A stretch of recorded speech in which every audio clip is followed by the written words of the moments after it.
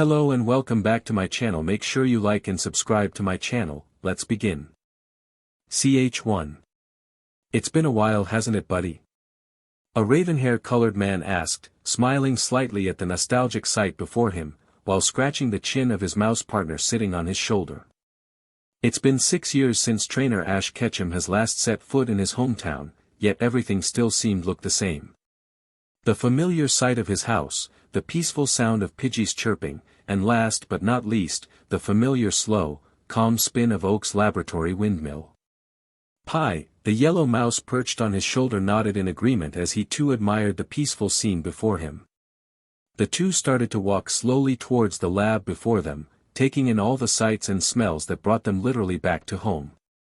You think they'll accept us back? He breathed heavily when the pair finally arrived at Oak's laboratory doorstep. Pi Pikachu Chew, Pikachu responded with smirking face. I sure hope so, Pi. Ash chuckled and adjusted his hat backwards. Now do I look like when I was 10? He asked, only to the giggles of Pikachu as he walked up to the door. Ding dong. Ash rang the doorbell and stepped back a bit as he heard movement coming from inside. I'll be with you in just a moment, an older male voice said inside, and soon after the door opened. Hi Professor Oak, Ash simply said, raising his hand, his familiar cap still backwards on his head. Who are you? Professor Oak asked, rubbing his eyes as if he had just woken up. His eyes then opened wide when they took notice of Ash's trademark hat, and he exclaimed unbelievably, "Hey Ash? Are you really Ash?" Well, last time I checked my name was Ash, he answered sarcastically, earning a facepalm from Pikachu. Ash never knew when to use sarcasm. So yes, I am back. Oak stood there as if paralyzed, then came up and hugged the 16-year-old and patted Pikachu on his head. I'm so glad you're back, Ash. Everyone was so worried when you ran away after the Lily of the Valley conference. Ash flinched when he heard the last two words.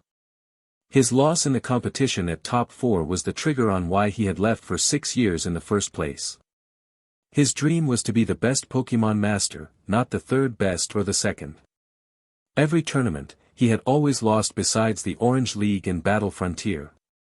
Indigo League? Top Johto League? Top Hoenn League? Top, and I am still too weak, Ash thought to himself. Ash? You there? Oak asked questionably, seeing that the boy was deep in thought. Huh? Oh yeah, I was just thinking.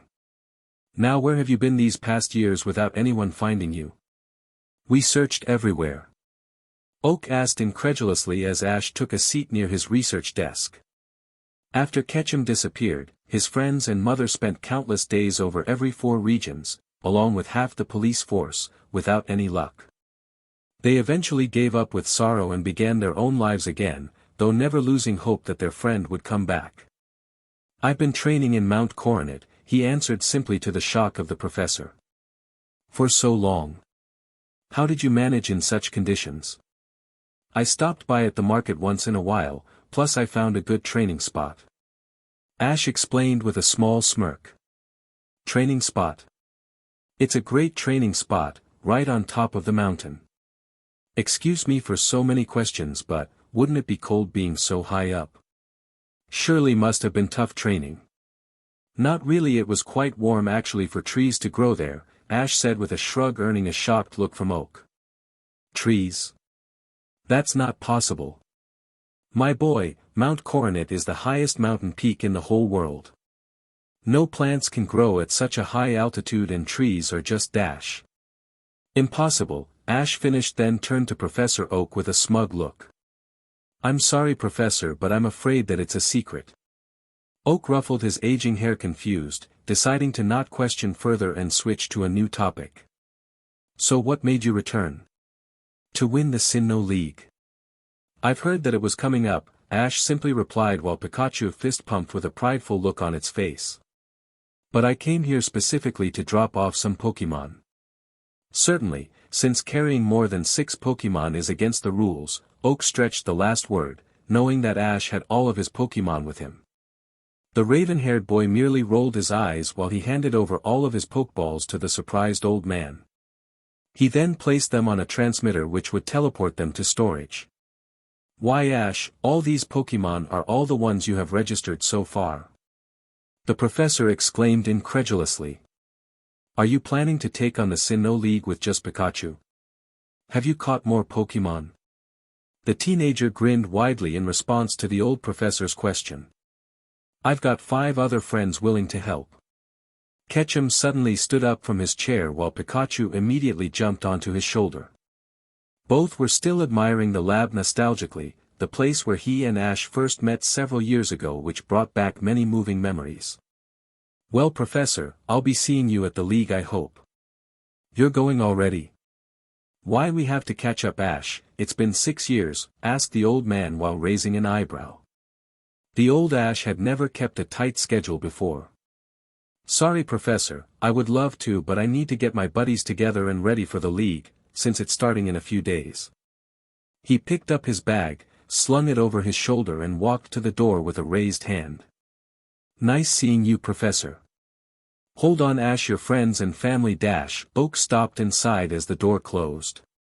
He wondered whether to tell Mrs. Ketchum and his friends that Ash was back when his eyes made contact with a small piece of paper. There was something scribbled on it. P.S. Don't tell my mom or friends that I'm back until the tournament. I don't want to be harassed before my first match. Oak smiled a little surprised. Didn't Ash like attention? Ash jumped off his Charizard, a bit tired after the long ride.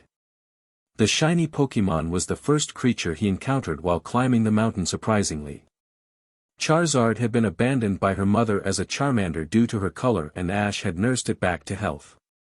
Ash decided to use her instead of his first Charizard, to make her even stronger and build up her self-confidence. He entered the secret cave that he couldn't make known to Professor Oak, because it was the home of a very rare Pokémon and his new friend, Mew. Mew had constructed a mirage that made the mountain seem like it had a top, though it was actually a huge crater, home of many Pokémon. The trainer had luckily stumbled accidentally in the illusion portal, reacquainted with Mew, and started his new life of Pokémon training in the makeshift utopia. We have less than 3 days before the competition to get into top shape. And we will show the world how strong our training has made us become. Everyone ready for their training? Lucario, a strong-looking blue and black jackal, nodded calmly, resting his shoulders on a tree. Tyranitar, a heavily armored and intimidating beast, roared as an answer. Vaporeon, an aquatic creature clad with fins and scales, liked her paw and purred loudly. Charizard snorted and stamped on the ground, flapping her black-colored wings. A new figure began to come into the view, clearly very delighted to see her owner and friend. Mew Mew! It cried as it tackled Ash and Pikachu. Hey there, Mew, I can tell you missed us, but could you kindly get off? Ash managed to croak out, being that Mew was hugging his neck very tightly. Mew reluctantly let go and sat down on Ash's other shoulder. Ash couldn't help but smile at her cuteness, then began to relay his plans for his team. Today we will work on defense. Lucario, Tyranitar, work on your defense with each other. Try not to get too carried away. Charizard, work on your type defense with Vaporeon using Blitz Shield. Pikachu, help Vaporeon and Charizard endure their electric weakness. I will be working with Mew on learning new moves. Everyone got that? There were murmurs and nods. Good. Let's begin. Day before the tournament. Pokédex please, Nurse Joy asked, who took Ash's Pokédex and scanned it on her computer. His license and information was soon displayed on the screen. Ash Ketchum, may I see your Pokeballs you will be using for this tournament? The raven-haired boy handed her 5 Pokeballs and motioned that he will also be using Pikachu. Oh, and Nurse. I'd like to be called Ryan instead, that's what my friends all call me. Pikachu giggled slightly at his name, improvising. Ash had wanted to keep his identity a secret until the finals. Okay, I'll just scan those into the computer and change your name. And you're all set. The nurse handed the Pokeballs back to the trainer, and routinely motioned for the next person in line to come up. Her face, however, showed the shock and surprise after seeing the trainer's roster. Well, Pikachu, at least she didn't say anything about not being able to use Mew, Ash said, who was still unsure whether the rules would allow such a powerful Pokémon to be used. Pi Pikachu, Pikachu pointed out. That's true, Tobias used a Darkrai and a Latios, Ash grimaced while he remembered his devastating defeat from the two legendaries, who had wiped out his entire team with just 2 Pokémon. Tobias had also even defeated Cynthia, the former Sinnoh champion, and has been defending his title for 5 years. Ash was determined to take his title. The boy began to walk towards the huge hotel exclusively reserved for trainers participating in the conference. He froze and felt a strange sensation in his heart when he saw 2 of his old friends walking by. He looked away quickly, hoping that they didn't notice him. He couldn't help but overhear the conversation though. "I'm going to win this thing," a short black-haired boy with glasses said. "Stupid Max, just because you got 8 badges doesn't guarantee you'll win," a pretty brunette scolded, sighing at her brother's confidence. "Hey, you suck at battling, so stop scolding me," Max sneered at May, who turned red with anger and punched his head. "I do not, I can beat you any day, plus remember, my Blaziken tied with Ash's Sceptile before." A silence fell between the 2 siblings, a wave of sadness fell crashing over their faces. "Ash. I hope he's alright," May said quietly, looking up at the sky at nowhere in particular. "That's because you had a type advantage, yet you still tied," Max smirked while ruining the mood. He then ran away quickly, chased by an out-to-kill May. Ash and Pikachu suppressed their laughter and continued walking, glad to see that they got over it quickly. "So Max is entering too? Should be interesting to see how much he's grown," Ash thought as he opened the door of the Grand Hotel, awed by the chandeliers glistening from the ceiling and the professionally dressed staff who offered if they could take his bag, which he refused. After getting his room key, the pair rode an elevator up to the 11th floor. The room, all in all, was amazing. There was a huge queen-sized bed surrounded by 2 flat-screen TVs, and a jacuzzi in the main bathroom. There was even a small kitchen with a refrigerator. The television could be used for watching other trainers' matches during the tournament when Ash did not have a match. "I could collect some data on other trainers," Ash thought, but quickly threw the idea out. He had faith that his Pokémon could win under any circumstances. After all, that's what he'll have to do when facing Tobias. Who knows how powerful his Pokémon is now, thought Ash while gritting his teeth, setting his bag down and taking out his Pokeballs. Pikachu leaped down and curled up on the comfy bed, wanting to take a short nap before the opening ceremony. Ash smiled, and let Lucario, Vaporeon and Mew out of their Pokeballs. Tyranitar and Charizard were too big to fit inside the room.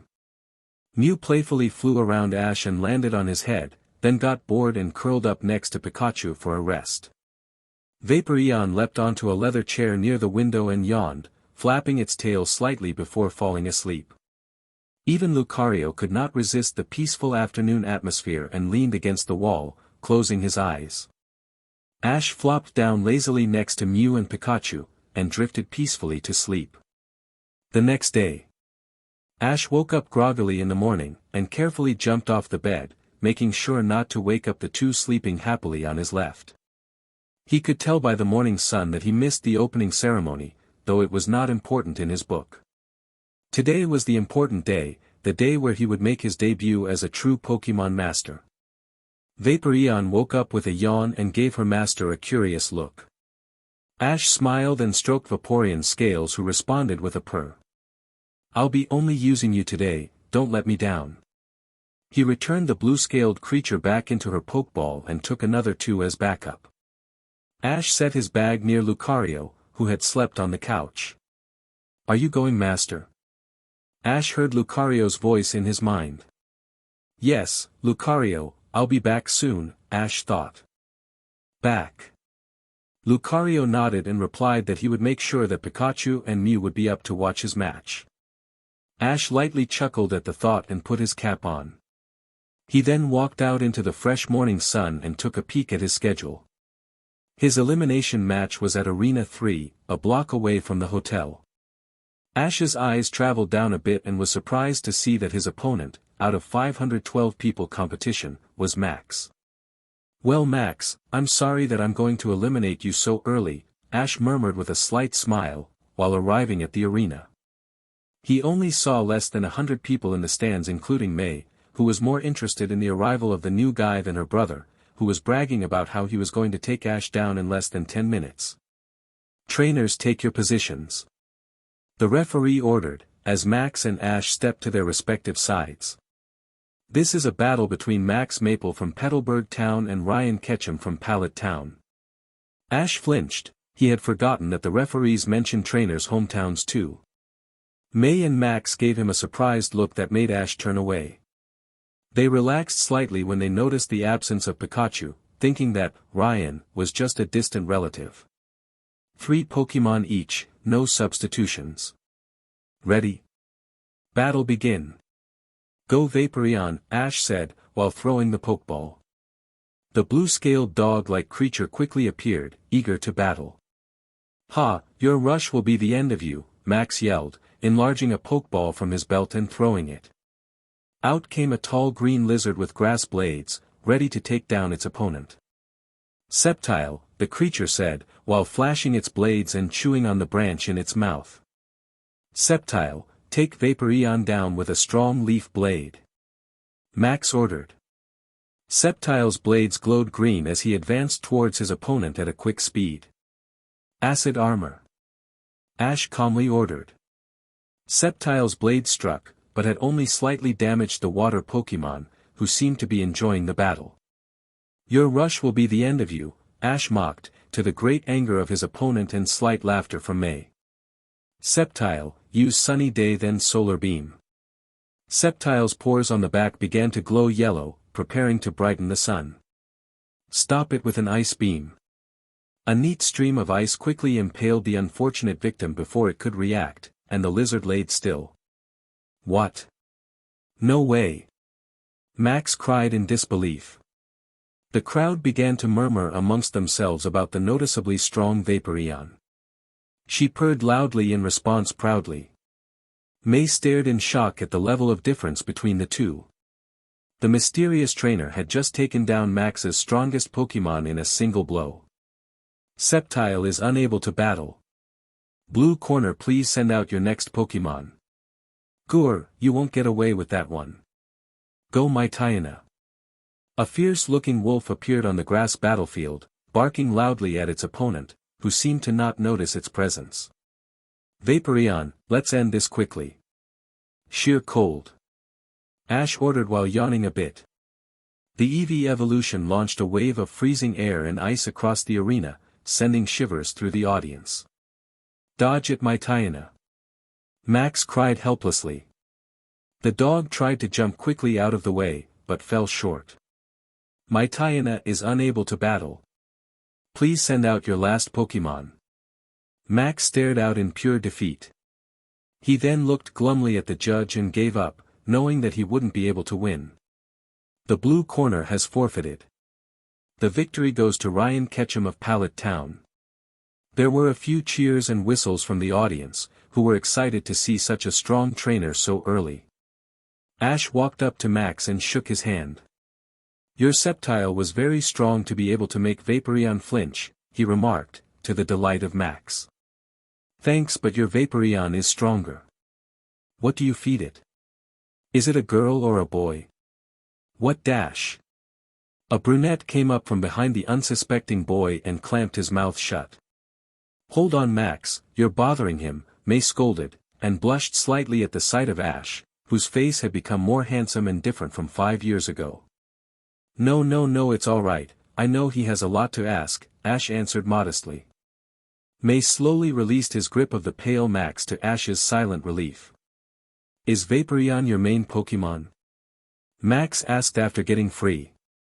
"No, she is actually one of weaker Pokémon on my roster," Ash responded with a smug look, to the shock of the two siblings.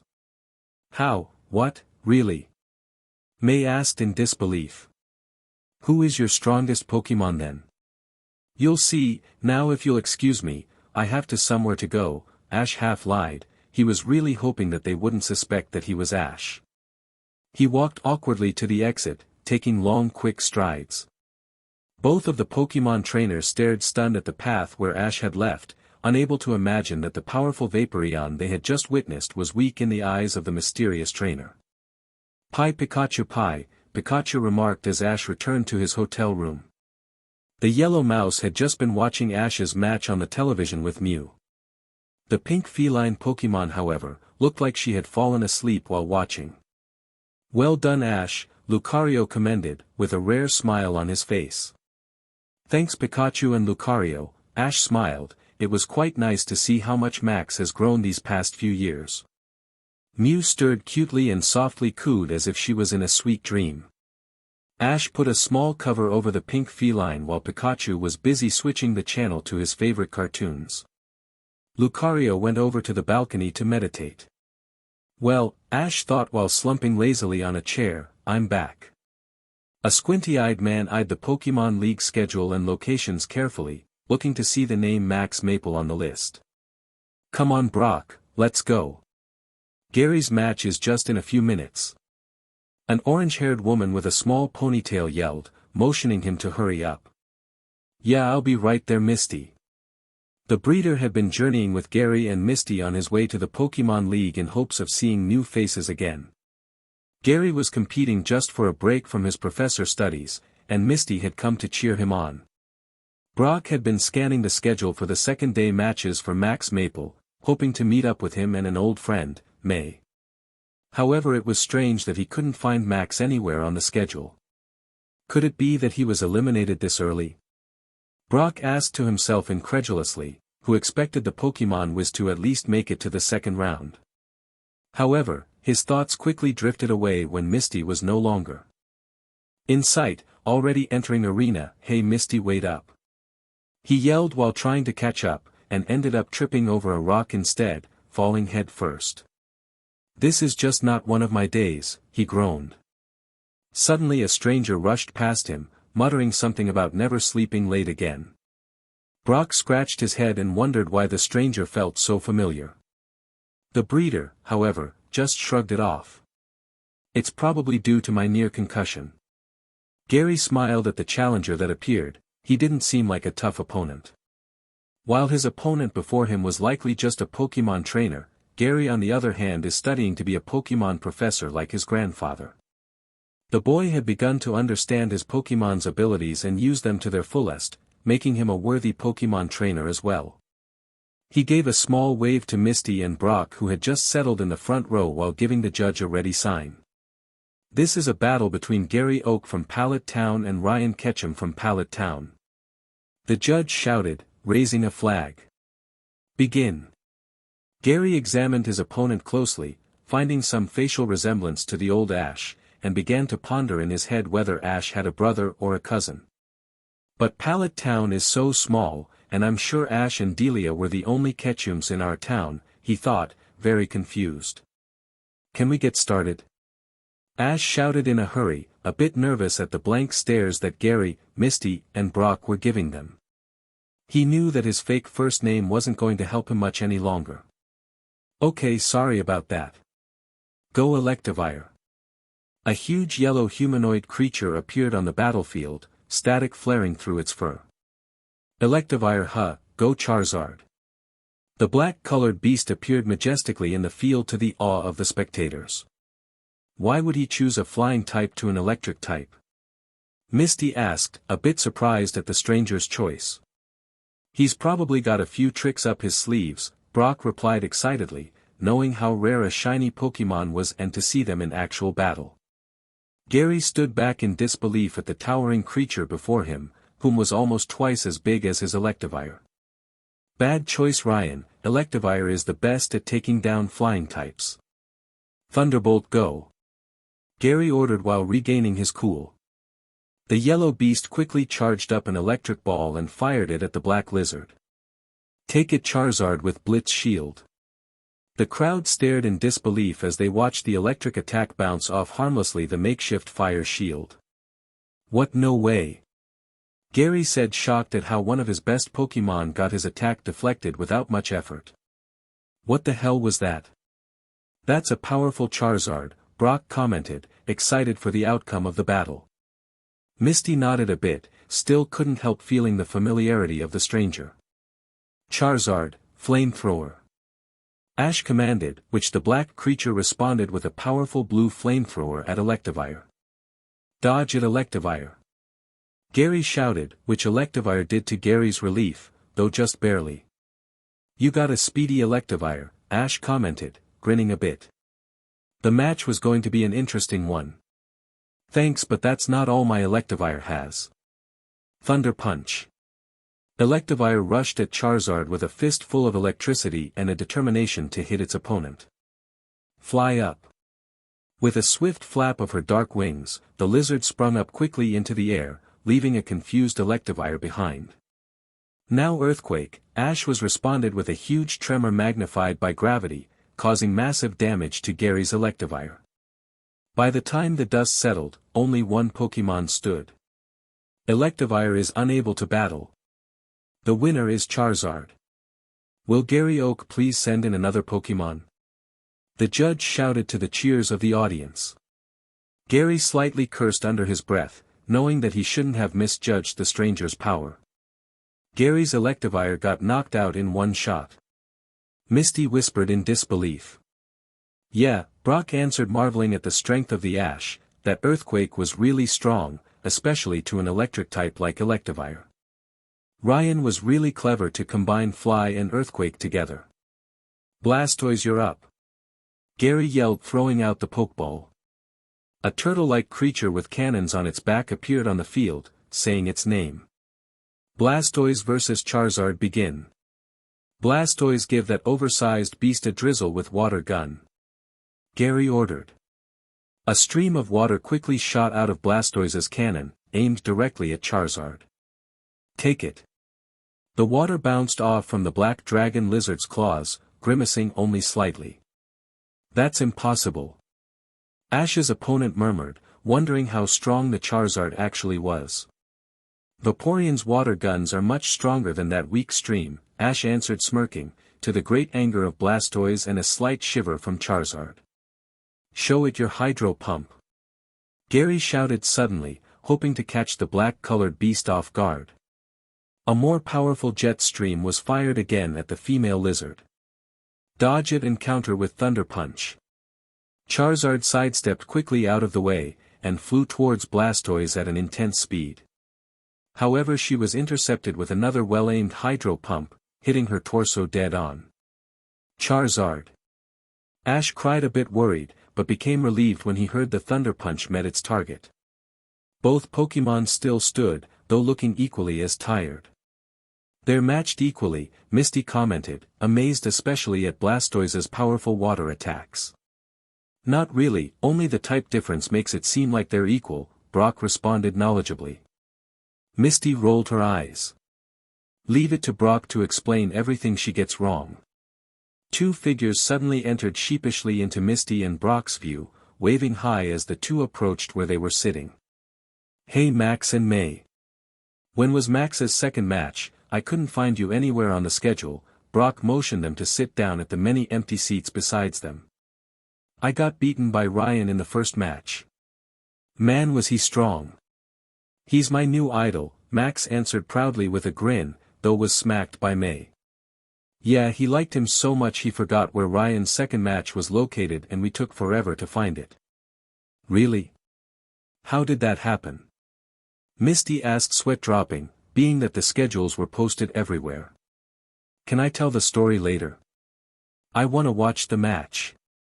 Max replied, not wanting to tell the story at all. The pair of siblings settled in, while Brock filled them in on the battle's current situation. By now the two combatants have been battling it with everything they've got, neither one giving up. Charizard, full power blast burn. Ash shouted. In one reckless move he planned to end it once and for all. You too Blastoise, hydro cannon. Gary ordered, countering the strongest fire attack with the strongest water attack. Both attacks collided equally, resulting in a big explosion which knocked both competitors and their trainers down while leaving the audience coughing and sneezing. Once the smoke cleared, both Pokémon laid still. Good job Charizard on your first real battle, Ash murmured quietly as he returned her. The young lizard had always wanted to compete ever since Ash had mentioned the idea when she was a Charmander. Today she had finally proven her power by defeating 2 strong Advantage-type Pokémon. Both Pokémon are down. Will the trainers send out their next Pokémon? The group along with the audience stared in awe at the strength of the attacks they had just witnessed. All of them couldn't wait to see the next matchup. That Charizard was pretty well trained to beat my Blastoise, Gary said, commending Ash on taking down his strongest Pokémon. He reached towards his belt for another Pokeball, throwing it out. Have fun with this one, go Umbreon. The Eevee evolution appeared majestically on the field, the rings on its fur glowing bright yellow. A dark type. Go Lucario. The humanoid fighting steel dual type nodded towards his trainer as he appeared, aura glowing from its paw. About time you chose an Advantage type, Gary said to Ash's smile, but my Umbreon has a few tricks up its sleeve too. He has a Lucario. Awesome. His roster is just so awesome. Max gushed, beaming. Lucario vs Umbreon. Begin. Umbreon hypnosis. The dark creature's eyes glowed blue and stared at Lucario. Close your eyes and let the aura surround you, Ash commanded softly. Yes master, Lucario replied in Ash's mind. The two had been linked through the aura ever since Ash had met him as a small Riolu, and have been best friends ever since. Now aura sphere, Ash ordered in his mind, and was answered by a painful cry from Umbreon. Gary looked very confused. Ryan had not given a single command to the Lucario, yet he was attacking on his own. Could it be that they're communicating in aura? Brock asked. Doesn't Ash use aura too? May said, remembering the incident at the Tree of Beginning several years back. Ash had tried to help a Lucario save his city again by sacrificing his aura energy, but instead the Lucario sacrificed his. Must run in the Ketchum family, Misty half joked, though with no idea what aura meant exactly. That's just too awesome. Max shouted, getting some annoyed glances from other spectators. May gave Max a look that he knew all too well and he decided to remain silent for the rest of the match. Umbreon is unable to battle. Victory goes to Ryan Ketchum and his Lucario. The judge announced, the aura Pokémon had barely even used its full power in taking down its opponent, adding on that Gary had no idea what to expect. Gary walked up to Ash and shook his hand, grinning.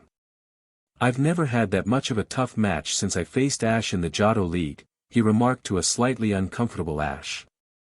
Haha me neither, now if you'll just excuse me, he said, noticing his old group of friends heading his way, I've got something to take care of. Ash quickly hurried away to the dismay of Max. What's with him? Gary asked while his eyes followed Ash's disappearing figure. I was just about to ask him if he knew where Ash was. I don't think Ash is coming back. May said quietly, and the group fell silent for a bit. Well, his last name was Ketchum, maybe he was a distant cousin that Ash never spoke about. Brock asked. Something doesn't add up, they both seem to be about the same age, same facial structure, same color hair, and Ash told me that his mom was the only family he knows, Gary deduced suspiciously, getting some knowing glances of where he was getting at. So.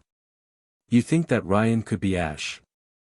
Misty asked a little doubtful, though it would explain why the stranger felt so familiar. Well, there's only one way we can find out, Gary said while walking to the path where Ash had took. I'm going to go ask Nurse Joy for his Pokédex record. You think she'll just give it to you? That's usually secret information, May questioned, only Pokémon professors can access the data. Ah, you forget May, I'm a professor too, Gary winked at the group and a slightly embarrassed May, waving goodbye, then exited. Ash. Hopefully it is him. Brock said, wanting to meet his old buddy again. If it is him, why would he try to hide his identity? Misty asked. It wasn't like the Ash she knew to hide away his true self. I don't think Ryan is Ash, none of Ash's old Pokémon were used in Ryan's matches, Max added, a bit disappointed if his new idol turned out to be Ash, his old idol. If it is Ash, he's got a lot of explaining to do, May said with slight laughter, though was not followed. Another silence fell through the group, numerous thoughts going through each heads at once. Deciding to switch the topic, May then added, "By the way, have you seen Dawn at all, Brock or Misty?" "Dawn? I haven't seen her for years," Brock answered, shaking his head. "Why, May?" Misty wondered. She herself didn't know Dawn too well. "Well," May responded with a slight blush, "she said she wanted to meet me here to learn a few things about Pokémon coordinating from one of the best Pokémon coordinators." "Like she can learn anything from you," Max muttered very quietly.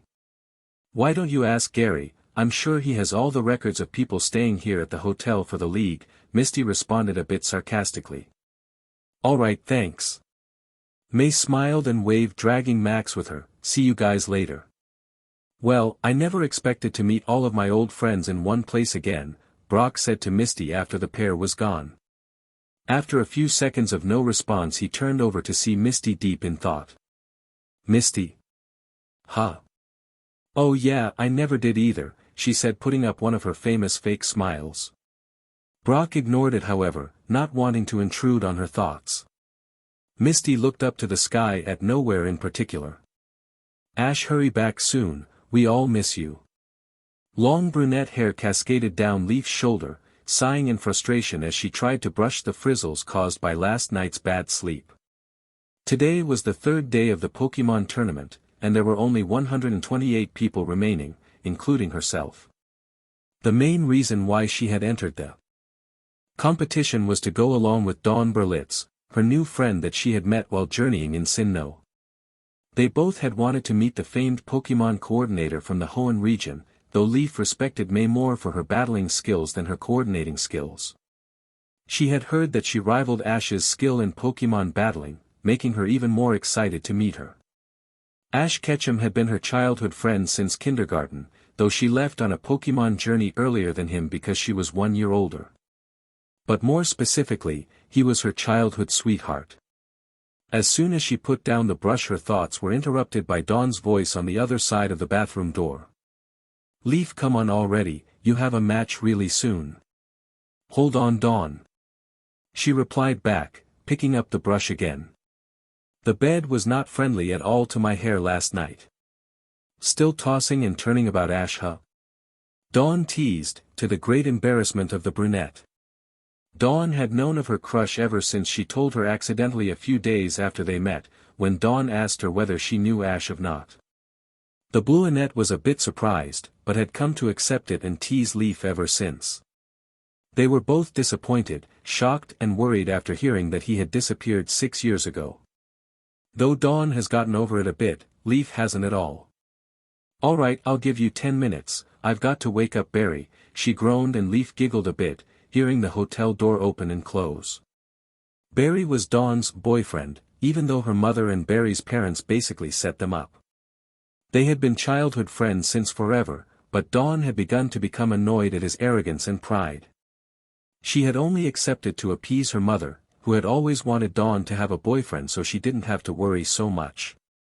However, Dawn now looks for any single moment to be without Barry. Her real crush was, of course, Ash Ketchum. But Leaf likes him, and I'd rather keep Leaf a friend, Dawn sighed as she knocked on Barry's door. The blonde-haired boy was also competing in the tournament, and had managed to get into the third round. Coming, she heard a voice croak from the inside, knowing that he had overslept, rolling her eyes.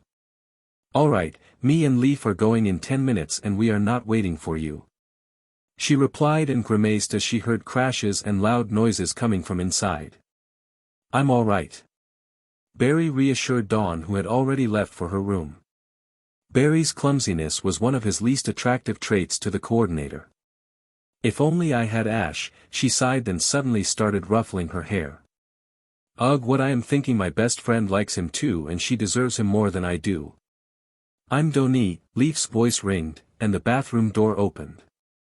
Leaf looked at Dawn's disheveled hair and stared in shock. "Mew, Dawn, what happened to your hair?" "Ah, it's a bueno day," Ash commented, stretching his arms as he woke up. Pikachu looked at him weirdly. "What? It's Spanish?" "I'd thought I switched it up a little." Pikachu gave him a look that seems to say, "After 6 years I'd thought you mature a little bit."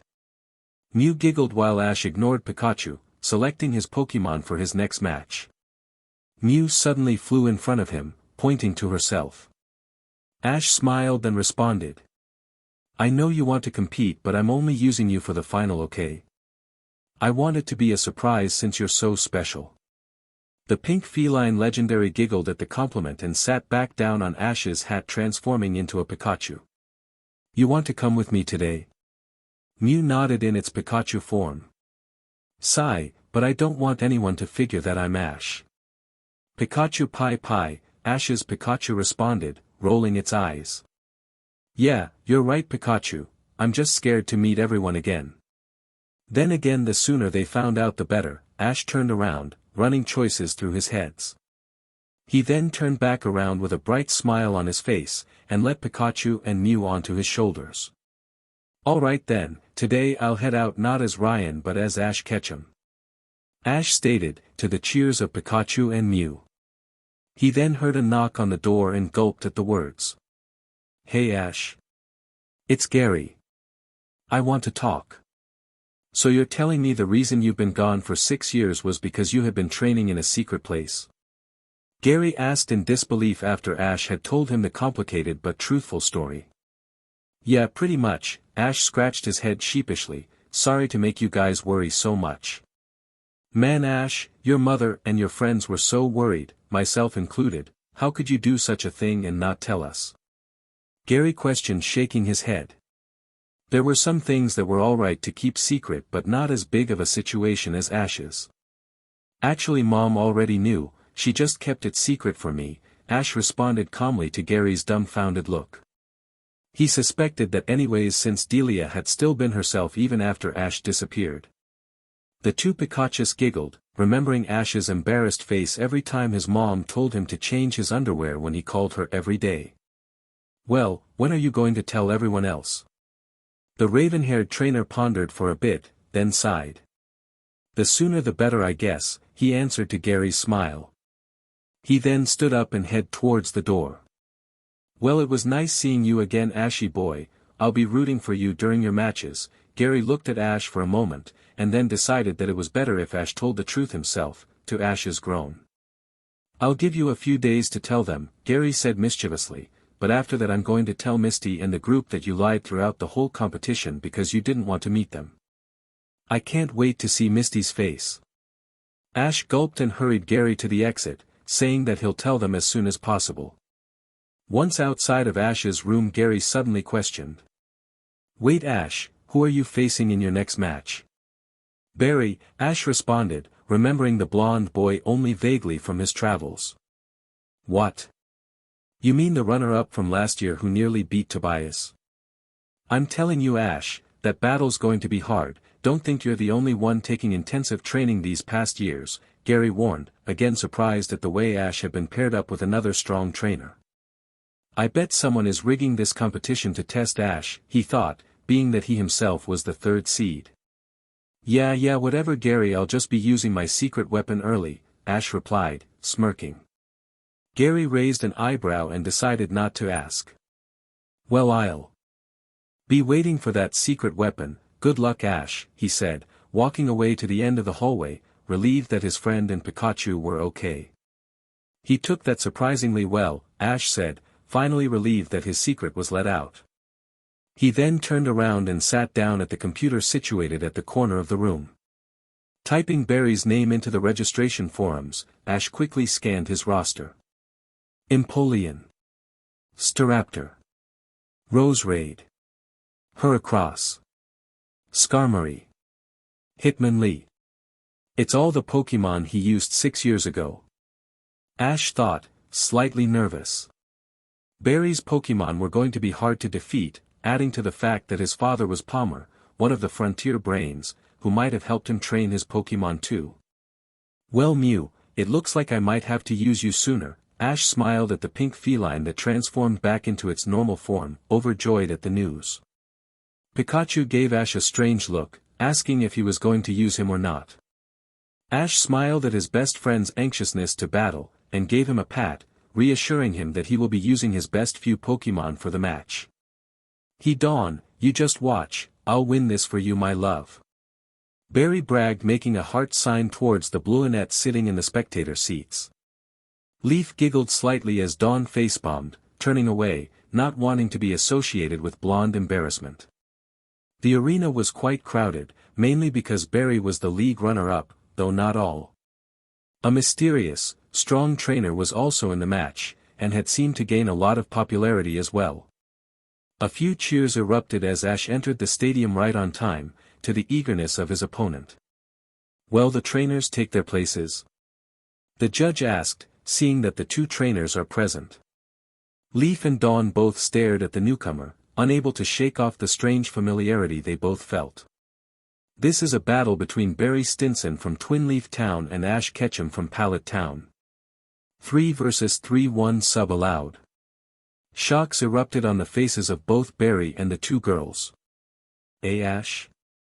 They all stuttered, unable to believe that the boy was still alive.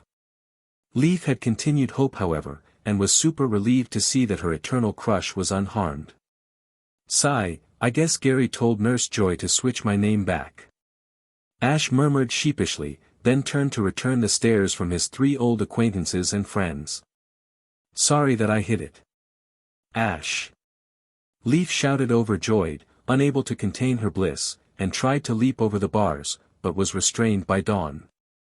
I know you're excited Leaf, but they still have a match. Leaf sighed in disappointment while sitting back down. Begin. Nice to see you again Ash, Barry said with a genuine smile, but sorry that your welcome back gift will be your elimination. I'd like to see you try, Ash retorted, throwing out a Pokeball. Go Tyranitar. The massive dual rock and dark type roared loudly as he came out, making Barry step back a little, overwhelmed by the towering and menacing creature. You've got a strong-looking Tyranitar, Barry commented, but Empoleon can take it. He threw out a Pokeball and a large, majestic penguin came out, ready for action. Empoleon give that rock type a drizzle with Bubble Beam. Barry ordered. Empoleon began to fire fast streams of bubbles at its opponent, who, without even Ash's command, sidestepped it easily. Good job Tyranitar. Now Earthquake. Ash ordered, but was interrupted by Barry. Quick jump into the air. Empoleon jumped and evaded the attack just barely, to Ash's grin. Looks like there was another challenge. Tyranitar, Dragon Dance, Ash ordered. Tyranitar covered himself in a purple aura, increasing his stats. Empoleon, show it your Hydro Pump. A huge stream of water was spat towards the armored Pokémon, who evaded it with ease again. Another Dragon Dance. Ash is just playing around with Barry, Dawn commented, smiling slightly at Barry's frustration. Leaf however, was not paying attention to the battle but at Ash particularly, taking in his changed, handsome facial features. Gur. Empoleon since we can't hit it from long range go in close and hit it with a drill peck. The bird flew towards its opponent, with its beak bracing for impact.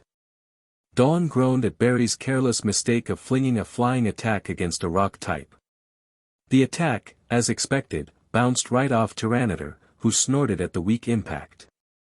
Now Rock smash Empoleon down and hit it with an earthquake. The beast quickly responded with a powerful hit to Empoleon, causing it to crash into the ground, creating a deep crater. The penguin was then hit by a powerful tremor and rocks collided to the unfortunate Pokémon. Empoleon is unable to battle. May the red corner please send out his next Pokémon. Gary mumbled something about fining Ash for defeating one of his strongest Pokémon so easily as he threw his next Pokeball. Roserade take him down. The flower Pokémon posed as it appeared on the battlefield, but stepped back a little in fright at the sight of its opponent, who was glaring menacingly. Roserade, Grass Knot. Vines began to creep towards Tyranitar, who again dodged it with ease to Barry's bursts of anger. Roserade return. The spectators turned in slight surprise to look at the blonde boy at his sudden return, who just smirked. Go Hitmonlee. Finally he makes a good choice, Ash murmured, being that a fighting type would do a lot of damage against a rock-dark type. Hitmonlee, give that Tyranitar a taste of your Mach Punch. Barry ordered and watched excitedly as his Pokémon flew at Ash's Tyranitar at a jet-like speed. Counter with Protect, Ash ordered, and the attack bounced off harmlessly against the green shield. Barry was about to explode with frustration, ordering Hitmonlee to launch a series of Mach Punches. Finish it with a concentrated Hyper Beam. A smaller-than-average stream of a Hyper Beam was fired from Tyranitar's mouth and hit Hitmonlee square on. Hitmonlee! Barry cried helplessly as his Pokémon fell on the ground, fainted. Cheers erupted from the audience at the strength of Ash's Tyranitar, who just smiled at the attention. Nice job Tyranitar, you finally perfected it, Ash commended. He had worked with the rock type to fire more compact hyper beams, which would take less energy to fire but have more power than a normal beam. Ash's Pokémon are so strong now. Dawn awed, to Leaf's nod. The brunette turned to face her brunette friend, and smiled slightly. Still staring at Ash, huh? What? No, I was looking at Tyranitar. Leaf stuttered, blushing slightly at Dawn's accusation. Dawn rolled her eyes at Leaf's obvious lie. She was so easy to read. Well, the red corner, please send out his next Pokémon. Barry sighed and looked at his tired Pokémon, and finally forfeited, knowing that whatever Pokémon he chose would lose. And that's it, folks. Ash Ketchum from Pallet Town will be moving on to the next elimination match. Leaf, once hearing that the match had ended, scurried hurriedly past the spectators onto the field, literally almost pounced on Ash. Ash! I missed you so much. She cried happily, hugging onto an embarrassed raven-haired boy. The brunette had not seen Ash for more than 7 years, and was so glad her childhood friend was back. Dawn ran up near the two, very jealous inside but hid it from her smile. Who are you again? Ash nervously asked, scratching his head in confusion. He had recognized Dawn and waved hi, glad to see an old friend, but did not recognize the pretty brunette in front of him. Ash? You don't recognize me anymore? Leaf asked in disbelief, releasing her grip on Ash. Well, it has been 7 years since you guys last saw each other. Dawn said, rolling her eyes at Leaf. Leaf blushed, then looked Ash straight in the eyes and smiled. I'm Leaf Green, your childhood friend. Leaf? You're really Leaf? Ash asked, now it was his to be in disbelief. The one and only, she responded, a little red at Ash's comment. Everyone get out of the way or else I'll fine you all $200. Barry interrupted, pushing through the exiting spectators to where the trio was. Ash, however, ignored the blonde trainer and went up to hug Leaf tightly, to Dawn's great jealousy. I missed you, Leaf, Ash whispered, still overwhelmed at the fact that he would find his childhood friend that he hasn't been in contact with ever since she started her Pokémon journey. She had just disappeared when he had awakened from his coma. I missed you too. Where have you been, Ash? Leaf sighed, letting herself fall into Ash's strong grip. Where have you been? Their hug was immediately interrupted by Barry, who began to ask Ash all sorts of questions about his training techniques. It looks like you've got a new fan now, Ash, Dawn said a bit sarcastically. The whole group laughed except for Barry, who fumed that he was not a fan, just someone trying to get information. At an unknown base. Sir, it seems like Ash Ketchum defeated the second seed of the Pokémon tournament by unheard-of margins, an informant reported to a mysterious man with an eerie aura. Ah, perfect, he's truly a talented trainer, the man responded, smiling slightly to show his fake teeth. So perfect in fact, that I want you to help collect information on him so I can meet him privately. But not until after the Pokémon tournament, I want to watch the finals. Yes, sir. It will be done. There we are, a orange-haired man said as he plopped some papers onto the table. Sitting near the table was a long blonde-haired woman and another dark-haired man. On the table was Ash Ketchum's profile, recently updated by the professors across the regions. So this is trainer that took down 2 of my legendaries. Tobias murmured while fingering through the profile, scanning the competitions he won. Lance and Cynthia peered over, impressed that the boy had won not only the Orange League, but the Battle Frontier as well. Well, Tobias, looks like you've got a strong challenger ahead of you, Lance smirked slightly. Tobias smiled back, interested in the fact that there was finally a strong trainer worthy of facing him. Cynthia relaxed in her chair, yawning. Ever since Tobias had beaten her and taken her title, she had retired as a Pokémon trainer and now is one of the Pokémon League officials, working together with Lance, former Kanto champion, to make the leagues run as smooth as possible. Interesting. He has an unknown Pokémon in his roster, Tobias said, staring at the unknown word covering a picture of one Ash's 6 Pokémon. Probably the boy has caught a legendary and hasn't used it yet, Cynthia said, who was very impressed at Ash's accomplishments. She remembered him well from the travels and adventures they had together 6 years ago, and was deeply saddened when she heard that the trainer had disappeared. The blonde woman then turned to look at Lance. It seems like that's why you have been putting him against the strongest trainers, trying to bring out that legendary, right? Right on, Cynthia, he laughed sheepishly. I was very curious. Ash was one of my few favorite rookie trainers back then. Well, his battles tells me he's a one-of-a-kind professional rookie, that may be perhaps why you like him so much. Tobias said sarcastically to the chuckles of the two around him. You're right partially. Ash had that determination and cleverness not usually shown in that of a normal Pokémon trainer. Heck, I thought he was going to beat every Pokémon League, Lance exclaimed. He's a trainer to be well looked into, Cynthia agreed as she stared out through the window out on Arena 1, where the finals would be held. I can't wait for the final match between Tobias and him. The unknown Pokémon will certainly prove to be one of a kind.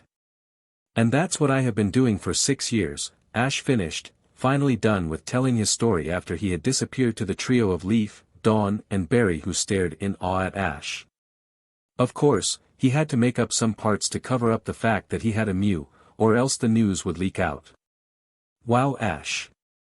You've done some serious training, Dawn said, still awed by the fact that Mount Coronet had more life in it than she expected. Barry slurped his smoothie, very stunned by Ash's miraculous find. Leaf sighed. Her crush seemed to have a much exciting life of a Pokémon trainer than she does. There was a silence for a moment. Well, first of all, Ash. Dawn started, then suddenly went up and smacked Ash square on the cheek. Ouch! What the hell was that for?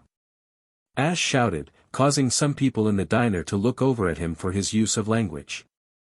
For leaving us without telling, Dawn answered with a huff, but then gave Ash a hug, pressing certain body parts against him. The trainer's face turned completely red, but did not notice Leaf's angry glance from the corner. But I'm glad you're back. I'm really sorry that I didn't tell you guys. I was really selfish back then, just aiming to be the top trainer, making friends my second priority. Ash murmured to Dawn, who hugged him even tighter. So, Ash, who are you facing for your next match? Barry interrupted, a bit annoyed that his girlfriend was getting a little bit too close with the raven-haired boy. I have no idea, as a matter of fact, Ash responded while taking a look at his schedule. There was a blank where his matchup partner was. Well, are you doing any training today? Barry asked, hoping that Ash might teach him some tricks.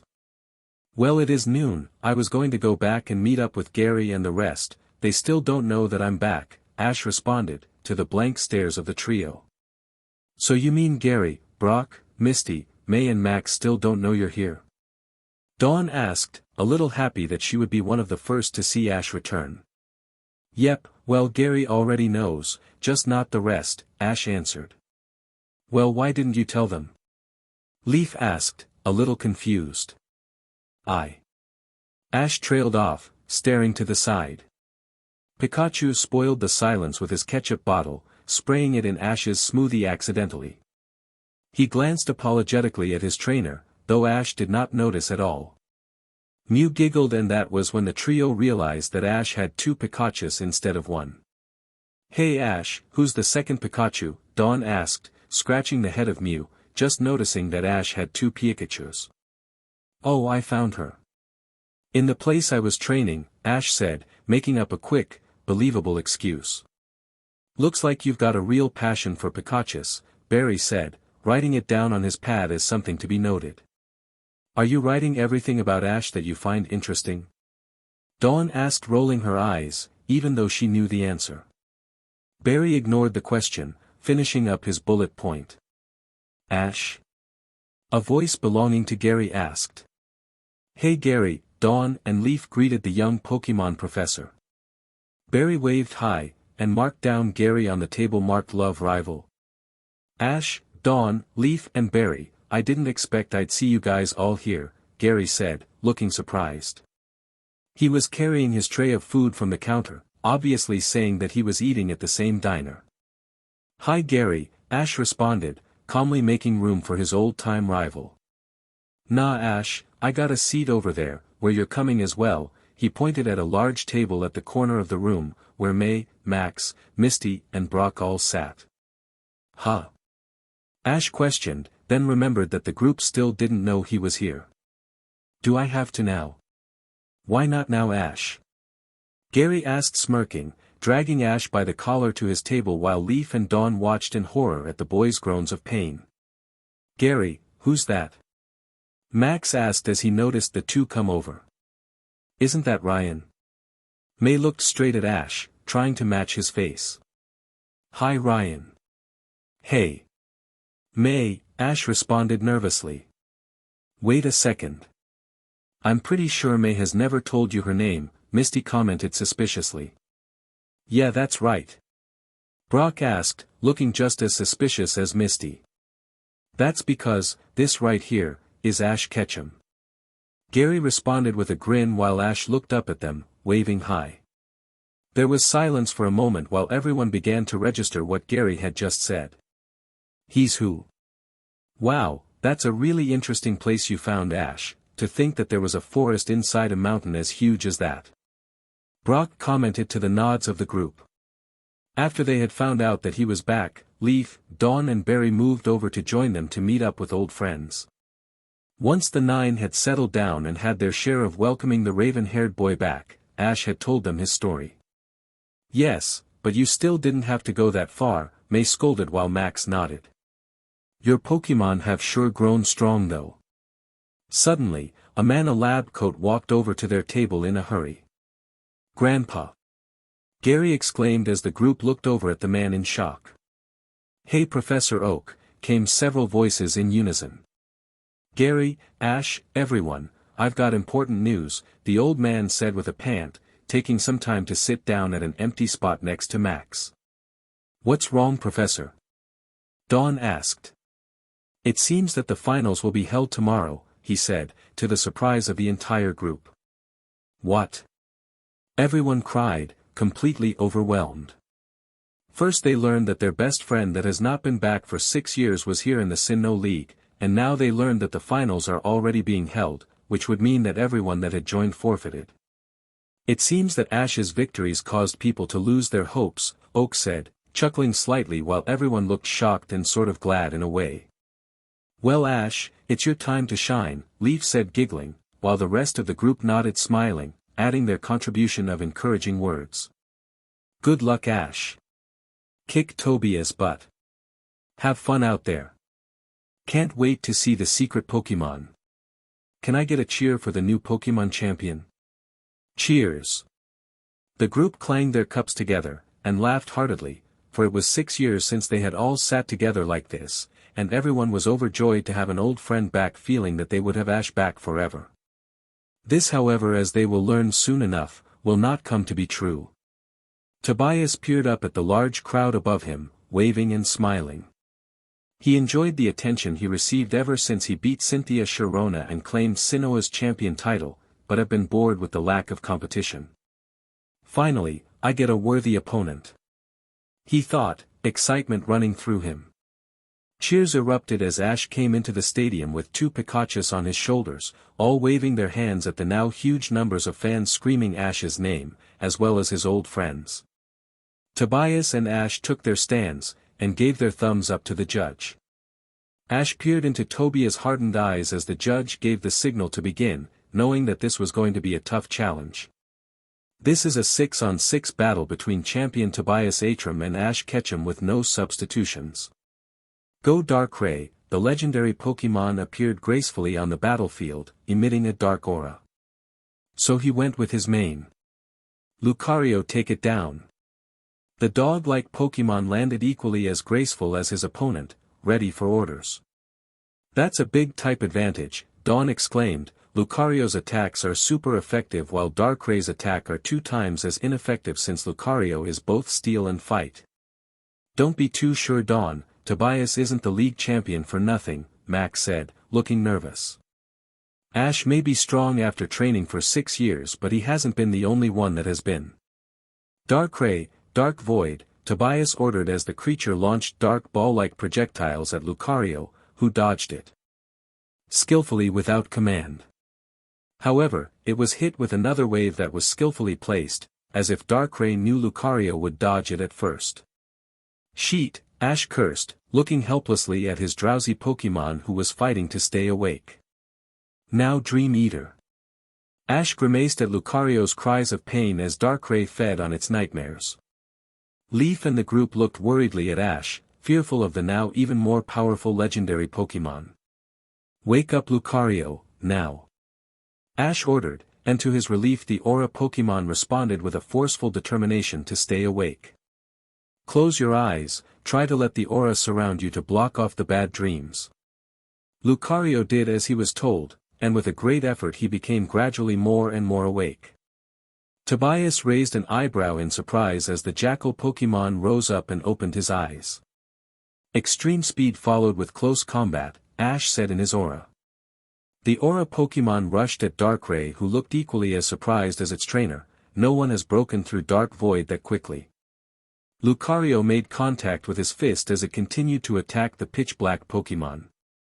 The long-haired champion looked a bit uneasy, as he knew all of Darkrai's moves would be ineffective against the Fight Steel duo. Dark Void again. Double team now. A stream of Lucario surrounded Darkrai, who fired its attack in all direction, though none contacted. Now Aura Sphere, Ash ordered triumphantly, and grew full of excitement as the blue ball of energy collided with its target. Darkrai is unable to battle. Lucario is the victor. Screams and cheers erupted from all around the stadium, amazed how Tobias' main Pokémon was taken down so easily. However, unnoticed by Ash, Tobias's surprised gaze turned to a sly smile. Good job Lucario, Ash commended proudly, patting Lucario on his back. The Aura Pokémon smiled, proud too of beating a legendary Pokémon. Mew and Pikachu both cheered happily for Lucario, who blushed a bit embarrassed at all the attention. Take the battlefield, Heatran, Tobias murmured, throwing out a Pokeball. Ash was a bit surprised at another legendary Pokémon, but he expected as much. Heatran vs Lucario begin. Earthquake. Dodge it. Ash commanded, but the attack came too quick and hit Lucario, who grimaced in pain. Now Magna Storm. A huge plume of lava fired from Heatran's mouth and collided with Lucario, who again failed to dodge. That Heatran's attacks are too quick for Lucario to react. Brock exclaimed, now seeing why Tobias had been so calm after his Darkrai had been defeated. The champion new challengers thought that Darkrai was his main due to its power, and physical likeness to its trainer, but he had Pokémon equally as strong in his roster. Lucario is unable to battle. Heatran is the winner. Ash gritted his teeth, he somewhat knew that Tobias wasn't going to fall so easily. Calming himself, the raven-haired boy returned Lucario and sent out Vaporeon. There's that strong Vaporeon.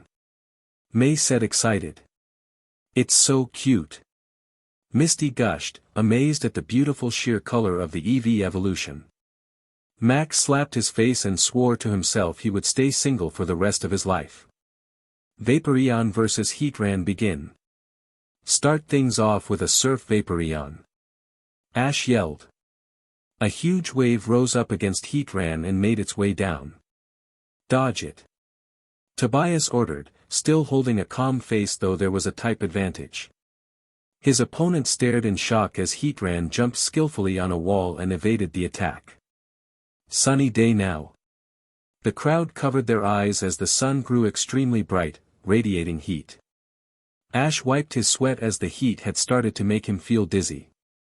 Vaporeon, cool us down with rain dance. Not going to happen. Solar beam now. Before Vaporeon could react, it was hit with a highly powered solar beam and fell helplessly on the ground, fainted. Vaporeon is unable to battle. Heatran is the winner. The judge panted due to the heat, but regained himself after the sunny day effect disappeared. The crowd stared in awe. The Heatran had just taken out 2 of Ash's Pokémon, and it was turning out to be just like 6 years ago for the raven-haired boy. Ash wiped more sweat from his head and pulled his cap down, thinking of new strategies. Tobias merely looked more and more excited, hoping that Ash would reveal his secret Pokémon. He had no clue, however, that the secret Pokémon was already in his view. Tyranitar, finish it. The great armored beast appeared menacingly, even making Heatran take a step back. Tyranitar vs Heatran, begin. Heatran agility then Iron Head. Tobias quickly said to its Pokémon.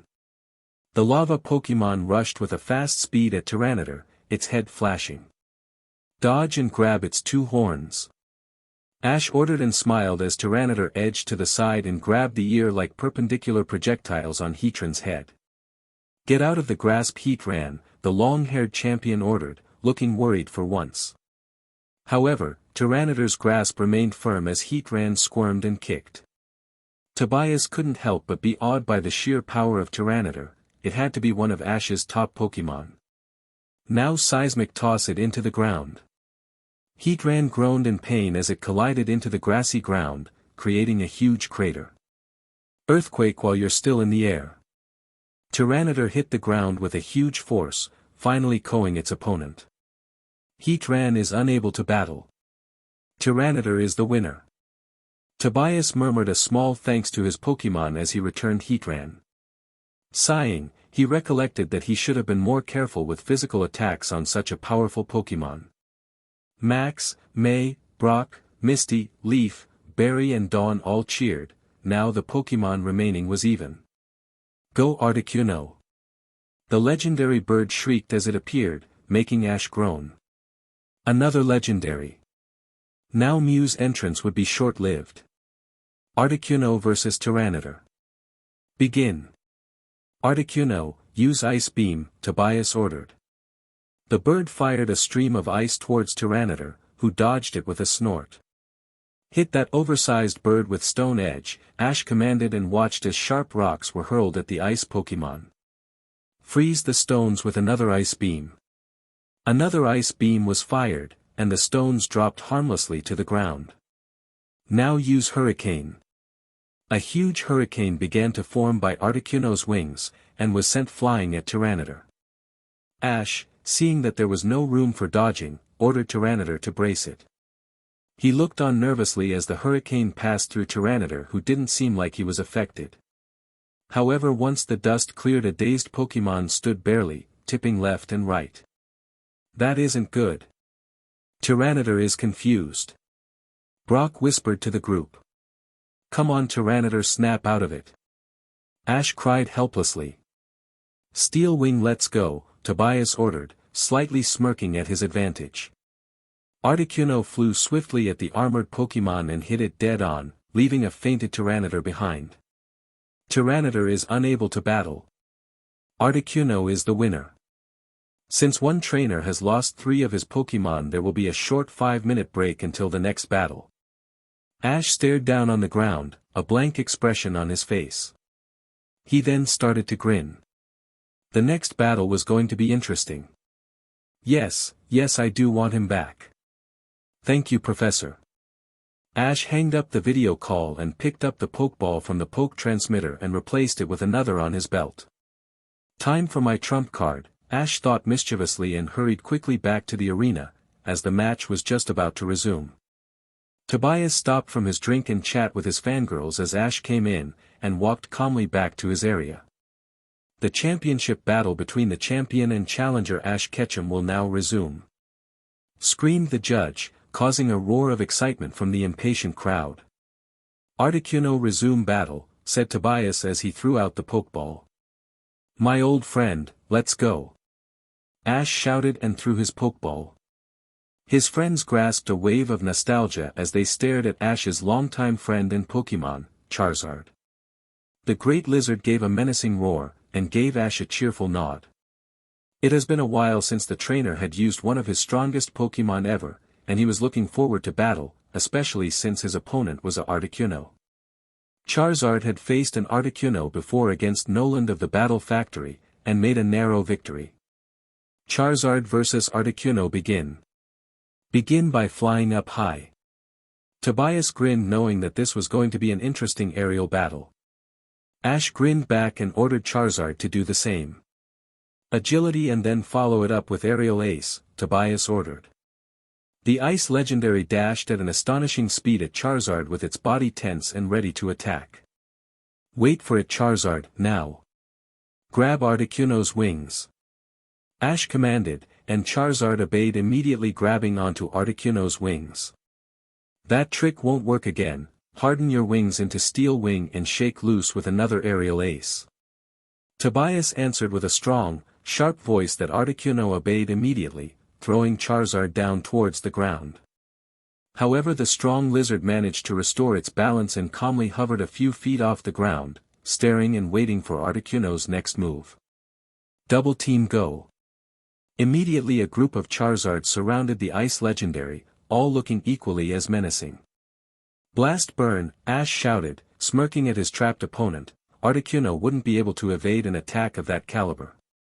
Articuno, protect. The bird Pokémon surrounded itself with a green shield and sheltered itself from the massive fire Charizard had released from its mouth. That was a reckless move by Ash. Brock observed, taking notice of Tobias's wide smile. Blast Burn is a powerful attack but Charizard needs to recharge itself before it can move again. I'm sure Ash has a trick up his sleeve. Don't underestimate him Brock. Max defended. He could not and will not believe that his new idol would lose. However, Max was wrong. The veteran trainer had planned to take Articuno down in one move but did not take into account of a possible use of Protect. Now sheer cold, Tobias ordered, taking advantage of Ash's mistake. Articuno responded with a huge wave of wind and snow at Charizard. Flamethrower. Ash cried. He could not lose one of his strongest Pokémon this early. After all that training and all the hard work, had he amounted to nothing? His hopes were renewed by a familiar fire attack that blasted through the cold and hit the surprised ice-flying legendary.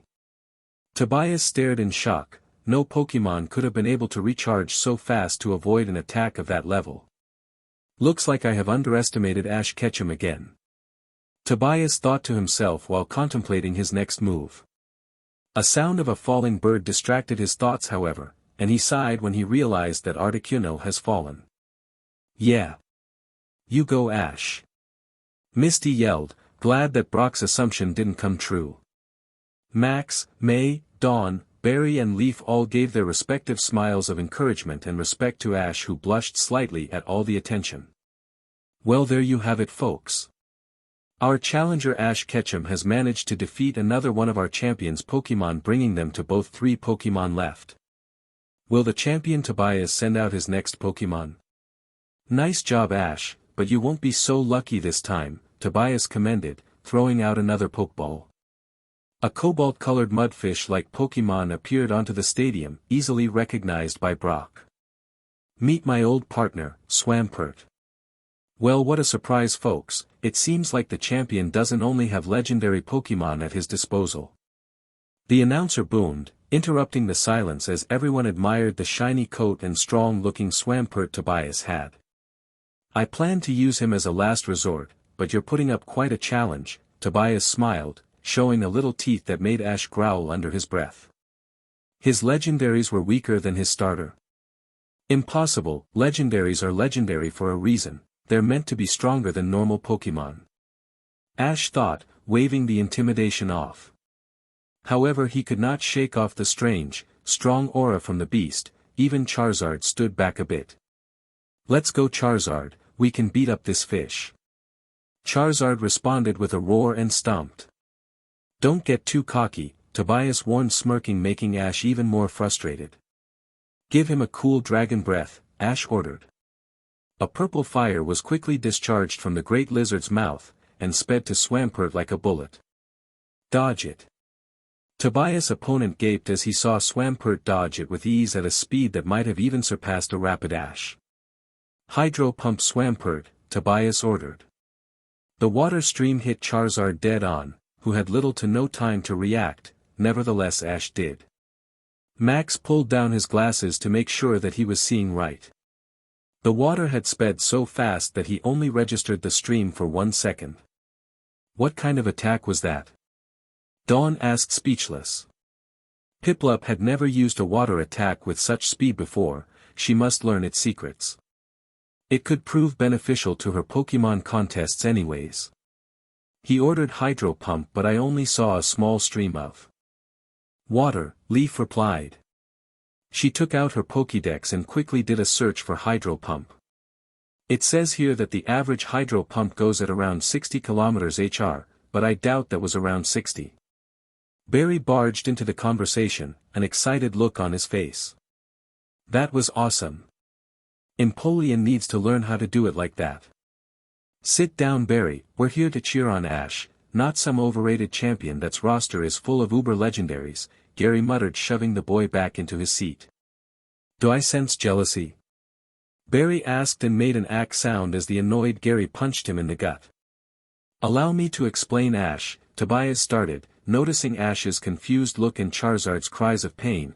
I developed Swampert's Hydro Pump to become more pressurized, meaning more compact, so it fires at a quicker speed. Therefore it hurts more.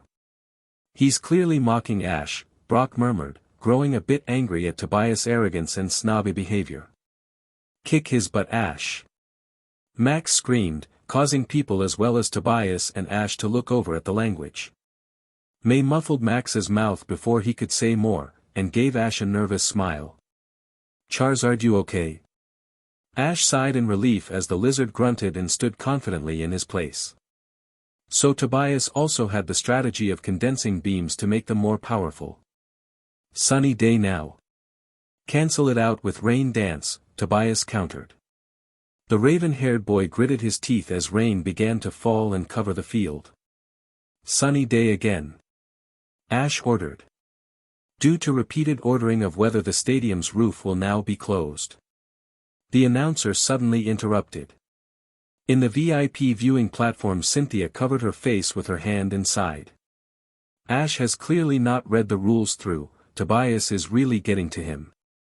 I really don't like Tobias' attitude right now, I hope Ash really does kick his butt, Lance responded without turning his head to look at the former Sinnoh champion, startling Cynthia slightly with his straight-up truth. She shortly bursted into laughter. However, she too did not very much like the champion. He was becoming too stuck-up and prideful just because he owned 5 legendaries. Sure, he was a good trainer, but a champion should be modest and humble, which is the complete opposite of Tobias. The two resumed to watch the suspenseful match, wishing the challenger the best of luck. Finish this with a hydro cannon fully pressurized, Tobias commanded. Again Charizard nor Ash could barely react before the hydro cannon made contact with its target. Ash's Pokémon was quickly blasted and collided with a nearby wall. Ash stared hopelessly at the smoke and rubble, and felt his heart drop as he realized Charizard had fainted. Charizard is unable to battle, Swampert is the winner. The crowd shook itself from its trance and began to cheer for the champion again. Well, here's his record, looks like he has been with Swampert for over 10 years, Gary said, making a low whistle as he scrolled through Tobias' profile on his mini laptop. Swampert and Tobias were long-time veterans, having more than 2 times more experience than Ash. Well, that explains his super powerful Swampert, May muttered, knowing that Ash's situation now was not good. And it explains why he has all those legendaries, Swampert must be his strongest Pokémon. Brock exclaimed. It was unbelievable that a starter could be trained to be stronger than a legendary. You ready, buddy? Ash smiled as Pikachu gave him a cheeky grin and jumped off his shoulders, running onto the field. "Ah, starter versus starter, this will be interesting," Tobias observed. Pikachu gave Tobias the most confident look he could muster, ready to win. "Just like old times, Pikachu. Let's go." "Did Ash forget that Swampert is part ground type too?" Max asked, astonished at Ash's choice of Pikachu, who was an electric type. "I'm sure he has it covered," May reassured, though was not very sure also. Pikachu vs Swampert begin. "Let's start things off with a little earthquake Swampert," Tobias ordered. "Tail maneuver." Ash shouted. Tobias raised his eyebrow as Pikachu balanced on the tip of his tail, avoiding the powerful earthquake tremor. "Impressive, but not enough. Earth power now." Swampert unleashed his second attack at the still balanced Pikachu, who took the full impact of the attack. Ash grimaced as Pikachu cried its name in pain, crashing to the ground. "Pikachu, are you alright?" he asked, and felt his heart wrench as his partner stood up, just barely holding on, bruises covering Pikachu's body. Everyone in the stadium immediately began to take pity on the small electric rodent whose victory seemed hopeless against the more powerful and stronger-looking Swampert. However, Pikachu was just as stubborn to win as Ash was and slowly shook off his pain, staring confidently at Tobias. Ash felt a glint of hope out of the hopeless situation, and murmured Pikachu a quiet command that Tobias couldn't hear. "Finish this now with a quick mud shot." Tobias commanded mercilessly. The champion could almost taste his sweet victory. He could not lose to this amateur trainer, he could not lose at all, he had always won. However, his victory did not come. Instead, grass flew toward Swampert, clutched its feet, and slammed it to the ground, making it cry in pain. "What the hell was that?" Tobias asked in disbelief, causing a few murmurs of confusion across the stadium. A Pikachu learning a grass move was very rare, if not almost impossible. "I worked with Pikachu on learning grass knot. I knew that it would prove useful to face a Pokémon like your Swampert." "Don't get so cocky," Ash smirked as Tobias clenched his fist and teeth, clearly annoyed at hearing his words getting spit back at him. "Attaboy, Ash." Gary cried, smiling widely. "Grass does 4 times the damage than normal because Swampert is both water and ground." "Get up and show them your water gun," Tobias ordered hastily. His Pokémon responded with a short grunt and shot a quick jet of water at the yellow mouse. "Double team Pikachu," Ash responded, and sighed briefly as Pikachu managed to avoid the attack just barely. "A basic Ash tactic," Brock said, grinning, finally relieved that his old friend was gaining the upper hand. "Predictable but effective." "Grass knot again, Pikachu," Ash ordered, feeling his control of the match grow. He felt more and more victorious as the vines made contact with its target, causing massive damage. Tobias grew more and more uncomfortable with the situation, shifting uneasily on his feet, contemplating his next move. "Swampert. Show them that move," he muttered, sounding defeated, though very suspicious. The tired mud fish Pokémon responded with a pound on the ground and a fissure was created. The tremor destroyed Pikachu's double-team mirages as well as hitting Pikachu, who fainted on the spot. Ash couldn't help but feel the sheer power of the attack, knowing that he had lost another Pokémon. However, both Tobias and Ash's eyes widened as Swampert fell down as well. "Oh, will you look at that, both Pokémon has fainted." Well, that was quite impressive from Ash's Pikachu. "It managed to take down Swampert with it even though it fainted as well," Brock commended, knowing that Swampert was immune to all electric-type attacks. "Oh well, at least I still have 2 Pokémon left," Tobias thought to himself, but was clearly disappointed to lose to an electric rodent when he clearly had the upper hand. "I underestimated this kid again," he thought, growling inside. Ash grinned, noticing Tobias's anxiousness and frustration. He was not the only one with a last resort Pokémon. "You ready, Mew?" Ash asked through telepathy. He heard a faint mew sound from the back of his head and chuckled. "Ash is still at a major disadvantage, only has 1 Pokémon left, and I can bet that Tobias still has 2 strong legendaries left in his roster," Barry pointed out while Gary nodded, seeing his logic.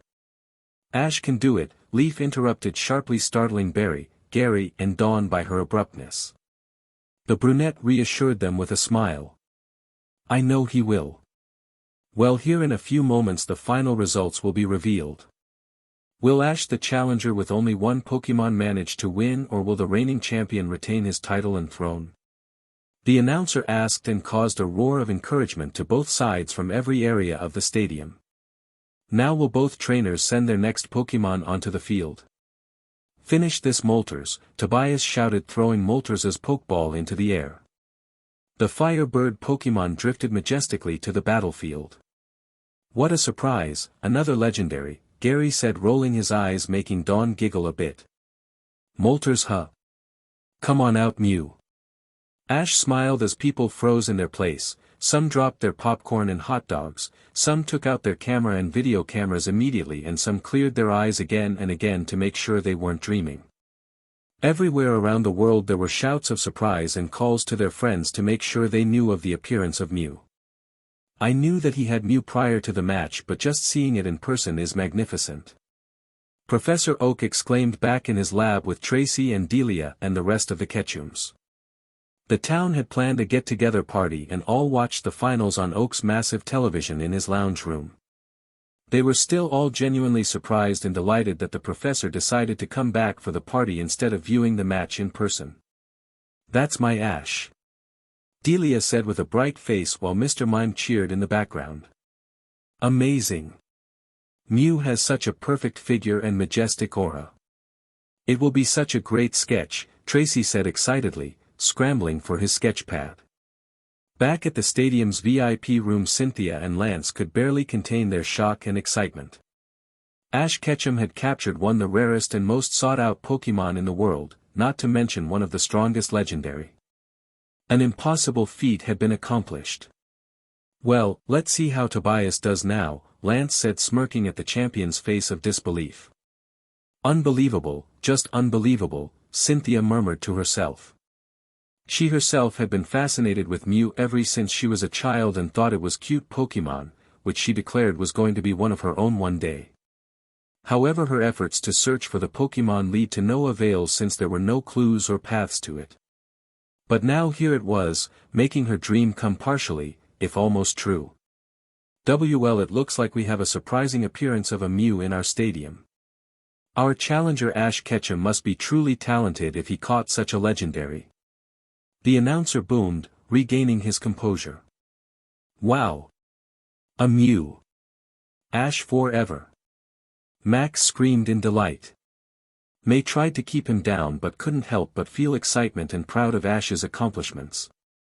Brock and Gary both shared a look and grinned, knowing that this was the Ash they knew. He always got a surprise for everyone in every hopeless situation he comes across. Barry and Dawn both couldn't keep their eyes off the flying new species Pokémon, who was delighted by all the attention. Leaf just gave Ash a wide smile and a silent wave as he stared back at his friends. Mew vs. Moltres begin. Moltres Flamethrower. Tobias ordered quickly, not wasting any time. Mew may be a legendary and widely known as one of the strongest guardians, but he would not lose his title to anything.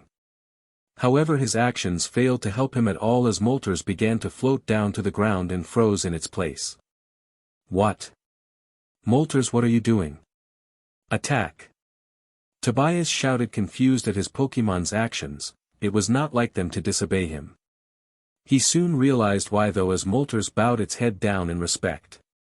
Well, would you look at that, folks, it looks like Moltres refuses to fight Mew.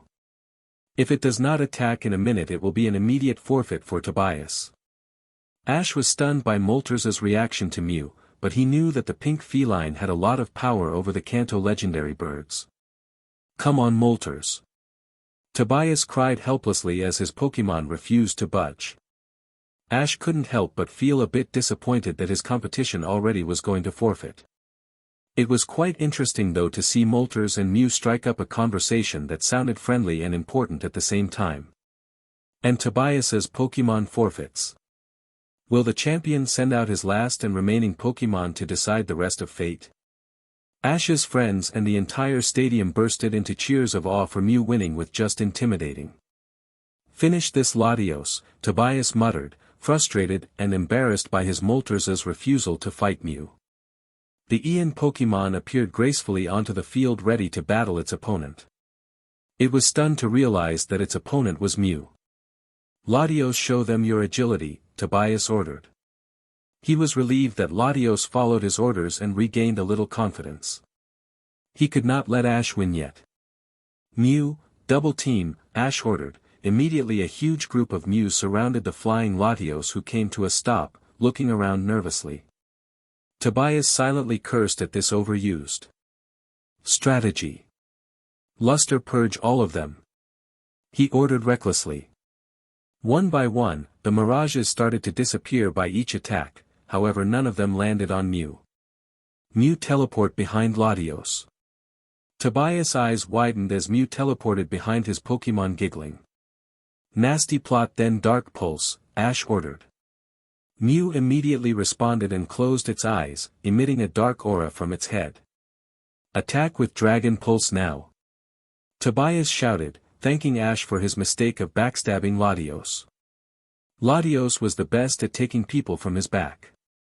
But it wasn't a mistake. Mew teleported again behind Latios, and this time its eyes were open. "Nice job, Mew. Attack."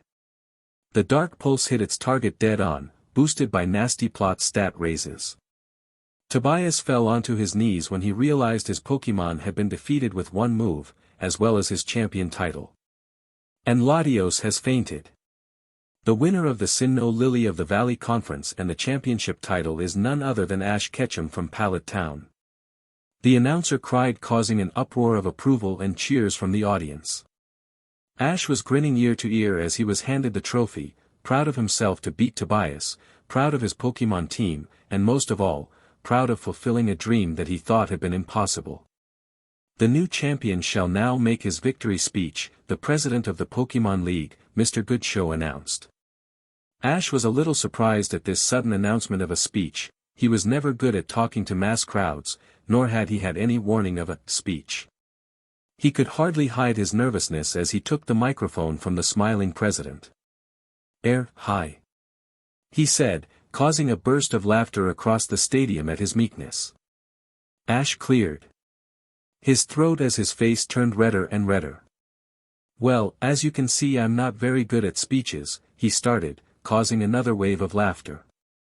Ash paused for a moment, feeling a new surge of confidence pass through him. "But I am honored to be here to battle here for your viewing pleasure. I didn't expect that I would make it this far, to be able to beat Tobias, who literally destroyed me a few years ago." Another bursts of chuckles and smiles from the audience. Ash even caught a faint smile from Tobias as he clutched his runner-up trophy. "I especially wouldn't have been able to make it this far without the support of my friends," Ash proclaimed as he motioned towards Max, May, Gary, Brock, Misty, Dawn, Barry and Leaf, who were all standing to get a good view of Ash. A camera soon zoomed in at them, making the girls blush as they realized we're on television. "But I also wouldn't have been able to be here if it weren't for the support of the Sinnoh fans. Thank you, Sinnoh, for your hospitality throughout this tournament. I look forward to next year's tournament." He finished, feeling relieved that he got the phobia out of way. A roar of approval and cheers erupted from the stadium after his speech, making Ash feel even more proud as he stepped down from the podium. Mew was still hovering by him, being blinded by the cameras, though was still enjoying the attention. However, the news reporters and media still proved to be an annoyance as Ash and Mew tried to make their way through the crowd to the exit. "I'm sorry, but I'm going to have to ask you all to leave," a familiar voice boomed clearly, as annoyed as Ash. The new champion looked up and saw Lance, who gave him a slight nod of acknowledgement. He also saw Cynthia, who gave him a quick wave and wink as the two Pokémon committee members tried to push the reporters and media out. Ash mouthed them a quick thanks and continued to the exit with Mew behind him still posing for the cameras. Eventually, with the two former champions' help, Ash made it to the exit and began to move to the Pokémon Center. However, he was not safe yet. His face was still easily recognizable, and soon he had his own miniature army following him around, asking for autographs. Wait a sec, he thought while running from the screaming fangirls. why can't I just let Mew teleport me to the Pokémon Center?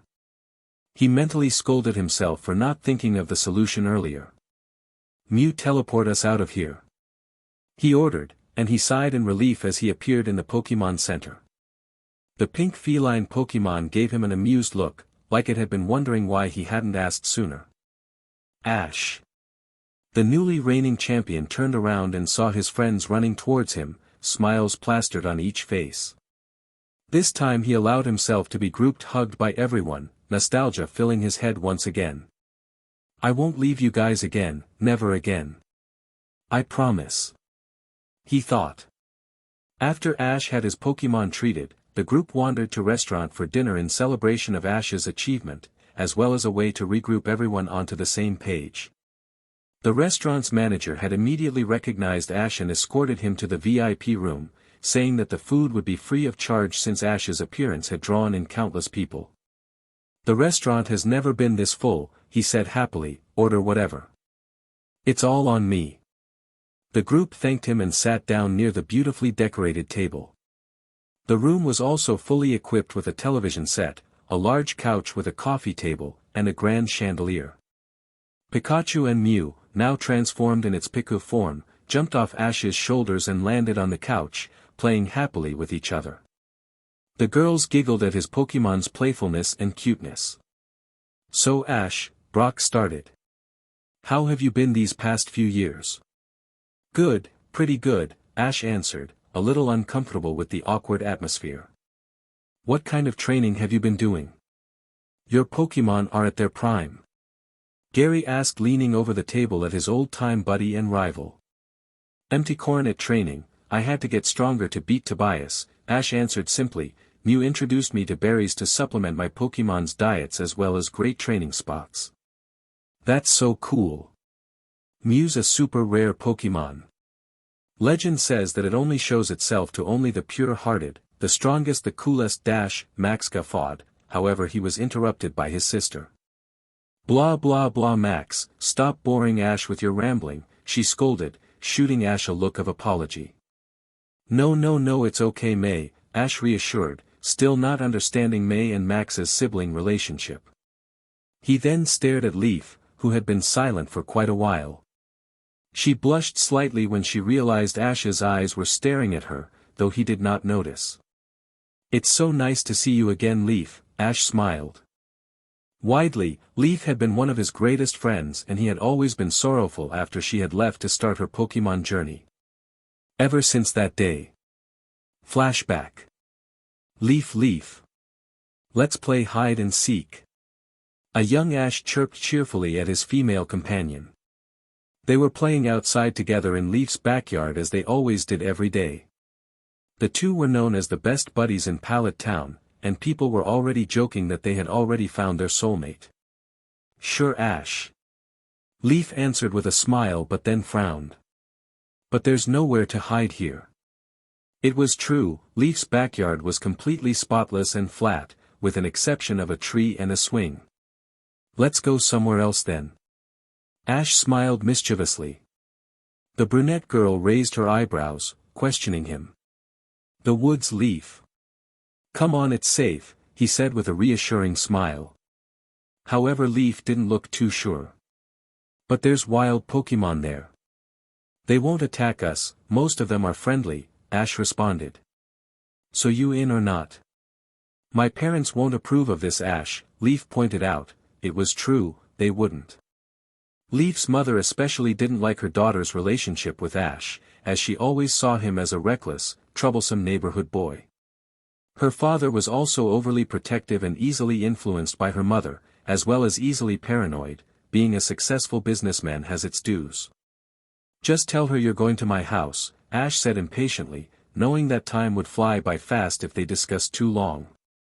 Leaf still looked doubtful for a bit, but in truth she did want to have more fun with Ash and go on an adventure. She had never been to Route 1 anyways. Fine Ashton, she said, playfully sticking out her tongue, pretending that she didn't have a choice. A few minutes later she came back from her huge house's back door and gave Ash a nod, signaling that her mother had approved. The delighted couple ambled happily down the road to the woods, their cheerfulness could even make the most depressed person smile. "Well, this is it," Ash said as they neared the outskirts of Pallet Town. The woods that Ash had described wasn't as big or scary as Leaf had thought. In fact, there were only a few trees, though the area was quite a good place for hiding with all the bushes and grass.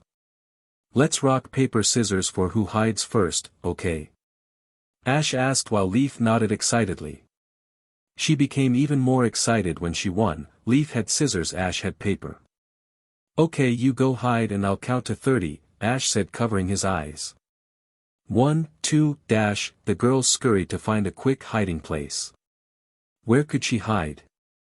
Leaf scanned the area, and quickly found an interesting tree with a yellow thing dangling from the branches. She quickly took cover behind the tree, as Ash had finished his countdown. "He won't find me here, he'll definitely search through the bushes first. Ready or not, here I come," Ash yelled. Leaf could hardly contain her laughter through the first few minutes, but quickly grew bored. After deciding Ash would never find her, she left her hiding spot. "Okay, Ash, you lose. My turn to seek now," she yelled, but received no answer. Leaf then looked up and saw a cloud-covered sky. A thunderstorm was approaching fast. "Ash?" she yelled again, moving nervously away from her hiding spot. Where could her friend have wandered off to? Now that it was getting dark, Leaf had a hard time retracing her path, due to all the overgrown grass and shrubs that were at least 2 times taller than her. It really was like a mini forest maze. Suddenly she heard crying from afar, Ash's voice. "Ash!" She hurriedly ran to the area with relief, not caring about the scratches and cuts caused by the twigs and broken branches underneath her. However, the scene that befell her made her froze. Ash was surrounded by a bunch of angry-looking Spearows, and a large Fearow seemed to be their leader. She covered her mouth as she witnessed Ash be pecked and kicked by the Spearows, and all of them seemed to be laughing. The Spearows did not see her, but Ash had, and gave her a look to tell her to not come try to help. Leaf felt tears in her eyes as she watched. She tried to move her legs, but she couldn't. It just wouldn't budge. The girl shut her eyes, trying to ignore all the pain of her wounds and the cries of pain from Ash. Maybe if I make a distraction the Spearows would go away, she thought, but quickly dismissed the idea, as it wouldn't attract the attention of all the Pokémon. Suddenly, as if by a miracle, the crying stopped. Leaf watched in awe as the Pokémon left, as if in a trance. It is not your time yet, young ones," a mysterious voice echoed and disappeared. "Ash, are you alright?" Leaf ran up to her friend, her voice breaking. She immediately began to cry as tears filled her eyes. "I'm so sorry, Ash, I wanted to help but I was too cowardly." "It's alright, Leaf," the boy forced a smile upon his beaten-up face. "Don't cry. A girl as pretty as you shouldn't do such things." He then closed his eyes. At first Leaf thought that he had died, but became relieved when she felt his faint heartbeat.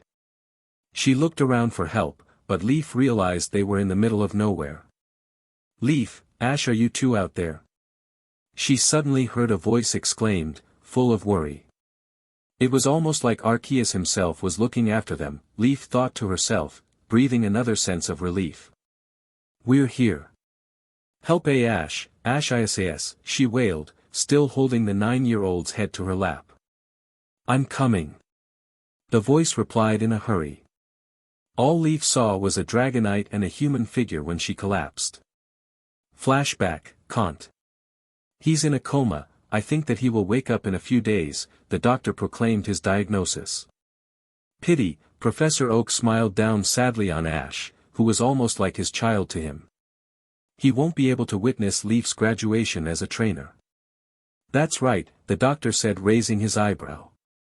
"The two are separated by 1 year, correct?" "Yeah," the professor answered. "But it looks like Ash will never meet Leaf again." "How come?" the doctor asked, confused, and added with a chuckle. "He can see her when he wakes up, be it a video call or whatnot. You know the technology these days. Her parents have deemed Ash as dangerous and never to be approached again, after he had brought him into the tragedy. What? That's preposterous. They can't possibly make sure they never see each other again.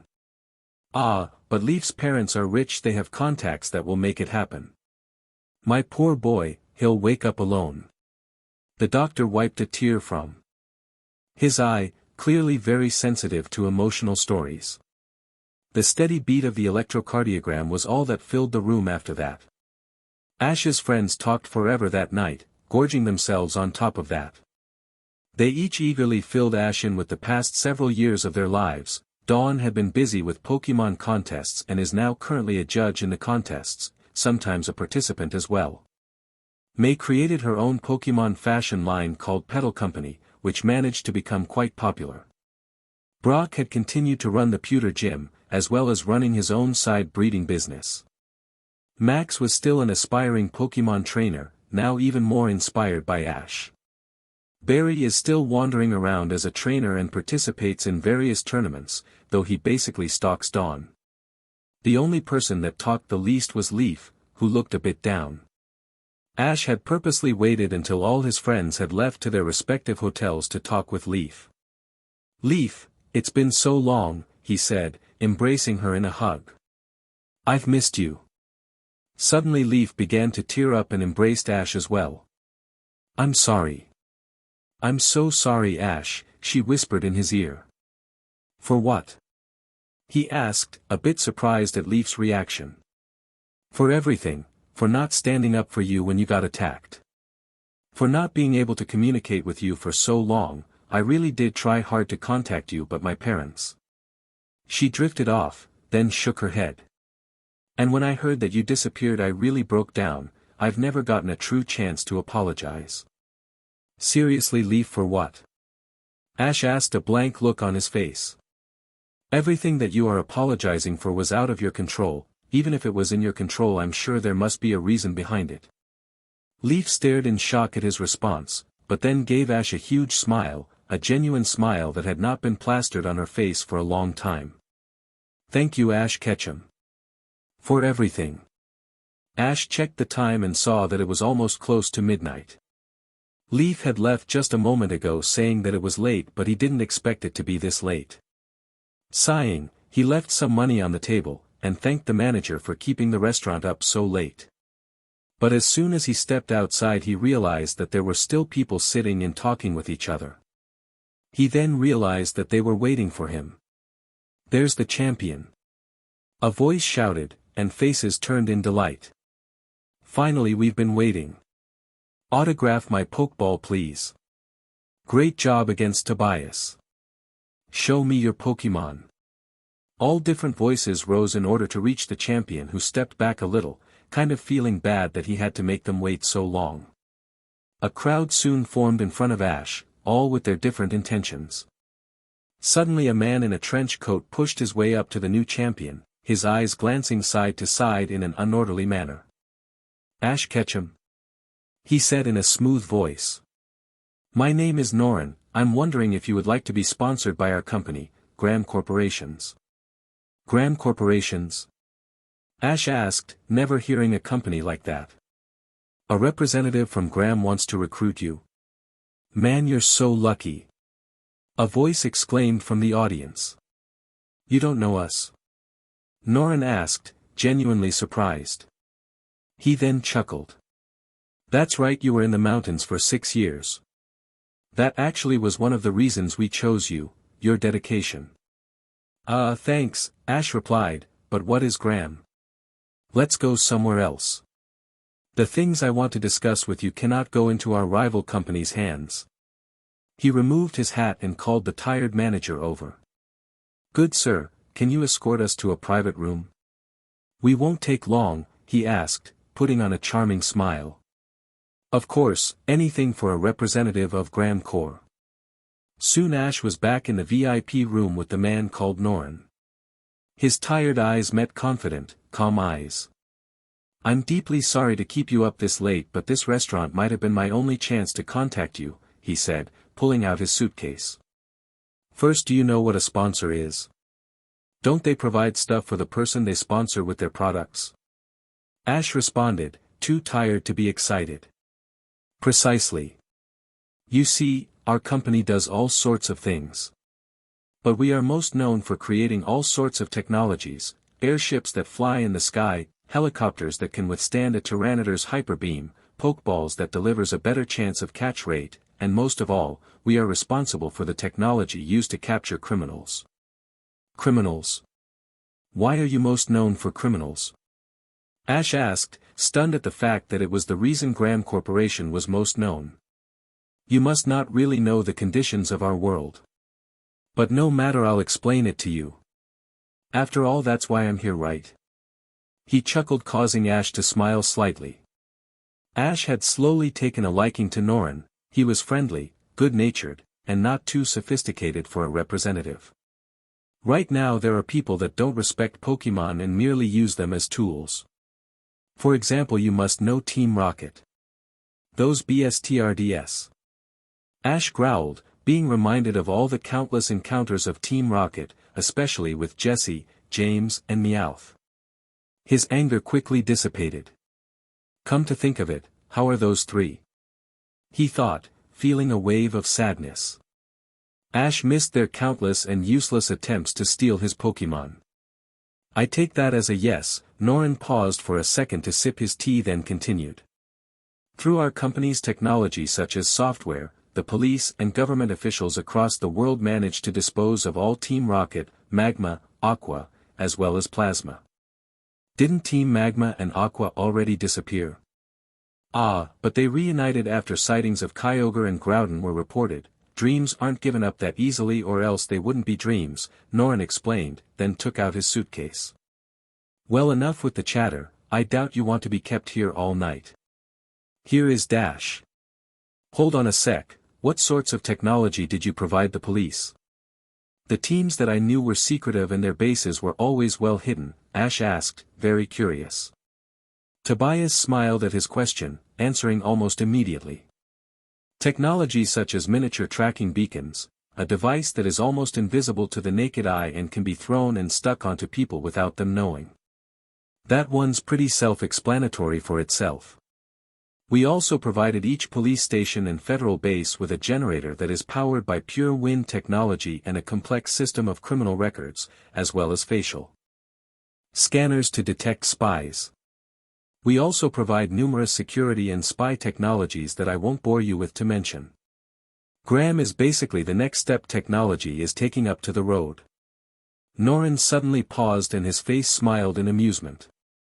Come to think of it, isn't that your Pokémon, he said, pointing at the sleeping Pikachu and Mew still disguised in a Piku. Oh. That's why my shoulders felt so empty, Ash muttered, a bit embarrassed at himself for almost leaving Pikachu and Mew at the restaurant. It's fine, it's late, Norin said. Come to think of it, where is your Mew?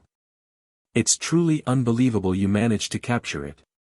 He's Ash said, staring at the sleeping Piku as he picked her up and placed her in his backpack along with Pikachu. He decided it was best to keep it a secret and not disturb Mew from her sleep. Back at my hotel along with the rest of my Pokémon.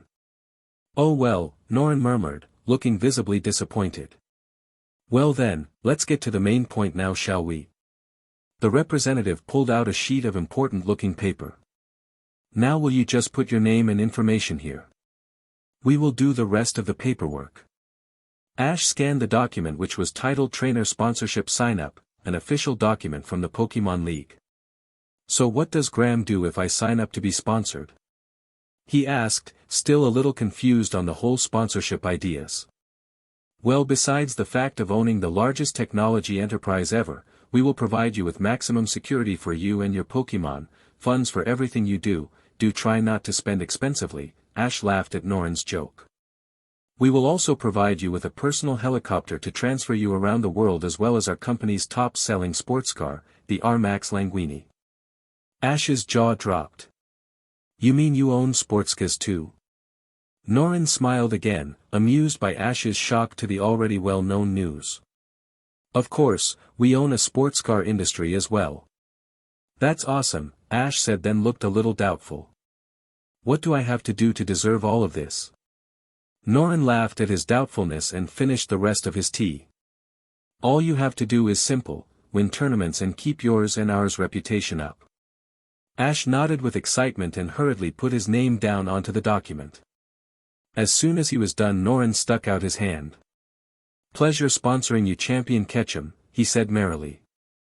"Pleasure meeting you too, Mr. Norin," Ash said, getting up.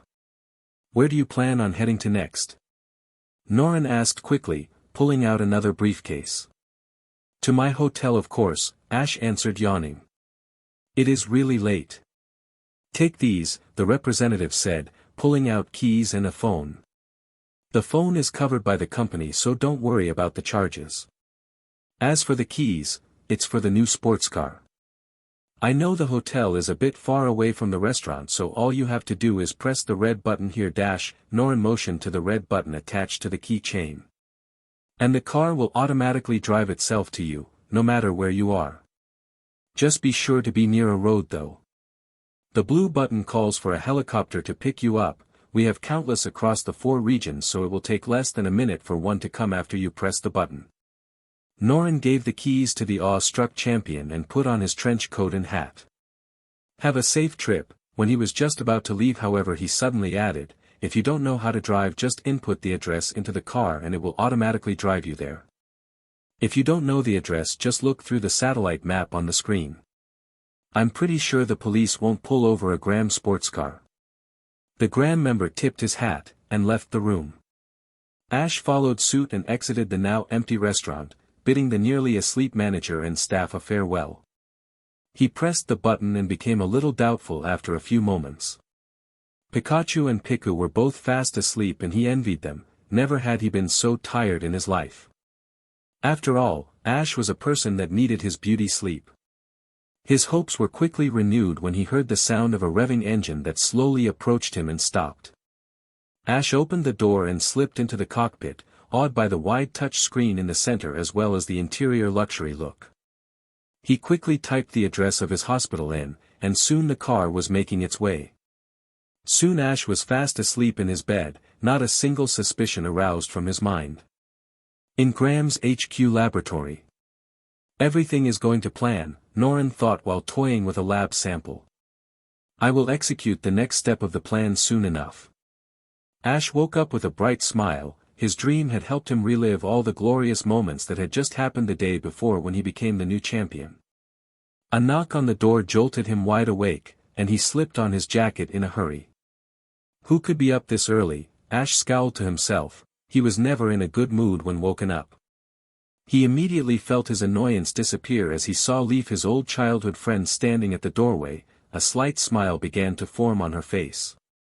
She was wearing a casual blue shirt and red skirt, as well as her trademark hat that looked similar to that of Ash's. Still waking up late as usual, huh, Ash? She teased as she took notice of Ash's pajamas underneath. What, it's not that late. The raven-haired boy murmured, scratching his head. However, he soon realized that it was already 11 after a quick glance at the clock. Oh shit. Thanks for waking me up, Leaf, he said quickly before he rushed back into his room to change into a pair of jeans, a sky blue Pokeball design t-shirt, and covered it up with his trademark jacket and cap. So why are you here, Leaf? Ash asked, inviting her inside to the kitchen. The trainer then started the coffee machine and sat down across from his old friend at the table, looking quite tired. You all right? Leaf looked at him questionably with a small hint of worry in her voice. I'm all right, just a little bit tired, Ash responded, rubbing his eyes. As you always are, Leaf smiled while glancing at Ash's worn-out face. Her face then got serious. Well, I came over here because it seems you have a challenge. Already? Ash asked, very surprised. He had just become the new champion. Yes. It seems your name has reached an old rival. He has already defeated the Elite Four and has challenged you today, Leaf responded. When I heard the news from Nurse Joy down at the reception center, I immediately had to become your alarm clock. Thanks, Ash muttered sarcastically, earning a small giggle from the brunette. So I assume that since I defeated Tobias the champion in the tournament, I don't have to beat the Elite Four? No, of course not. The Elite Four are merely stepping stones for a challenger to the champion, an alternative to the tournament. Wow, Leaf, you sound like a Pokémon official for the tournaments. How do you know all this information? Ash asked, grinning at the brunette's wide range of knowledge. Well. Leaf drifted and then grinned, showing her champion medal proudly. That's because I'm the current Kanto champion. Wow, really? Congratulations. Ash said with a smile, genuinely surprised, though not surprised at the same time. Leaf had started a long time ago earlier than him, and it was only natural that she was already champion before him. He then gave her a questioning look. But why are you here exactly? Why didn't Nurse Joy just call me? Well. Since only champions are allowed to come to other champions' quarters here, and according to Nurse Joy your phone was broken, I was sent here to deliver urgent news, Leaf began. Ash's sweat dropped. The phone was working, but it hadn't worked hard enough to wake up the human Snorlax. Urgent? Yep. It seems like your old rival Paul wants to battle you. Paul? Why, I haven't seen him in years. Ash cried in surprise. Ever since he had beaten Paul in the Sinnoh League, the raven-haired boy had never heard from him again. Well, you better hurry up and get ready, Ashy, the battle's starting in like 20 minutes, Leaf said, winking before she left, not noticing the faint blush on her old friend's cheeks. Ash in turn didn't see Leaf's faint blush with being alone in Ash's room. Paul. My old rival. I wonder how strong he has gotten, Ash thought, recalling all the times he had been defeated by Paul's sheer Pokémon power before the Sinnoh League, and how he remembered the purple-haired trainer, Heartless. Am I interrupting something? A very familiar voice said into his mind, startling the new champion. Mewtwo? Ash asked out loud, surprised as a cloaked humanoid pink figure appeared in front of him. They one and only, Mewtwo said smiling, or what it looked like to be a smile. Ash smiled back, giving him a nod as the creature put down his hood. Good to see you, old friend. Same here, my friend, Mewtwo responded, nodding in return to Ash, then turned serious. Ash, do you know why I came here? Mewtwo asked. To say hi. Ash guessed, no idea why the clone psychic Pokémon was in his room. Well, I was going to come here to talk to Mew, but I also came here with another motive, to aid you with your battle against Paul. Why would you want to help? Ash asked, a little insulted that Mewtwo didn't trust him enough to win. I can win. I sense dark aura coming from the young human you called your rival, Mewtwo said coldly, making Ash gulp slightly. Dark? He plans to take you down in front of the whole world, along with your Pokémon Master Dream. I have foreseen his intentions. Mewtwo explained vaguely, though still confusing Ash. And how would he do that? I'll win. Are that certain you can win with one Pokémon? Mewtwo interrupted. One Pokémon? Is it a 1 versus 1 battle? Ash asked, getting a bit frustrated at the legendary Pokémon's elusive questions and answers. Allow me to explain. You see, your rival have been seeking his revenge ever since you defeated him 6 years ago. When he heard that you came back and won the league, he became even more outrageous. He demands a legendary-only battle. What? I only have Mew though. Ash shouted both in shock and pure anger. Exactly his plan. The purple-haired human has grown a lot stronger too. He currently owns the 3 Regis as well as Regigigas. I doubt even Mew can handle all 4. How come this battle came when I didn't even accept it? You're very uninformed. Mewtwo muttered, the reason why is that Cynthia, your official spokeswoman, accepted for you. What the hell? I don't need any spokesperson to decide my challenges. Ash cried in obvious rage. It was not just Cynthia but the whole Pokémon committee. Paul has had a winning streak for several years, he has defeated many people's dreams of Pokémon, just like Tobias has. Ash clenched his fist at his former rival. He suddenly felt the sudden urge to put Paul in his rightful place. Mewtwo smiled, sensing Ash's will. I see that you have found why they want you to face Paul. He would not have battled you without legendaries. He also made the rules that the committee reluctantly agreed on. That just shows their trust in you. And if I deny the challenge? Mewtwo paused a bit before responding. You lose your title and another chance to become Pokémon Master. So I'm basically screwed any choice I make. Not really, you can still fight. Ash finally got it. So I assume that's why you're here. He said, a slow smile spreading across his face. Exactly. You still haven't answered my question, why are you really helping me? To repay a debt long ago, Mewtwo said, referring to the time where Ash had opened his eyes and helped him realize that not every human and their Pokémon were bad. Though Ash was still the only human he trusted. Ah, I see. Well, let's get you registered then, Mewtwo. Ash said excitedly, this would be the first time he would ever battle with his old legendary and powerful friend. Hey Ash, mind if I get a favor? Mewtwo asked almost immediately after. What? Ash sighed, he knew Mewtwo never did anything without a recent favor. Can I get a ride in Graham's sports car? Mewtwo responded with a grin. Sure. Ash said, stunned at the randomness of the favor. The boy then grabbed his bag, stuffing Mew and Pikachu into it. He then belted on his Pokeballs, just in case. He was then quickly teleported by Mewtwo to his sleek gray car. Behold, my car. The R-Max Languini, Ash sarcastically announced. There was no response from the legendary Pokémon as it was busily examining every inch of the car. Come on, let's get in. I don't understand why you want to drive though if it was that much easier to teleport. Ash sighed, thinking that Mewtwo was just curious on human creations. Trust me Ash, it's much more than that. Mewtwo thought to himself, taking one last cold stare at Team Graham's symbol. So Paul wants to defeat me with his newly acquired legendaries. Ash said while the car drove them to the arena. The two Pokémon in the bag seemed like they were still napping, much to Mewtwo's amusement. Yes. But they've been in his roster ever since he conquered the Snowpoint Temple, Mewtwo replied, who seemed like he was less than half engaged in the real world as he examined the interior of Ash's brand new car, much to Ash's annoyance and sighs. Seriously, what is your obsession with cars?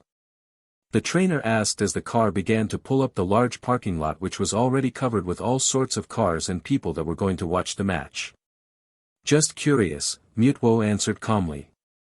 I'm sorry Ash, I can't let you know yet of my mission. Well, we're here, put your cloak back on so we won't get blank stares from random people, Ash said with a small smile. He could only imagine what the spectators' faces would look like when they saw a 6-foot-tall cat-like creature glaring menacingly at them. Roger, Mewtwo said while flipping his hood up and getting out of the car. Ash grabbed his backpack, realizing that Mew and Pikachu had finally woken up. Their shocked and curious faces at seeing Mewtwo made Ash chuckle a bit. He soon filled them in at the situation and where they were at, with the help of Mew's counterpart. Glad to see you, my ancestor, Mewtwo said, nodding respectfully at the pink feline who smiled back at her counterpart. They had become good friends after their battle was stopped by Ash, though they still both saw each other very occasionally. I am honored to fight with you against this dream crusher, Mewtwo added, laughing along with Mew. But doesn't everyone crush someone's dreams at some point when they beat them? Ash asked, still quite a bit confused about Paul's dream crushing. Paul is entirely different, he crushes them completely, fully insulting the people that lost to him as well as telling them to give up on their dreams. In the eyes of Arceus, he is truly a bad influence on our world. Mewtwo explained, hoping that he simplified it enough to let Ash understand it. Pikachu yawned and jumped onto Ash's shoulders, ready to go. However, Ash gestured Mewtwo to come back inside the car and closed the doors. We would attract too much attention outside, he explained. Mewtwo's sweat dropped. As if your car doesn't stand out much enough, Mewtwo muttered, earning a slight smile from Ash. Who knew the legendary Pokémon had a funny side to him? So Arceus purposely put you on this mission to defeat Paul for me? Ash wondered, a bit happy that the god Pokémon would do such a thing for him, though annoyed at the same time. He didn't have any faith in his chosen one. Mewtwo thought for a bit before responding. You are partially correct. Partially? Yes, partially. Now if you don't hurry you'll be late. Crap, I'm going to be late. Ash shouted, rushing out of the car when he realized that there was only 2 minutes left till the tournament started. Pokémon fans were not very patient, neither were the judges, even a 1-minute delay could result in a forfeit. Pikachu and Mew followed, jumping onto his shoulders, leaving the bag in the back seat. Pie pie, Pikachu exclaimed while facepalming. Ash was going in the wrong direction.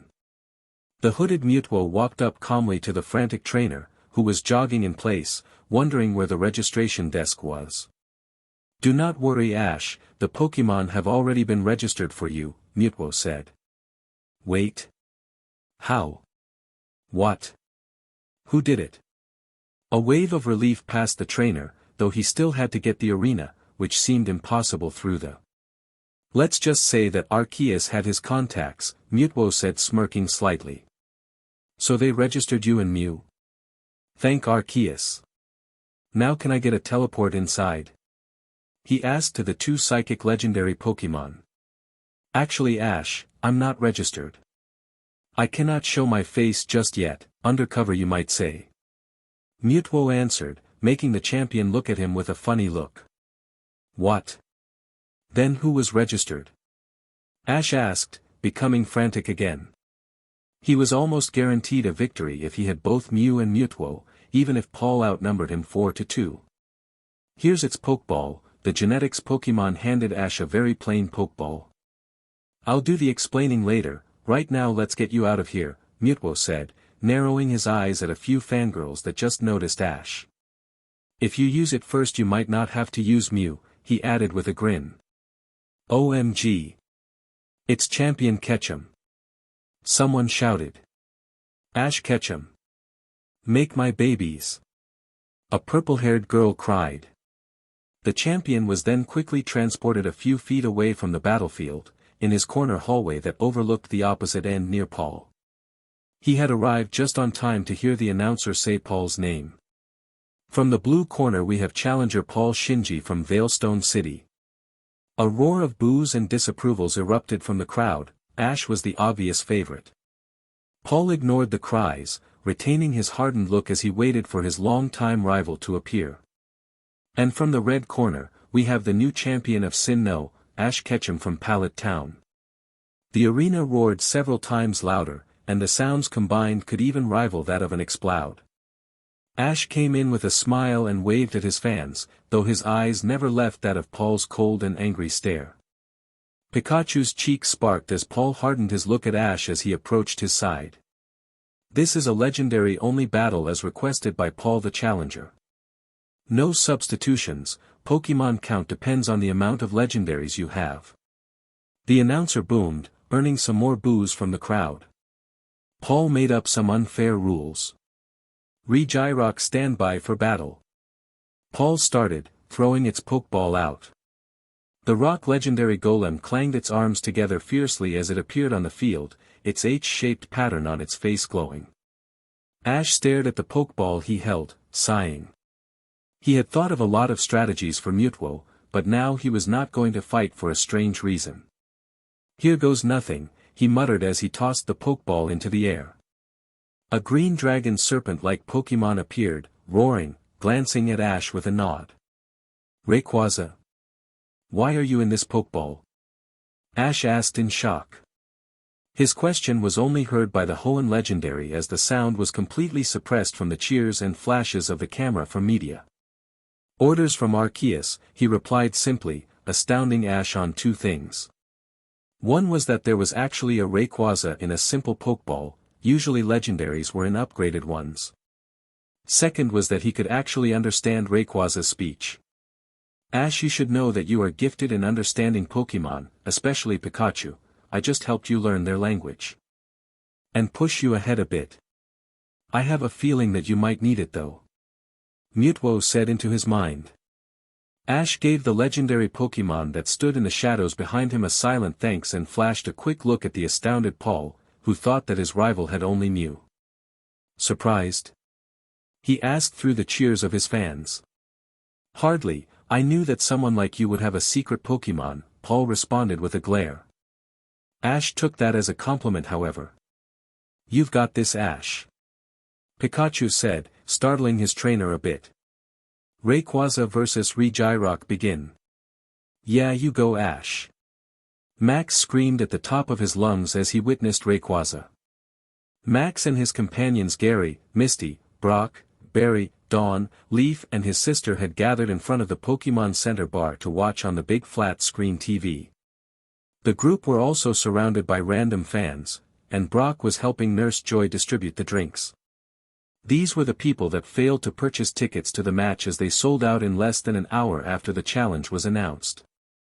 Leaf herself was not notified until a half hour before the match started, which was exactly when the last ticket was sold, so she and the rest were stuck to watching from the TV. I must admit, Ash is a prodigy, perhaps better than me, Barry announced coolly, making Dawn smack him. You already lost to him, he's already way above you. Dawn scolded, causing her boyfriend to look at her with a face that was going to cry. You don't have to be so mean about it. I'll fine you for that. Barry cried, though to the ignorance of Dawn. She experienced his self-pity mode at least once a day. Nurse Joy, after this match you want to come over to my place? Brock asked with his famous glint-eyed look. No lady could resist that. At least, that's what Brock thought. Why? Nurse Joy asked startled at the sudden invitation.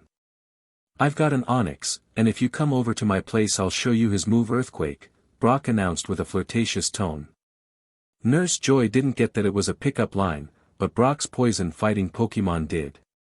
Croagunk appeared out of the ball, looked around at Misty and Max who were too engaged in the TV, then Poison jabbed his trainer. I should have left Croagunk at the hotel instead of Onix, Brock managed to groan out as his Pokémon dragged him away. So, Leaf it's been a while, Gary said, clearing his throat, obviously trying to get the brunette's attention. He had also been a childhood friend of Leaf, though not as much as Ash was. Gary could hardly believe that the stubborn and tomboyish girl he once knew would turn into such a pretty woman. Leaf responded half-heartedly as she stared at Ash on screen. He looks so hot right now. She sighed, twirling her hair. Gary awkwardly turned around as he saw her dreamy gaze at the screen and downed his drink. He and the others then immediately cheered as Ash's Rayquaza made short work of the rock-type legendary. And Regirock goes down from Rayquaza's strong focus blast, the announcer announced triumphantly, earning a growl from Paul. The spectators immediately displayed their approval, girls were fanning themselves at how cool Ash was currently and the guys were mentally noting him as their new idol. It was a huge accomplishment to capture two uncatchable Pokémon. Regice stand by for battle. Paul shouted, frustration in his voice. The ice golem appeared ready for battle, then faltered at the sight of the intimidating dragon Pokémon. Master Rayquaza, Regice uttered. Regice. It's disappointing that you are owned by this disgraceful human, Rayquaza said, glaring menacingly at the Regi. We couldn't help it, he used dirty tactics to catch all of us in order to catch Father Regigas, Regice responded in fear. Do not worry friend, I will help free you from his clutches, Rayquaza said, then gave it a slight smile. But that will only happen once I defeat you guys.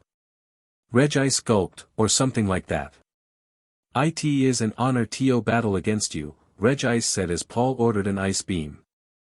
A beam of ice was immediately fired at Rayquaza who blocked it with Protect. Flamethrower Rayquaza. Ash ordered. Your wish is my command chosen one, Rayquaza murmured as he unleashed a powerful fire stream. Dodge, Regice.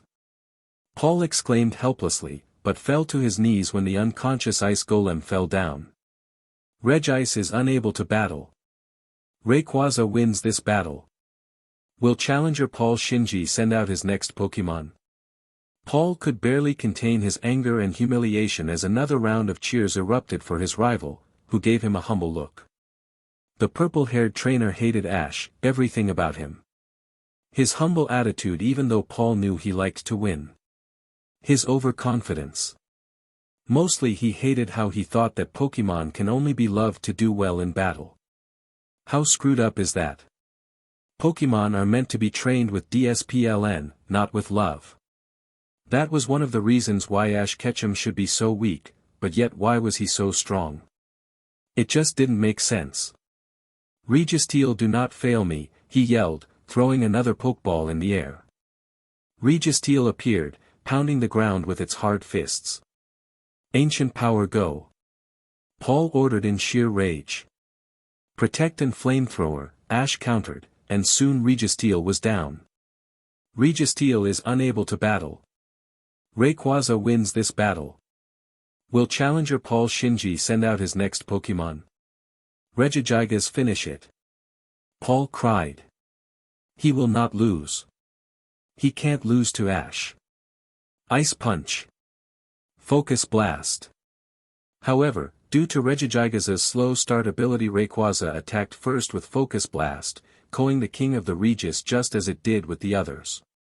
Suddenly something unexpected happened. Paul ran up to Ash, knocked Pikachu off and started to punch him, much to Mewtwo's and Rayquaza's alert. Before Ash's fans or his Pokémon could do anything about it, guards appeared and quickly apprehended the ravaged trainer. I swore that I'll never lose again, but why do you always win? How do you treat your Pokémon with love and respect and have them win? How do you make friends with legendaries so easily? Why can't I be a better trainer than you even when I work harder and train harder? Paul exclaimed with a combination of both sobbing and hiccups. Ash was astounded and shocked. He had never seen Paul lose his composure that much. I guess that was what was hiding under his cold cover, Ash thought, as authorities carried Paul away.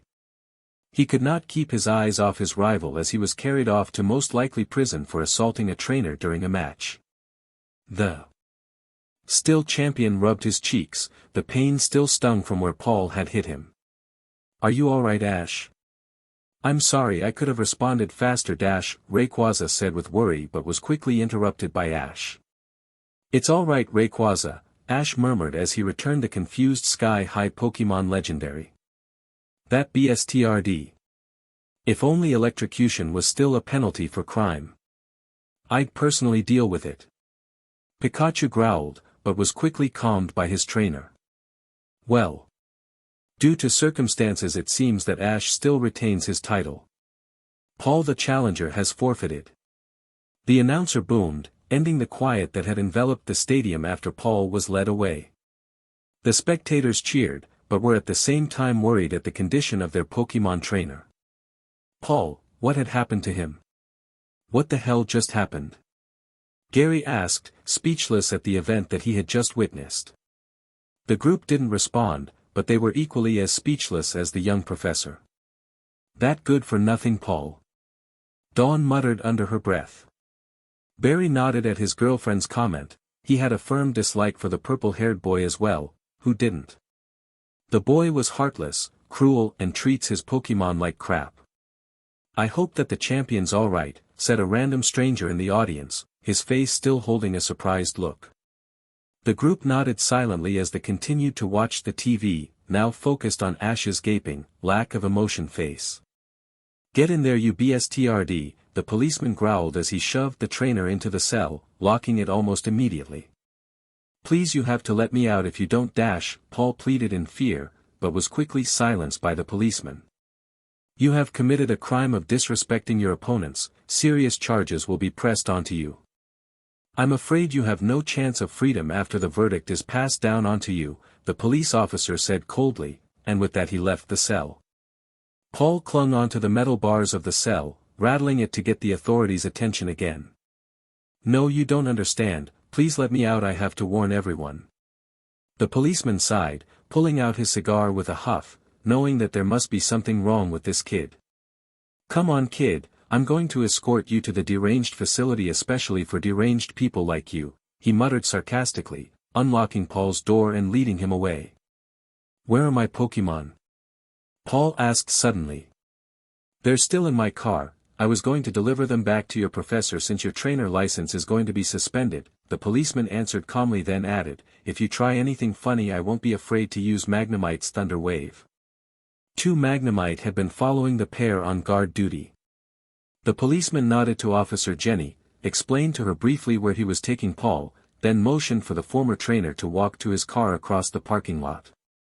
"Officer, tell me, did you guys get a generator from Graham Corporation's recently installed?" Paul asked nervously as he climbed into the car. "Why, yes. How do you know?" The officer looked at him suspiciously before revving up the engines. "Sheet. Get this car out of here." Paul was interrupted by a huge explosion, and looked back in both awe and despair as the police station blew up, a fiery orange light enveloping the sky. The police officer never got a chance to react before debris impaled him, killing him instantly. Paul felt around frantically for his Pokeballs as the light had temporarily blinded him. He stared back in horror as the charred smoke and blackened debris covered all that was left of the station. "ZZ. I have to warn the world, especially Ash, the mistake that I made should not put his life in danger," Paul said, coughing as the smoke leaked in from the broken window. He opened the door and dragged the police officer's dead body off the driver's seat, then got in himself. However, he was quickly stopped by a man dressed in a formal suit, grinning menacingly at the frightened trainer. "The three restricted laws of Arceus: humans can kill humans, humans cannot kill Pokémon, and Pokémon can kill humans and Pokémon alike. What a biased creature Arceus was when he created this wretched world, and yet everything seemed to work out and balance perfectly," the man recited, looking thoughtful for a moment. Then he grinned at Paul with a Pokeball in his hand, spinning it around with ease. "What works out even more perfectly for us is that Pokémon is the single greatest weapon we had," the man said with a maniac smile. "You're mad, I can't believe I even decided to go with Team Graham," Paul managed to stutter out in pure fear as he reached for his Pokeballs. "Don't even try, Paul, I've already broken the seals for them. You won't be able to use them to protect your pitiful self." The man took one last look at the frightened Paul, then tossed a Pokeball in the air. "Finish this worthless human Zoroark," he ordered calmly, without a care that he was about to end someone's life. The black fox-like Pokémon growled as it sought its prey, then grinned, readying a Shadow Claw. However, before it could strike, Paul vanished along with his several Pokeballs. The elite member of Graham looked stressed for once, looking around frantically to where the trainer could have gone. "What the hell just happened?" he asked, suddenly becoming angry. "Damn it, leader will not be very happy at me," he muttered, returning the confused Zoroark and left on a helicopter that had come to pick him up. Paul looked around at his surroundings, suddenly realizing he was at a hotel room, a rather big one. "Paul?" a raven-haired boy asked, looking wide-eyed as Paul. "Ash?" he croaked out, "You're in danger, everyone in Sinnoh is in danger." "Of course, why do you think Mewtwo saved you?" Ash answered, nodding to the legendary Pokémon. "Thank you," Paul said, bowing his head to Mewtwo, his face in awe at the sheer majesty of the cloned Pokémon. "It was not me, Arceus sent me to investigate the strange group or corporation called Graham," Mewtwo said, making both Ash and Paul sit up. The two acted like they were friends strangely. Ash invited Paul to the table for coffee while Paul graciously accepted. Pikachu still had a grudge against the trainer, but remained silent for Ash. Paul was about to talk again, but was interrupted by Mewtwo. "First of all, I've spied on you, Paul, apparently you are part of Team Graham too. Am I not correct?" Mewtwo asked, giving a stern glance at the Pokémon trainer. "Yes. They said that they would help me get stronger and teach me to love my Pokémon at the same time, but they did the opposite," Paul said sadly and turned to Ash. "I'm sorry, Ash, I tried to turn over a new leaf after you taught me to teach Pokémon with love and respect, but Team Graham turned me around to seek revenge against you." "It's alright," Ash said with a warm smile, "I know that you tried to change." His face then changed to another confused look. "Why do you refer to Graham Corporations as Team Graham? When did they become Team Graham?" Ash asked, still a little confused and surprised that one of the greatest technology industries, as well as his sponsor, were causing trouble. Mewtwo sighed and turned to Paul, who shrugged as if saying that he only knew Team Graham as evil, not their origins. Ash, I assume you have met Team Rocket, Magma, Aqua, and Galactic? The genetics Pokémon questioned. Yes, Ash said, recalling every one of them, especially Team Rocket. Didn't Team Rocket and Galactic disband after Giovanni and Cyrus were assassinated, and Team Magma and Aqua were disbanded after their leaders left them? Precisely, you seem to know their history well. Mewtwo then paused and sat down, conjuring psychic energy around him, forming some letters with smoke from the coffee. G. R. A. M. Paul was quick to catch on. Impossible. Those teams couldn't have combined. It wasn't impossible for the chief organizer of this crazy organization. Many members of the disbanded teams didn't have anywhere to go, even Arceus couldn't help them set on the right path, Mewtwo explained. Finally Ash got it. So G as in Galactic, R as in Rocket, A as in Aqua, and M as in Magma. How could I have not known that? He asked, frantically messing with his hair. The other two merely sweat dropped, and Mewtwo continued. Yes, their motives are currently not known, but now I know they have explosives inside the police stations, Mewtwo added, earning a surprised look from his old human friend, and a darkened look from Paul. They have explosive generators installed, as a gift for the police organizations of Sinnoh by that BSTRD named Norin, Paul growled. They said it was merely for an emergency if prisoners broke out and killed the police. And you believe them? Mewtwo muttered, raising an eyebrow. Why? A sheepish Paul turned away, red-faced that he fell for such a stupid excuse. Anyways, thank you Paul for a name. My mission is nearly complete. It seems that we need to warn all the police stations as well as Arceus. I fear that they will start more troubles now that you have escaped with their secretive information, Mewtwo then added with seriousness. It's too late, Ash said, almost frozen in shock as he looked at the breaking news that interrupted his Saturday cartoons.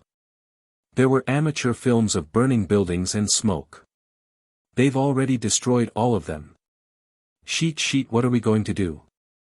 Paul asked in panic, glancing from Ash to Mewtwo and then back to the TV screen. The voice of the reporter for the breaking news was even stuttering from the shock. Calm down Paul, do you still have your Pokémon? Ash questioned, unsure if the police had confiscated them or not. Yes, but the Gram member BSTRD broke the seals for my Pokeballs, Paul replied, looking at Mewtwo as if the Pokémon could fix it for him. Sorry Paul, I'm not a Pokeball expert, the genetics Pokémon replied genuinely. Yeah, the only expert I know is Kurt, but he's way off in Johto, Ash recalled, remembering when he got personal Pokeballs made by the man from his apricots, the apricots. Your best bet is probably with the Sylph company that mass produces them. But that's all the way in Kanto too. Paul said, not understanding Ash's logic. Their headquarters are located in Kanto, but they have shops all over the regions, the champion responded, nodding to Mewtwo. Mewtwo can take you there and then take you back to me once you're done. Is that all right, Paul? The purple-haired boy smiled momentarily, nodding thankfully at his former rival. Thanks Ash, for everything. He said while he disappeared along with Mewtwo, clutching his broken Pokeballs. Ash then glanced at Pikachu and Mew in her normal form. Let's go guys, we have to see how we can help with the bombings, though I guess informing the president of Sinnoh of the possible dangers is our first priority, he said while reconsidering, grabbing his other Pokeballs and heading out. As they neared Ash's car in the VIP parking lot, the raven-haired boy froze and stepped back a bit. I have to be careful about the car though, to make sure it's not explosive, Ash said to himself, while Pikachu and Mew nodded. I'll use my psychic energy to detect if there is anything hazardous, Mew chirped, she didn't want to get blown up either. Glad to have a legendary Pokémon, so very glad, Pikachu muttered, still a bit shocked at all the events that had just occurred. It doesn't seem like there's anything hazardous, Mew responded after a few seconds. Thanks Mew, I guess the car was just a normal product, Champion Ash said while he stepped into the car, revving up the engine one last time. It's a shame, but I still think I have to destroy it. Who knows what Team Graham has plans for, Ash murmured, summoning Tyranitar. The great armored beast looked hungrily at the sports car. Tyranitar, crush it dash. Pity that you're destroying one of our most prized possessions. I don't even know why leader wants you on our team, a mocking voice exclaimed from behind him, interrupting Tyranitar's crunch attack. Ash turned around to face with around 50 people who dropped down from a helicopter. Team Graham. Ash exclaimed angrily, what are your motives for destroying and killing the innocent police? Innocent? The masked man almost spat the words out in hatred. They're far from it. Liars, Ash said sternly, backed up by Tyranitar's massive roar, Pikachu's sparks, and Mew's stern looks. You'll believe it once you join us along with your legendary Mew. How about it, Ash Ketchum? The man said, apparently the commander of the small army of Graham men. A few more helicopters appeared. What makes you so sure that'll I join you? Ash asked, enlarging 3 Pokeballs as if taunting him. If you don't, we'll just have to force you, the Team Galactic Elite answered smugly and threw several Pokeballs in the air while his hundreds of grunts did the same. Soon Ash was surrounded by tons and tons of menacing Pokémon that included Crobat, Glamour, Camerupt, Mook, Weezing, Arbok, Toxicroak, Mytiana, and all their evolved or de-evolved forms. The elite had a Zoroark, Glisker, Infernape and Sharpedo. Ash smirked at the overconfident grunts and their leader, though was still a bit intimidated. Go Lucario, Charizard, Vaporeon. He shouted. His Pokémon appeared on the lot, a bit stunned at the overwhelming number of Pokémon grinning at them. You really think that your 6 Pokémon can defeat 1,000? The elite asked, shaking his head. I assume that Mew is that Piku standing on your shoulders. No, I assume that all my Pokémon can. Ash retorted, throwing a pile of Pokeballs secretly hidden in his backpack.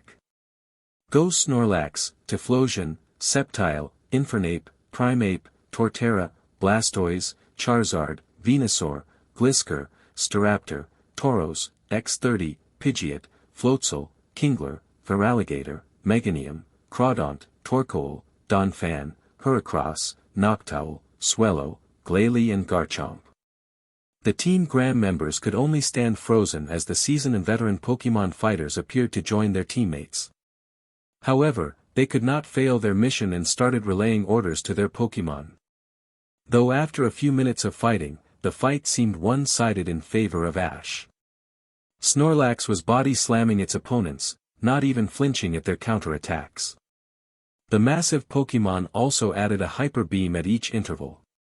Typhlosion was knocking away its opponents with its Flame Wheel, while Sceptile helped Typhlosion by hitting the Pokémon that flew from the impact with its Leaf Blade.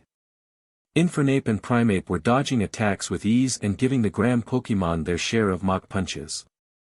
Torterra was unleashing Energy Ball and Leaf Storms with amazing accuracy while Meganium and Venusaur backed the ground grass Pokémon up with their own Razor Leaf. Crawdaunt, Floatzel, Kingler, Feraligatr and Blastoise formed a 5-way squad that fired their Water Gun and Hydro Pump in different directions. Glalie, Noctowl, Glisker, Staraptor, and Pidgeot were up in the air fighting the Zubats, Crobats and Golbats who were dropping like flies from Glisker's Stone Edge, Staraptor's Brave Bird, Pidgeot's Whirlwind, Glalie's Ice Beam, and Noctowl's Psychic. Garchomp was dominating with Dragon Tail while Heracross was unleashing multiple close combats. The herd of Tauros rampaged through the hordes of Pokémon, though was careful not to hit any of Ash's. Torkoal unleashed fire onto Donphan who spun around in a makeshift flame wheel, though more powerful with the added power of rollout. In less than half an hour all of Team Graham's Pokémon were defeated. The elite Zoroark was taken down by Ash's Heracross, his Infernape by Ash's Infernape, his Glisker by Ash's Glisker, and his Sharpedo by Ash's trio of grass types. His 2 Charizards blasted away the other Pokémon with Flamethrower, not even the bravest dared to fight them. Lastly, Mew and Pikachu were playing with their opponents, taunting them with laughter and quickly finishing them off. All of the Pokémon were poorly trained compared to that of Ash's. Gur. Leader didn't inform me that this little rat would have all his Pokémon with him, the elite said angrily, though a little look of fear appeared on his face as he commanded his team to retreat. However, his plan was interrupted by a faint whispered voice. Sir, our helicopters got taken down by a yellow mouse and a pink feline." A grunt relayed quietly to the elite who looked shocked. He then turned awkwardly at Ash with a look of defeat. The champion only grinned at him as he approached to apprehend the criminal and surround the grunts and their fainted Pokémon. Suddenly a burst of white cloud took over the parking lot, causing Ash to close his eyes and cough at the weird substance. "How marvelous, I expected as much from the prodigy champion. Congratulations on taking down my trainers," a loud voice proclaimed, as if almost mocking. "Norin," Ash growled under his breath. The rest of his Pokémon gave their respective glares to the direction of the leader of Team Graham's voice. "Well," said the voice sighing, ignoring Ash's threatening tone, "I can't stay for long, Ash Ketchum, but it seems like you have declined our invitation, which I would say is most unfortunate. I'm afraid I can't have you or your Pokémon live then." When the smoke cleared, all the Team Graham members were gone, airlifted by a huge airship along with their fainted Pokémon. However, as soon as Ash returned all his Pokémon, he heard a faint ticking sound. It was not until a few seconds later until the car exploded. "Where am I?" Ash asked, as he opened his eyes to complete darkness and empty space. Everything was completely quiet. "Ash Ketchum, my chosen one," a voice echoed smoothly. Who are you? Where am I?" Ash stuttered, as he tried to move his arms and legs. However, they weren't there but blackness. "I'm afraid you won't find them there," the voice said, chuckling slightly. "You are in the spirit world, the path between Hall of Origins and the distortion world." "Am I?" "No, Ash, you are not dead. Well, actually you could say that you are dead, but I summoned you here," the voice reassured, though not calming the trainer any bit. "Who are you exactly?" "I am Arceus, my child, the creator and the origin of this world," the heavenly voice declared without a tone, as if it had said the same phrase a billion times before. "What happened to me after that car exploded? I thought that Mew deemed it non-hazardous." Ash asked, frantically, ignoring the previous lines. If he was in the spirit world, then something had bound to happen to his body. "Once again, do not worry, Ash, I have taken care of it. Your body is in a hospital and is not severely wounded thanks to Mew's quick actions. As for the car, it was not equipped with a bomb but was made of flammable material. One spark of fire can set it off easily. Even Mew cannot recognize human-made material." Arceus explained as his holy figure appeared before the trainer, astounding and startling him quite a bit. "Why am I in the spirit world then?"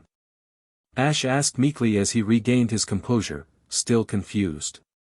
"I thought we have already gone over this," Arceus said sighing, but took Ash's question seriously.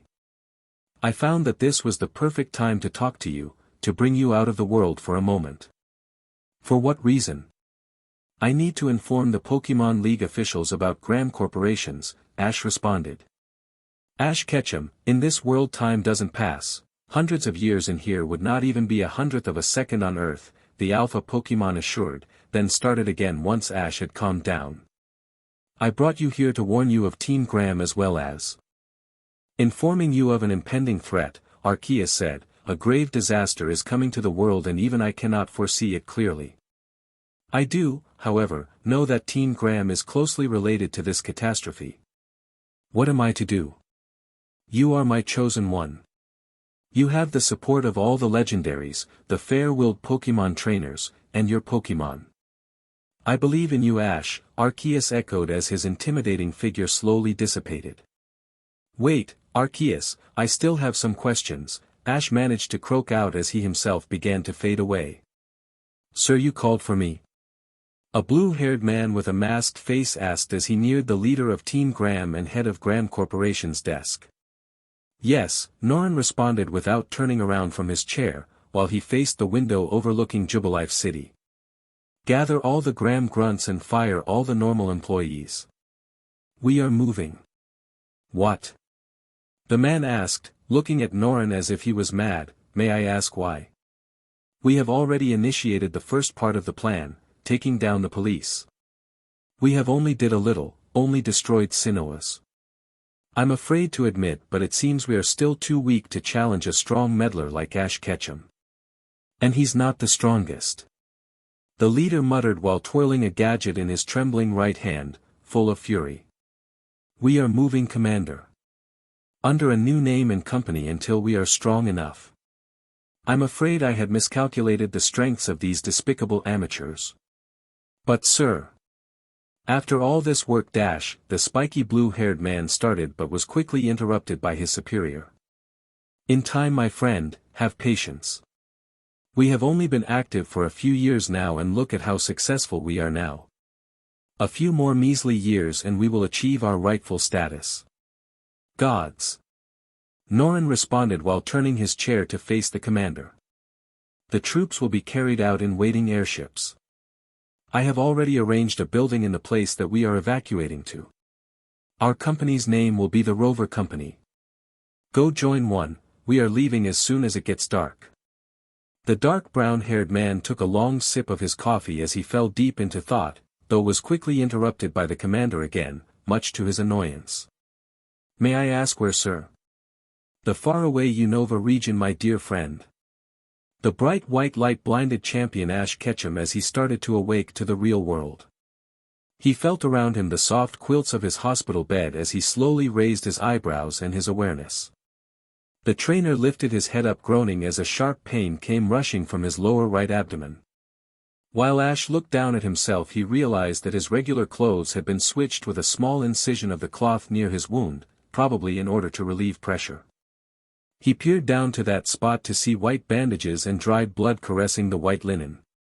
The 17-year-old uttered a groan as he tried to lift himself up, earning an almost immediate response from a Blissey who rushed into Ash's room. The Pokémon was also followed by Nurse Joy, whose stressed face immediately relieved itself when she saw that Ash was up. Good morning, Mr. Ketchum, how are you feeling? She asked with a smile, as if Ash had just woken up from his sleep. I just have a small headache, but thanks for asking, Nurse Joy, Ash responded with a raspy voice, then suddenly began to look around frantically. Where's Pikachu and Mew? They're fine, Ash, better than your condition, that is, Nurse Joy said with a wink. Mew managed to protect Pikachu from the blast, but only you partially.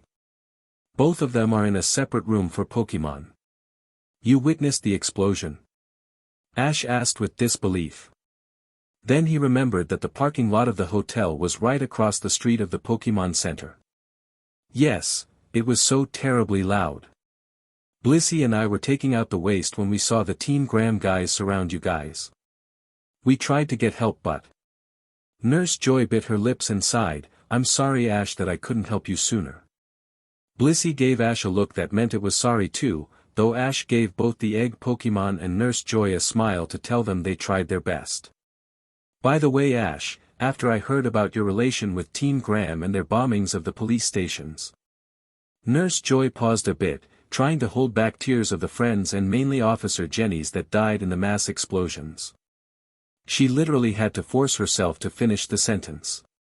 I contacted the Pokémon Committee, the Elite Four, the champions, as well as the gym leaders across the world about this murdering backstabbing company.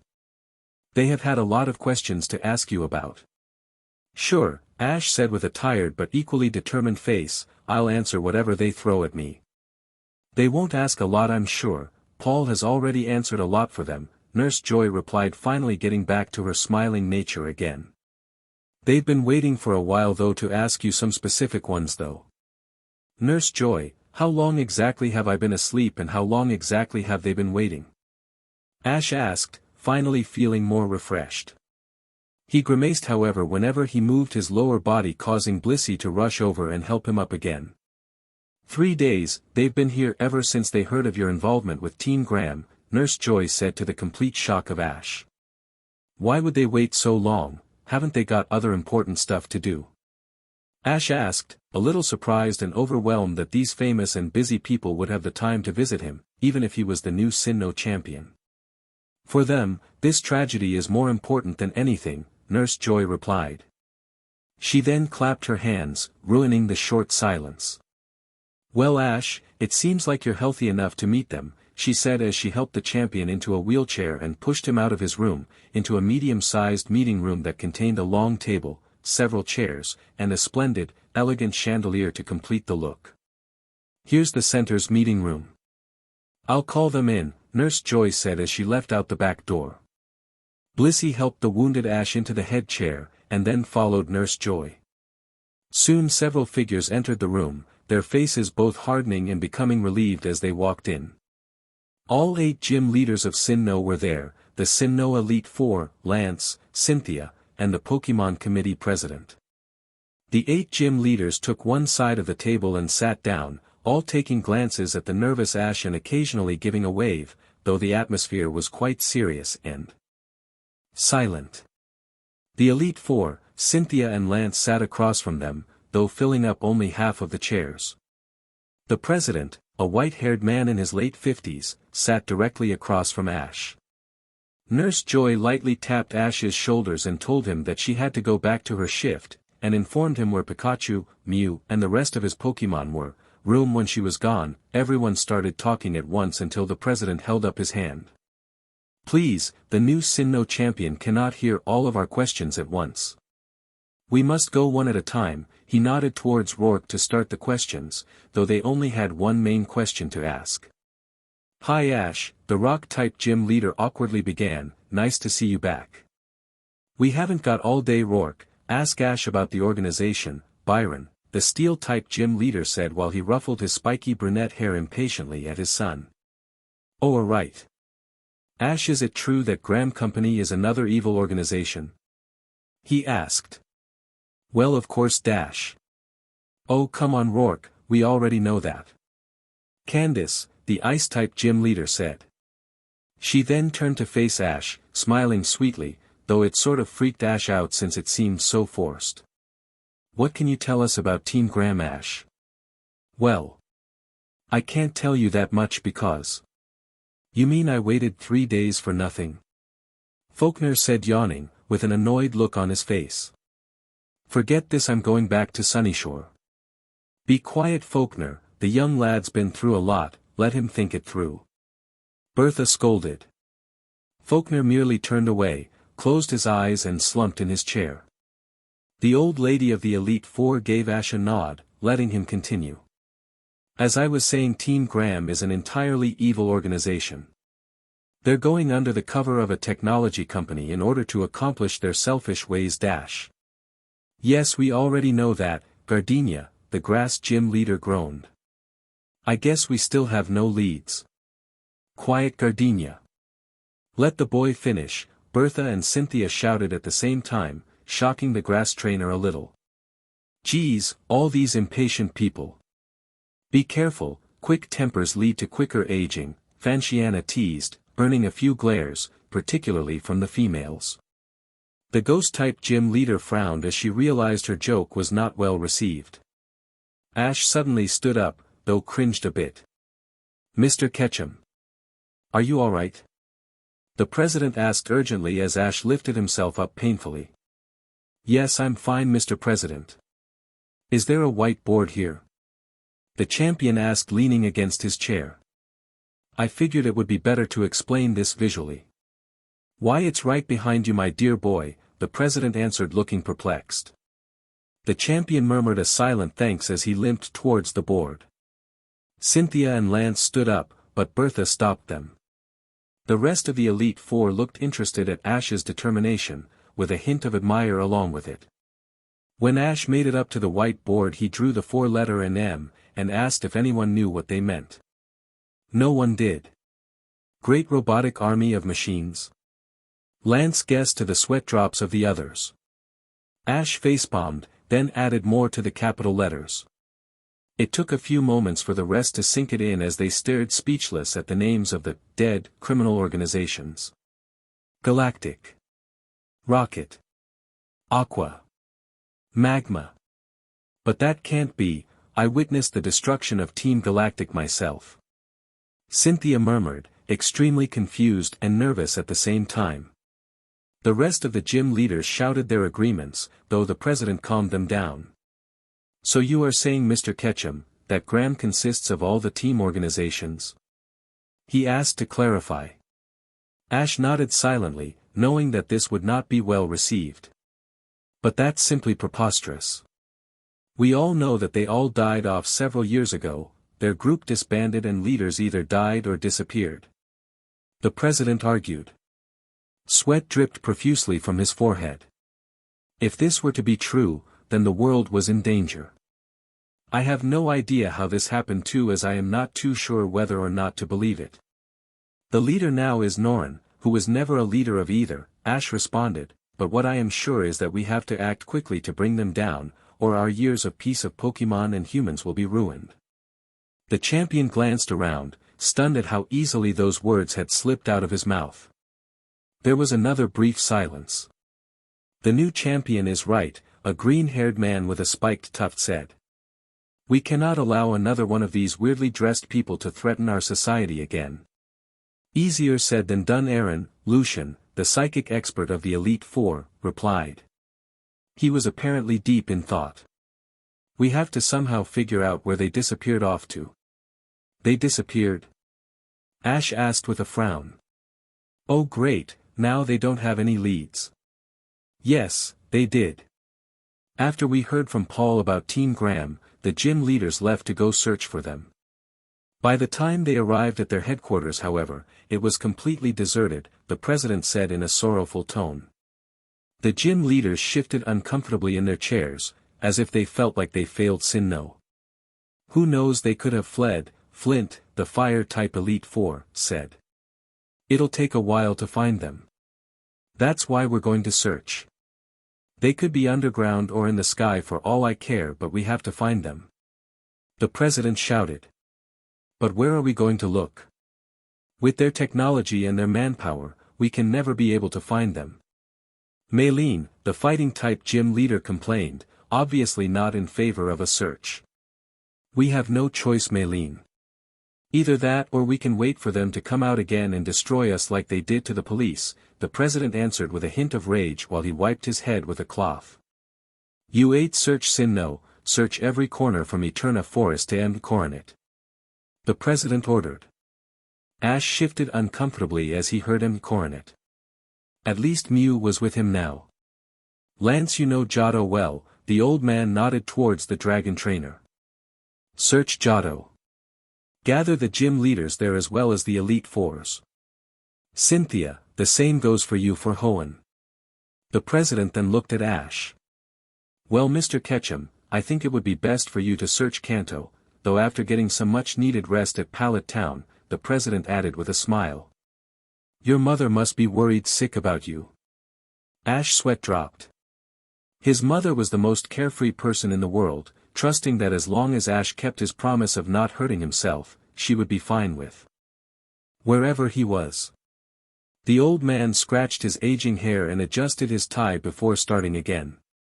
As for Unova, it is too far away for any of you to be going to, but I will contact the officials there to keep a lookout. Somehow I feel that Unova may be the place they went to. Just far away enough to keep out of our eye. Good hunting, ladies and gentlemen. The president muttered. He then got up, signifying the end of the meeting. The gym leaders left in a hurry, obviously very glad that the 3 days was over. Bertha gave Ash a small wink as she left along with the rest of the Elite Four, much to Ash's slight surprise. Cynthia and Lance came over, both having the same question. Where is your Rayquaza, Ash? I put it back in my PC. Why? He asked, though he knew the reason why. I want to see it. It's the coolest dragon Pokémon ever. Lance said with a grin. Cynthia pushed the obsessive dragon trainer away before answering. Since I'm exploring the Hoenn region, I thought maybe I could borrow Rayquaza since it knows it better than I do, she explained sincerely. She just wants Rayquaza. Lance muttered, annoyed. Ash laughed slightly at the immaturity of the Pokémon officials before answering. Sure, I'll transfer it to Professor Birch and you can get Rayquaza at his lab, he said with a smile. Thanks, Ash, and good luck on your search, Cynthia said while giving him a quick hug, to the current champion's surprise and slight blush. I wish I got Kanto, it's much more fun to explore than Johto, Lance added with a smirk while he slapped Ash on the back. Good luck, kid. Ash waved them goodbye as he slowly limped to his Pokémon's room. Not surprisingly, Mew and Pikachu were fast asleep. Their trainer smiled slightly at the cute display, carefully picking both of them up and tucking them in his trusty old backpack. All his Pokeballs were there too, along with his tattered jacket and jeans. He quickly got changed, careful not to bump his wound. Suddenly there was a knock on the door. "Ash? Are you in there?" Paul asked. "I couldn't find you at your room, so I figured you would be here, hopefully." "Yeah, I'm here, Paul, just a sec," Ash answered as he hurried to the door. It was amazing, his wound didn't hurt as much as it did before. "Boy, am I glad to see you, Ash Ketchum," Paul said, looking at his friend's wound. "Are you alright?" "Never better," Ash said with a forced grin. "Hello, Ash," a pink-figured hooded figure slowly appeared out of teleport. "Mewtwo, I see that you got Paul's Pokemon Pokeballs fixed," Ash said with a smile, as he glanced at the Pokeballs by Paul's side. "Yes, I did. Judging by your face, I assume you need Rayquaza?" Mewtwo asked, amused. "I felt like you just read my mind," Ash said sarcastically. "Yes, as a matter of fact, I do. For Cynthia." "Here you go," Mewtwo said, producing a regular red-white Pokeball and handing it to Ash. "Arceus said to keep him this time. Rayquaza wants to help." "Arceus? You mean the god Pokemon?" Paul asked, shocked. "Mewtwo, erase his memory please," Ash responded with a serious look, while his new friend and old rival Paul looked scared. "Gladly. Well, Ash, have fun in Kanto," Paul said with a smile, his mind wiped completely of the incident that had occurred earlier. "Good luck to you, Paul," Ash said, shaking his hand. Paul was going to search around the Orange Islands, taking on the Orange League as well. He had a feeling that's where Team Graham would go. "Goodbye," Paul murmured with a wave that meant a whole lot more than thanks, and left with Mewtwo, who had agreed to teleport him. Mewtwo came back a few minutes later, and teleported Ash to Pallet. Finally the champion was coming home. Ash woke up with a rare smile on his face. Although he had an entire region to search, he strangely felt good to finally be back home in his old room, the room where he first dreamt of being a Pokémon master. When he looked besides his bed for Pikachu and Mew, he noticed that for once they were not there but had woken up before him. The boy smiled a bit, and quickly changed out of his pajamas into his traditional trainer's jacket and cap. The clock read 9:30, which was really considered early for a late sleeper like Ash Ketchum. Yawning, Ash slowly opened the door and stepped downstairs, seeing that his mom making pancakes downstairs. "Good morning, Mom," Ash greeted as he came down. "Oh, good morning, Ashy, did you have a good night?" Delia asked with a wide grin. At that moment she couldn't have been one of the happiest moms in the world. Her son had finally returned home. "Yes, it was the best sleep I've gotten in ages," Ash replied with a smile as he sat down with his plate of pancakes, then asked, "By the way, did you see Pikachu and Mew come downstairs?" "Yes, honey, they came down half an hour ago, ate some pancakes dash," she paused then giggled.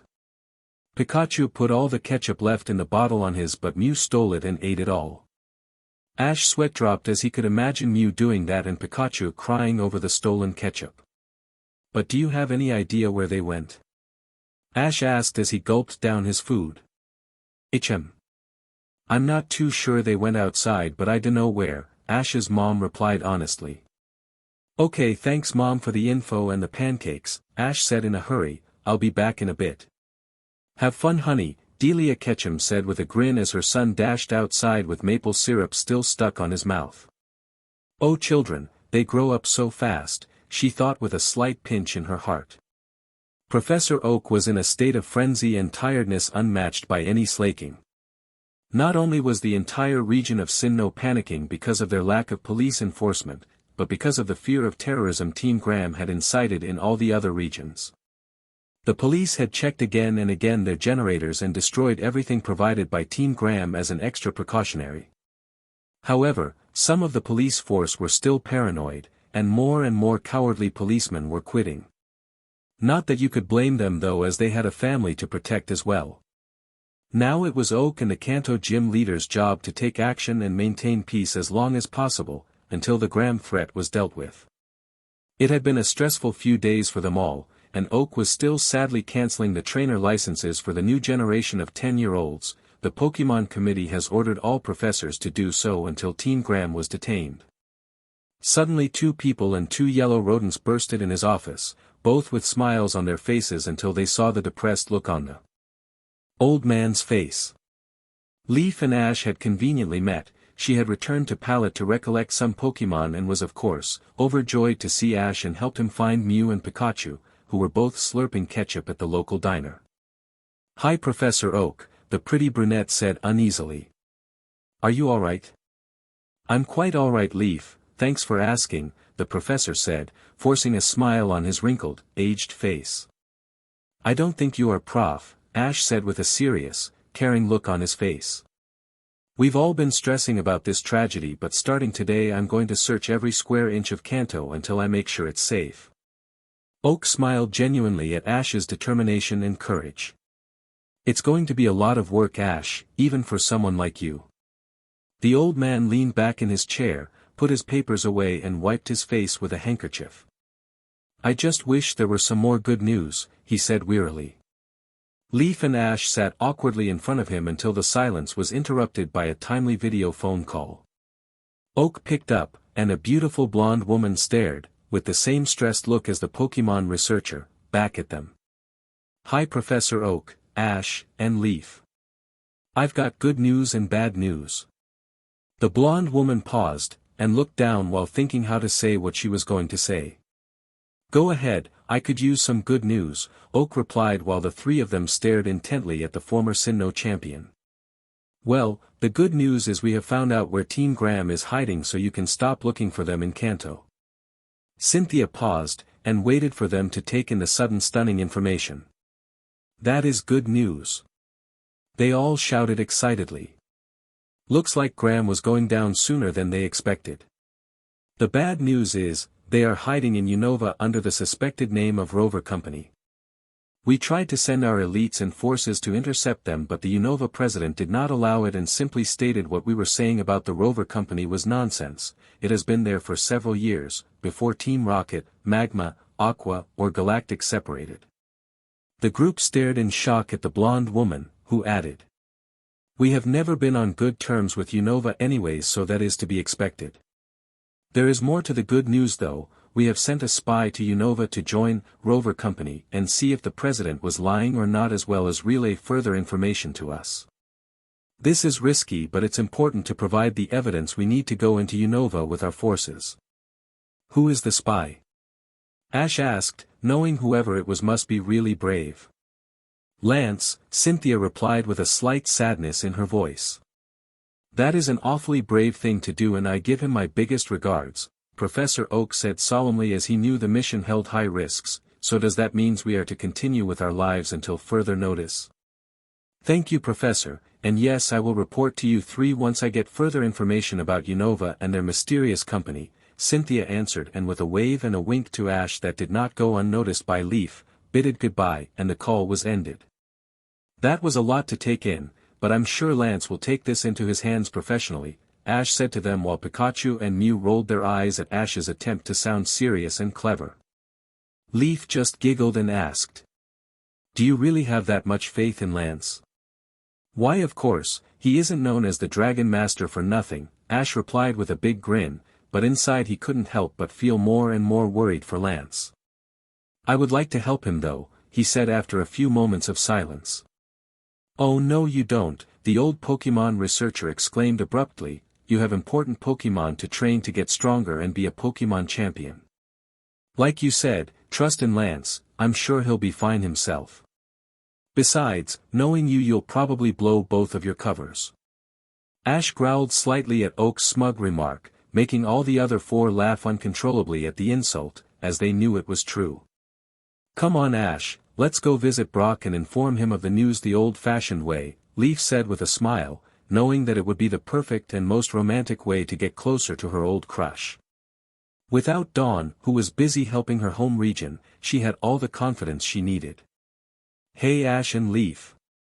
A tall young brown-haired man exclaimed as he walked in through the office. "Ah, Gary, did you hear the news?" Oak asked. "Yeah, Gramps, I did."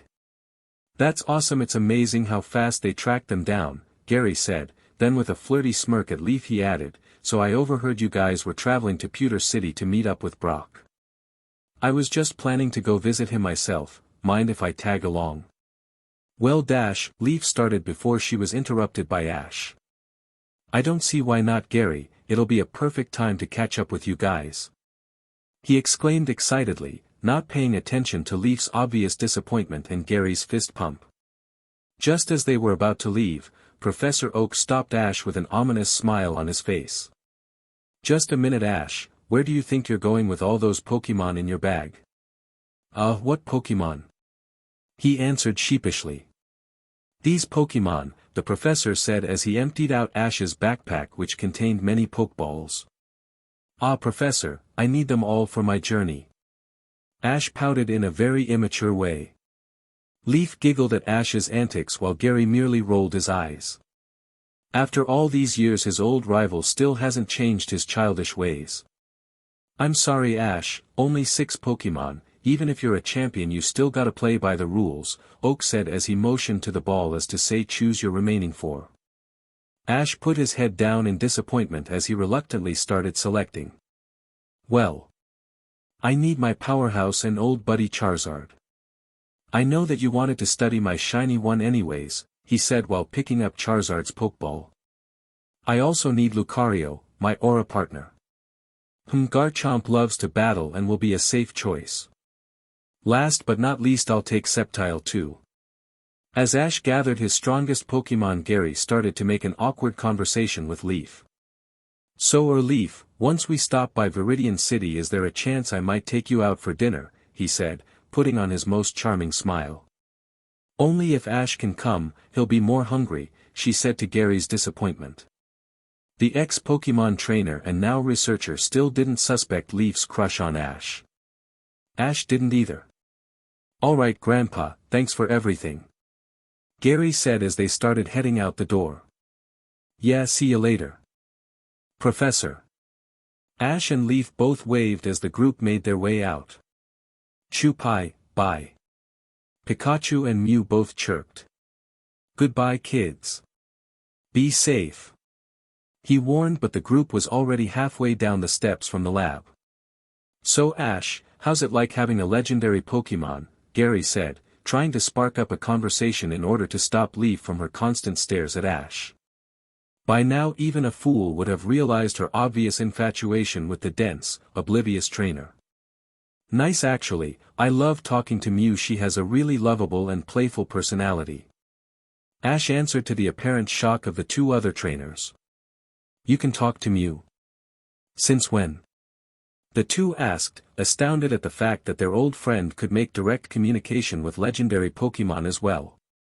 "Since Mewtwo helped expand my aura abilities a while back," he answered proudly. "Now I can understand every argument Pikachu and Mew have about food." "Pikapi, hey, we do more than argue about food," Pikachu protested while Mew, still in her Piku form, nodded vigorously. "Piku, pie, that's right," Piku added. Ash rolled his eyes and replied. "Yeah, sure you don't." "What are they saying?" Gary asked, obviously a bit jealous. The power to communicate with Pokémon was very rare, and many people dreamed of having such capabilities. Understanding your Pokémon would make the bond even more closer. "That they don't argue about food all the time, which is false," Ash answered with a smirk. Pikachu merely stuck his tongue out at Ash and Mew did the same. They quickly began conversing about a different topic. Leaf smiled, leave it to Ash to be able to have such an ability. "I want to confess to him so bad," Leaf thought glumly as they continued their saunter down Route 1 as Ash was sharing one of his stories with Gary. Leaf couldn't help but admire his handsome and mature, but still Ash-like face, and his really cute smile. Suddenly a bright idea came to her. "That's it. I'll confess to him then," she thought as she skipped ahead happily like a girl who got her first Pokémon. "Hey, wait up Leaf," the 2 boys cried. Well, here we are, Viridian City. Gary exclaimed as they approached the grand city, which was a sight to behold. After the evil Giovanni left the Viridian Gym, the intimidating Viridian City was not so intimidating anymore, and the town flourished with more trainers eager to win their badge against the new gym leader, who was indeed, Gary Oak. Although Gary was also a researcher, he managed the gym to maintain his Pokémon skills. Awesome, I haven't seen this city for a while, Ash said with a grin, and lightly slapped Gary on the back. Good job on getting the gym leader status, by the way. Gary sheepishly scratched the back of his head and nodded while he led them to his house near the gym. It was already evening time, and Leaf didn't feel like flying in the night across Viridian Forest. Ash had wondered why they didn't just let Mew teleport them all to Pewter City, but Gary insisted that this was quality time to be spent together. Gary's house was very modest and ordinary but cozy, with 3 floors, not including the basement, 3 baths, and 4 bedrooms. Once inside, Ash and Leaf stared in awe at the similarity of Gary's lab compared to that of his grandfather. Gary was sitting in his favorite recliner while Leaf and Ash were sitting together on the spacious couch. Well, Ash and Leaf, what Pokémon do you have on hand right now? Gary asked after they got settled down, and Gary saw that Leaf was getting physically closer and closer to Ash. Sure, besides these 2, Ash motioned to Pikachu and Mew, who were fighting over a bottle of ketchup and barely noticed looks going their way. I have Lucario, Charizard, Sceptile, and Garchomp. Yeah, I already know them, I was there at the lab. How about you, Leaf? Gary asked, giving the pretty brunette a grin. I have my Dragonite, Nidoqueen, Espeon, Scyther, Venusaur, and Blaziken. Gary and Ash both looked really impressed. Wow, Leaf, you have a lot of rare and strong Pokémon. Where did you get Blaziken? I know May had one, Ash recalled, remembering how strong the Fighting Fire dual-type Pokémon was. Oh, Blaziken is one of the new additions to my team. May gave me an egg. Her Blaziken had to me a few years ago, and I raised the Torchic that hatched to her final form, Leaf said while smoothing out her hair nervously, though she's not much of a battler. What do you mean? Usually fighting types are very aggressive, Gary asked. He had just spent a few months studying fighting types and they all seemed like they were meant to battle. Ash sipped his coffee and thought for a moment before adding. If you'd like, I'll help you train Blaziken to be a better battler. Would you really? Leaf replied excitedly and looked down embarrassingly. Sorry though, I haven't got much experience with fighting types. It's all good, Green Leaf, Ash said with a grin while Leaf blushed at his nickname for her. I have a Lucario that I used to train with all the time. I'm sure he and I can teach Blaziken a few things or two. What do you mean, Ash? How are you going to teach Blaziken fighting skills and the will to battle? Gary asked. Ash wasn't a Pokémon, and he certainly didn't know any fighting type moves. I forgot to mention that I learned to fight with Aura, with the help of Mew, Ash answered, chuckling at the fact that he left such an important fact out. Mew giggled at the expressions of Gary and Leaf's faces. What? You know how to use Aura? Gary exclaimed, remembering the childhood stories of the great Aura Guardians, who were said to be able to take on even Pokémon themselves. Yeah, I learned that I could use it from that incident at the Tree of Beginning. Ash's face glinted with sadness for a bit. Gary and Leaf both didn't question though, as they knew what happened because of the newspaper. However, the paper didn't state that Ash was involved in the incident where a several-century-year-old Lucario saved his town again by sacrificing his Aura at the Tree of Beginnings like did his master. Mew took me there and helped me train my Aura. That's where I met my Lucario as well. Wait, is your Lucario the Lucario? Leaf asked, still surprised at everything that Ash was blurting out.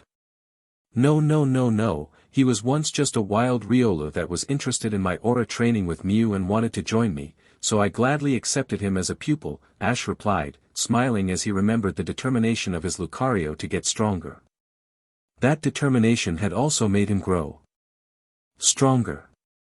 Can you show us something? Gary asked, excited like a little boy. Sure, come on out, Lucario, Ash said while tossing the Pokeball up. A strong-looking jackal appeared looking around and then said. Yes, master. He can talk. Both Leaf and Gary exclaimed in shock. You can hear him too. Maybe Mewtwo activated Lucario's aura communication power as well, Ash murmured quietly. What was that? Gary asked. Oh, it's one of the powers of aura communication, Ash answered half lying. That's so cool. Leaf and Gary gushed at the slightly blushing Ash and Lucario. Lucario attacked me, Ash said while nodding, then closed his eyes. The blue jackal swung at him several times, only to hit thin air as Ash smoothly dodged. Leaf and Gary stared in awe, amazed at how effortless each dodge was. That's called observational aura, you can sense things around you even with your eyes closed and it helps me dodge as well, Ash explained after Lucario stepped back. We can also read people's minds, create barriers and attack with aura. Wait, can you really read our minds? Leaf asked, embarrassed at the thought of Ash knowing all the dirty things that popped in her mind when he was around her. Not at the moment, I haven't advanced that far yet, Ash sighed, clearly disappointed while Mew giggled. All in due time, young Ashy, Mew said telepathically. Oh, so you finally decided to communicate telepathically now, Ash responded. While Gary and Leaf were shocked, frozen. Yep. I was busy with my mind on other things, Mew said mischievously, earning a sweat drop from the three, none wanting to ask what sorts of things Mew was pondering about. Oh please, all she thinks about are food and toys, Pikachu exclaimed to the glare of Mew. Do not. Mew said aloud and was only understood by Pikachu, Lucario, and Ash. Do too. Do not. Do too. Do not. Do too. Do not. Do too. Do not. Do too. Do too. Do not. See, Mew said happily, I don't. Pikachu was very confused, then realized Mew had tricked him in saying, do not, and facepalmed. The rest of the group stared at them awkwardly before Leaf cleared her throat and asked. So would you please help my Blaziken? I want her to learn some fighting skills even if she can't learn aura. Sure Leaf, anything for my friend, Ash said with a wide smile. Yay! Thanks Ash, Leaf said while giving him a small hug. She then released her Blaziken. The bipedal, chicken-like Pokémon stepped shyly out of her Pokeball, looking around at two other humans, a Pikachu, Lucario, and surprisingly a Mew. Miss Mew, Blaziken said while kneeling down. No need for such formalities Blazy, Ash here is going to teach you a few new fighting skills, Mew replied with a slight giggle. Who is this Ash? He is the chosen one, Pikachu responded to the shock on Blaziken's face, and my best buddy. Why would the chosen one choose to help someone like me? Because he's friends with your trainer. You should listen to your trainer now since she's giving directions, Pikachu added, pointing to Leaf, who was oblivious to her Blaziken's lack of attention. Her eye contact was focused on Ash, which did not go unnoticed by the Pokémon. It seems your trainer has quite a thing for young Ashy, Mew said with a grin while looking at Pikachu, who smiled back deviously. Blaziken sweat dropped but decided not to question further but instead listened to what her trainer had to say. Leaf was basically introducing Ash and Lucario, who were going to be her mentors for a few days or until she got the hang of fighting up close. Blaziken had never really liked fighting, for battling as a Torchic and even as a Combusken she liked to stay out of reach and firing fire projectiles at her opponent. But now since she had evolved into the dual fighting fire final evolution, Blaziken knew this would not help her for now as it was her duty to put her genetics to use. Alright Leaf, it's quite late so let's call it a day, Gary said while looking at the clock. They were all quite tired and it was already 10:30, so they recalled their Pokémon and headed upstairs to the bedrooms. Gary led them to a guest room, fully equipped with a queen-sized bed, a TV, and a lamp and stand. Anyone want this room? He asked, while both Ash and Leaf looked at each other, indirectly asking if it was okay for her to take the room. After several seconds Gary groaned and said. Is it that hard? Stop being so polite. Leaf, you can have this room. Leaf nodded and smiled sheepishly at Ash who returned it. The bathroom is down the hall to the right. You'll have your own bathroom since there's another down the other way. That's the one Ash and I will be using, Gary explained and helped move her bags in. Thanks Gary, Leaf said flashing one of her beautiful smiles, almost making Gary faint from the pure sweetness. And no problem Leaf, come on Ash, your room is down here, Gary said quickly, waving Leaf a good night and motioning for Ash and his duo of Pokémon to follow him. Good night Leaf, Ash said with his own charming smile which almost made Leaf faint. Good night Ash, Leaf responded with a sigh. Gary raised an eyebrow when he noticed the lack of Gary, but waved it off because he was the one who didn't exactly say goodnight. Well here's your room Ash, it's my grandpa's when he stays over, Gary said, with a small sigh of relief that he finally got everyone settled. Thanks a lot Gary, good night, Ash replied with a small grin as he flung himself on the soft bed. Good night Ashy boy, Gary responded with a sneaky grin and left before the raven-haired boy could retort back. Well guys, it's been a tiring day, I want to sleep as soon as possible, Ash exclaimed with a yawn. As do you always, Pikachu said, rolling his eyes. You still have to shower and brush your teeth, Mew said, giggling at Ash's loud groan. Alright. Be right back guys, the trainer grumbled as he went down towards the bathroom with his shampoo, pajamas, and toothbrush. Us Pokémon are always clean. Pikachu exclaimed while chirping in happiness at the softness of the bed.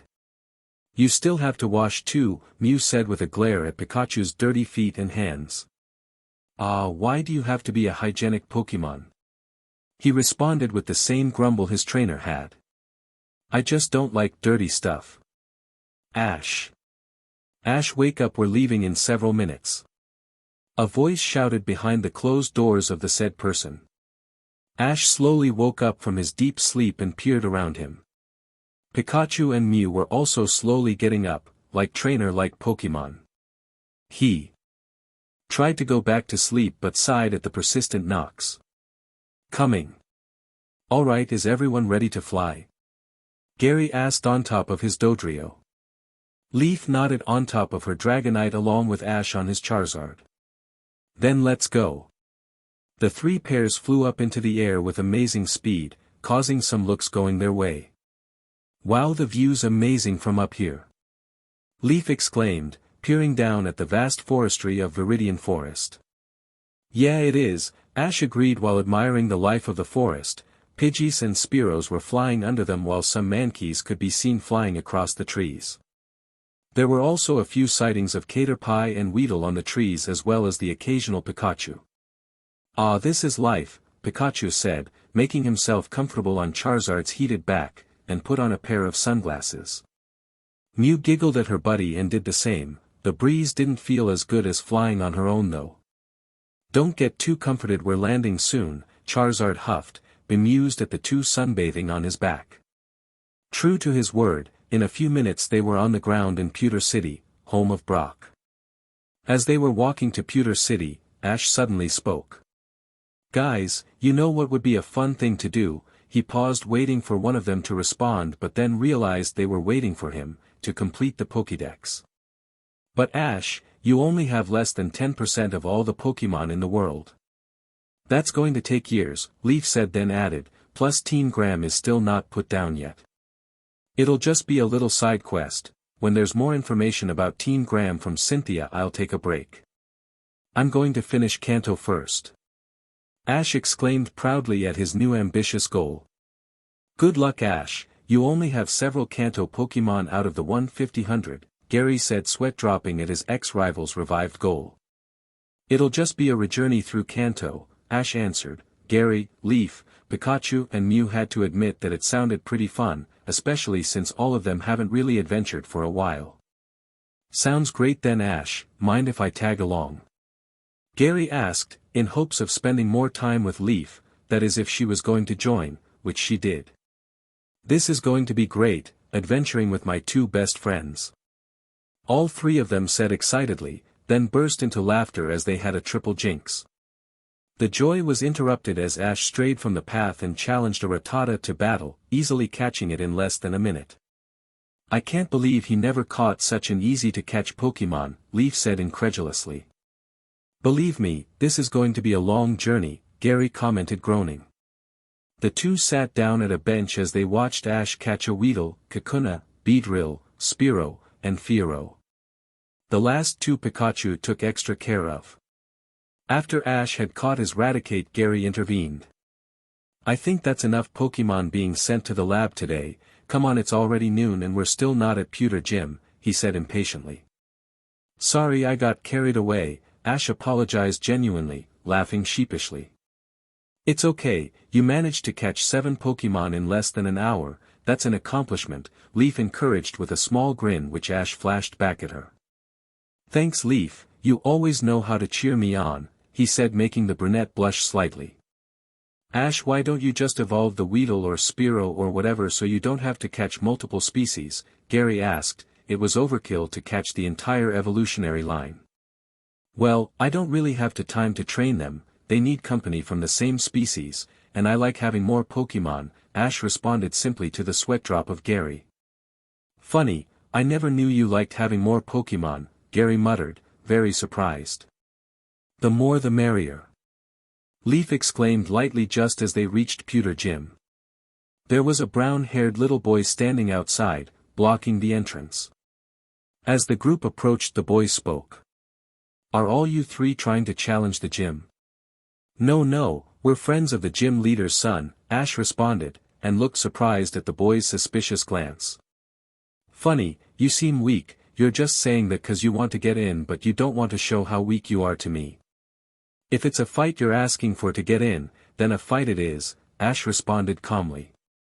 The boy looked even more suspicious at the change of attitude but then took a few steps back and threw his Pokeball, and a Geodude popped out. Lucario, go easy, Ash said as he threw the Pokeball. The Jackal glared unimpressed by his opponent, but answered that he would obey. The Geodude gulped at the intimidating steel fighting type Pokemon staring straight at him. Ha, look strong but my Geodude is stronger. Use Tackle. The boy said with fiery determination. Both Gary and Leaf looked bemused at his expression, it reminded them of a certain black-haired boy they had known for years. You know what to do, Ash said, while Lucario dodged. He nodded, then threw a weak aura sphere at the rock Pokemon, who was KO'd immediately. Geodude no. The boy cried as he ran up to hug his Pokemon. Are you okay? Geodude replied weakly before being returned into his Pokeball. The kid looked up glumly at Ash and said. Okay, you win, you may pass. Just a minute, what's going on here? A familiar voice rang as Ash returned his Lucario. Brock. They all shouted, and went up to the Pokemon breeder. Timmy. What was in your mind in challenging my friends? Brock exclaimed after a hurried greeting to his old friends. I thought they were challengers. Tommy answered with great surprise, now that I think of it. Oh my Arceus. You're Ash Ketchum, the Sinnoh champion. Ash blushed at the sudden recognition from the kid who looked all excited all of a sudden. He then peered over at Leaf and exclaimed. And you're Leaf Green, Kanto's champion. Leaf smiled at the kid's innocent cuteness and waved. Gary Oak, son of Professor Oak and gym leader of Viridian City. He gushed, to think all my idols would be here and I would be able to battle one of them. Brock stood awkwardly at his little brother's outburst, not really sure what to say for a while. He finally said. Come on Timmy, go inside and help Mom with the dishes, you'll get to meet them again later. Okay big brother, I can't believe someone like you would have these famous people as friends, Timmy said genuinely as he ran inside, making Brock glare at him while his friends roared in laughter at the sibling teasing. So Brock, how's it going? Gary asked as they walked inside the gym. The Pewter Gym had not changed much ever since Lola, Brock's mother, and Flint, Brock's father, had the argument of what type of gym it would be. In the end they decided it would be a water rock type gym, and it became one of the most famous and hard gyms in the entire Pokémon world due to its unique combination. It's going pretty good, most of my siblings have left on their own Pokémon journeys excluding Timmy, Susie, Salvador, and Yolanda. It's been pretty pleasant, Brock said with a relaxed look on his face, plus my parents have been nearly undefeatable this year, so Pewter Gym seems to be having an increase of challengers. That's good to hear, Brock, Gary said, then looked around. Where are your parents, by the way? Oh, Mom's doing the dishes and Dad's shopping, Brock replied, raising an eyebrow at Gary's question. Brock. Wanna go on a journey with me to capture and fill the Kanto Pokédex? Ash asked suddenly and bluntly.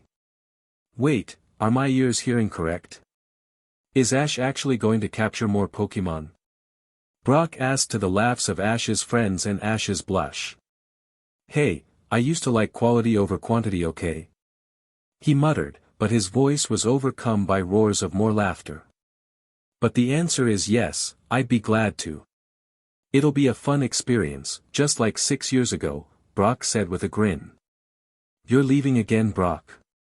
A little girl's voice asked. The group looked around and saw the source of that voice, a short and adorable sibling to Brock. Susie, I told you that I wasn't going to stay for long anyways, Brock replied with a sigh as the girl started to form tears in her eyes. But you promised you'd stay longer than a week. I miss my big brother. She pouted, tears streaming down her face. Brock sighed again and kneeled down face to face with his little sister. Listen, Susie, I know that you will miss me, but I promise I'll visit once a month, Brock said, but that wasn't enough for the girl. No. That's not enough. Why do you care for them more than you care for your family? She shouted, running away to a corner. Right then, Leaf's motherly instincts took in and she decided to approach the little crying girl. Brock stared helpless at the sight of his little sister crying and was surprised when Leaf stood up and began walking towards the heart-wrenching sight. Who are you? Are you here to take my big brother away? She spat venomously, at least it was venomous for a 7-year-old. No, well, yes, but that's not the point. You see, Susie, life's all about moving on, Leaf started before being interrupted. What's that? The little girl asked, finally turning to look at Leaf. Moving on is when you let things that bother you go, Leaf explained before being interrupted again. I don't wanna. Listen, Susie, do you want to be a strong, brave and courageous girl for yourself and your family? The little girl thought for a moment before replying. Yes, of course. Moving on is that. It's where you have the courage and brave heart to let things that you don't want to go away slip away because it's for the best. The little girl thought for a moment, maybe letting Brock leave was the best thing to do. After all, he had left Ludicolo, one of his favorite Pokémon, to play with them. Maybe. I don't know. You see, I've had a similar situation in my life, Leaf said and smiled when the little girl finally turned her whole body over to look at her. Really? Yes, when I left for my Pokémon journey I left behind a special person. It hurt me greatly, but I've came to accept it. I could have stayed and not left early, but my parents disliked him very much. So in order to please my parents and do the best for them not to hate him more, I left early and never saw him again. The little girl gasped at the tragic end. She didn't want that to happen with Brock. Until a month ago. You mean, he came to find you? She asked, fascinated by such a romantic story. Well, more or less, but that's not the point. The point is, sometimes the things you don't want to happen will bring more positiveness to your life than not letting it happen at all. Susie thought for a long moment, clearly thinking very deeply about what the pretty older brunette had just said. You're right, pretty older lady, Brock deserves to go, I can't stop him. It's for the best anyways, she said with a genuine smile before Leaf hugged her. There you go, don't worry, you'll still see him. He loves you a lot, you can just tell by the face he's making right now, Leaf said, gesturing towards Brock. They both giggled before getting up and walking towards the group. So how'd it go? Ash and Gary both whispered. See for yourself, Leaf replied with a wide smile at the scene of Brock hugging his younger sister, waving goodbye. Bye, big brother. Bye, pretty older lady. Susie shouted as the group left the gym. After a few moments of silence, Brock exclaimed. Wow, Leaf, how did you manage to move that little mountain? It's like she understood why I was leaving. Just a girl thing, Leaf replied simply with a slight grin at the thought of Ash. "Oh great, I'll never understand that then," Brock commented, groaning while his friends laughed. Everyone seemed joyful. Pikachu and Mew had enough ketchup stolen from the fridge to last them for a while. Brock was relieved of his sister's possessiveness. Ash was going on an ambitious journey and Gary was going to be able to spend more time with Ash.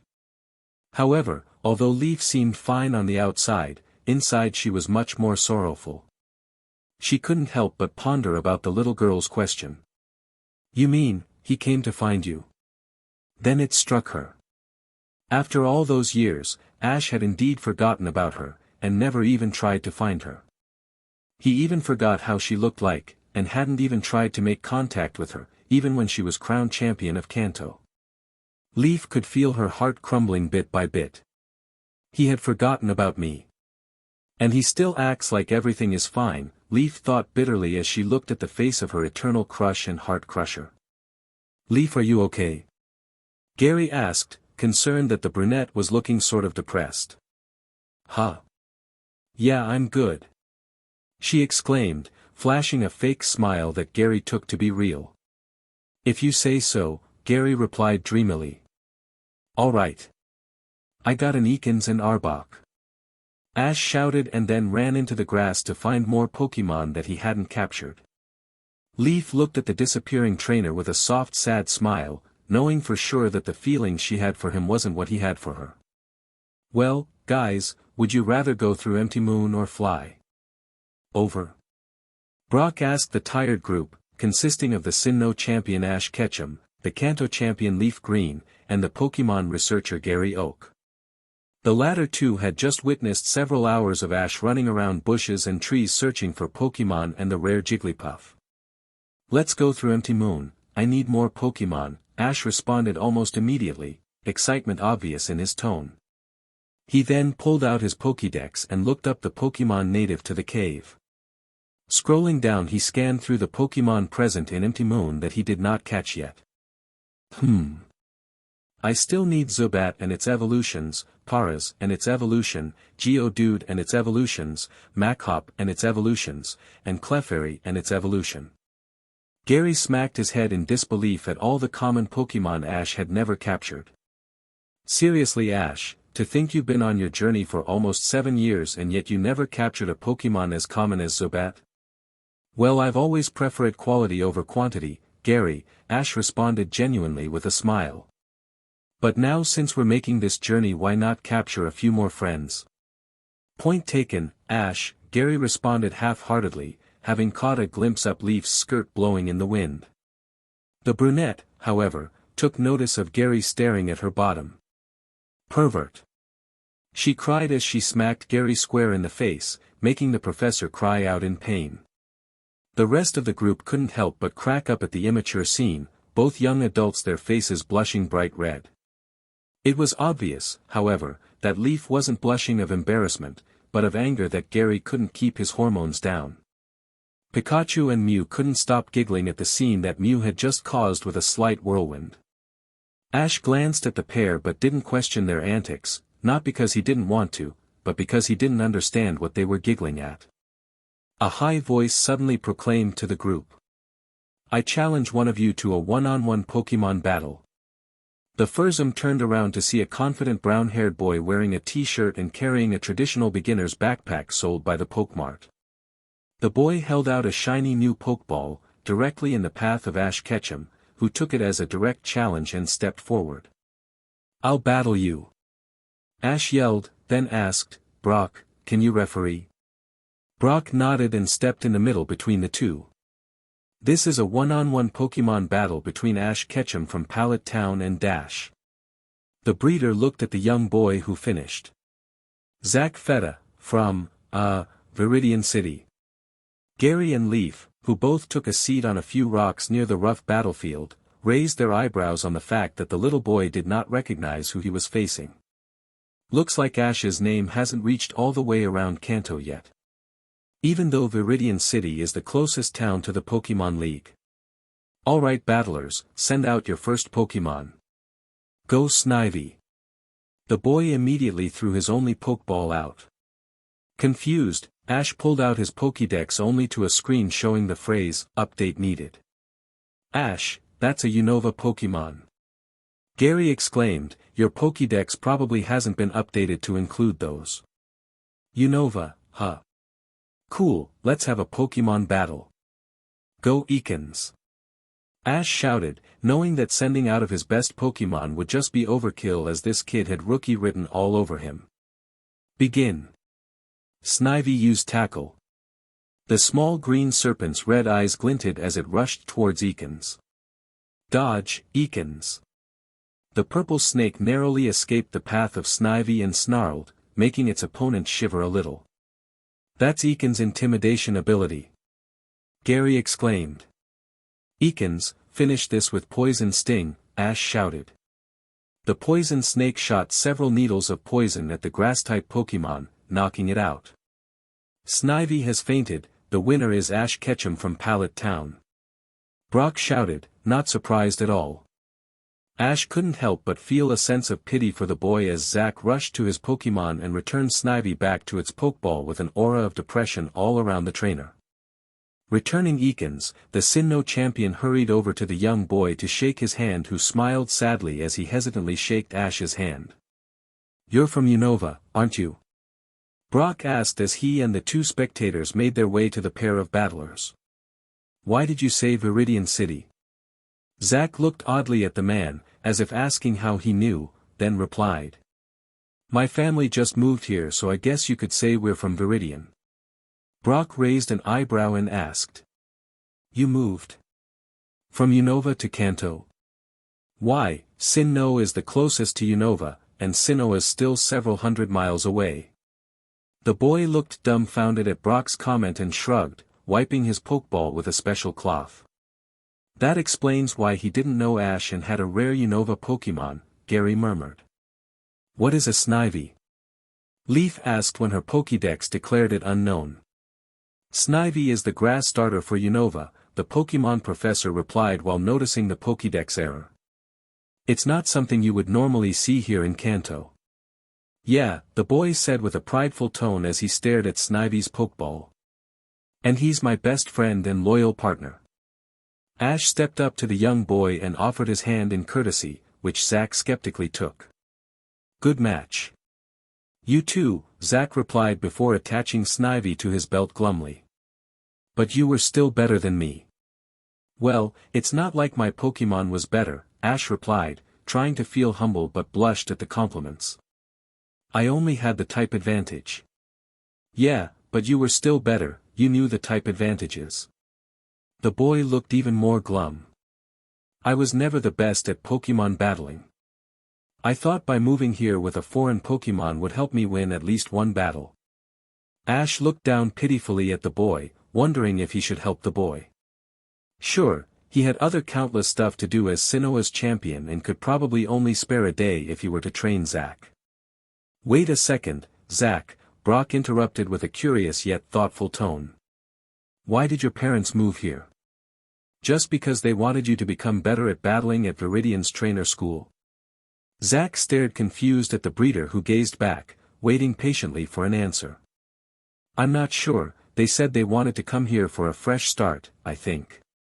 Leaf, while glancing over at Brock's thinking face, and soon began to realize what the breeder was getting to. "So, Zack," she began while crouching down face to face with the young trainer. "Do you mind if we come along with you to the Pokémon Center and call your parents?" "What for? I didn't do anything wrong," Zack exclaimed in confusion. Leaf realized that she could have phrased her words better and corrected herself. "Oh, of course you didn't do anything wrong, Zack, we just have a question we'd like to ask your parents if you don't mind." The young boy nodded his head as if saying, "Why not?" and the group began to make their way to the Pokémon Center near the entrance of Empty Moon. While Leaf and Zack quickly hit it off in conversation in the front as if they had been sister and brother from the start, the two puzzled teenagers slowly made their way to the back with Brock. "So, why are we going to talk to this kid's parents?" Ash asked, sheepishly scratching his head. Pikachu and Mew snickered at Ash and Gary's stupidity. Apparently the two had figured it out too. Brock sighed with a slight smile as if he'd been expecting it, then answered. The parents definitely moved here for a big reason. Since Kanto is the furthest away from Unova, it's highly possible they were trying to get away from something. Gary slowly began to catch on as well. So, there may be some information we can get about Team Graham? Gary asked. Yes, it is likely. Anyone from Unova may have a clue as to the whereabouts of Team Graham, Brock answered as the group neared the entrance to the Pokémon Center. The group entered the building and walked towards the counter to be greeted by a pretty young woman dressed in a nurse uniform.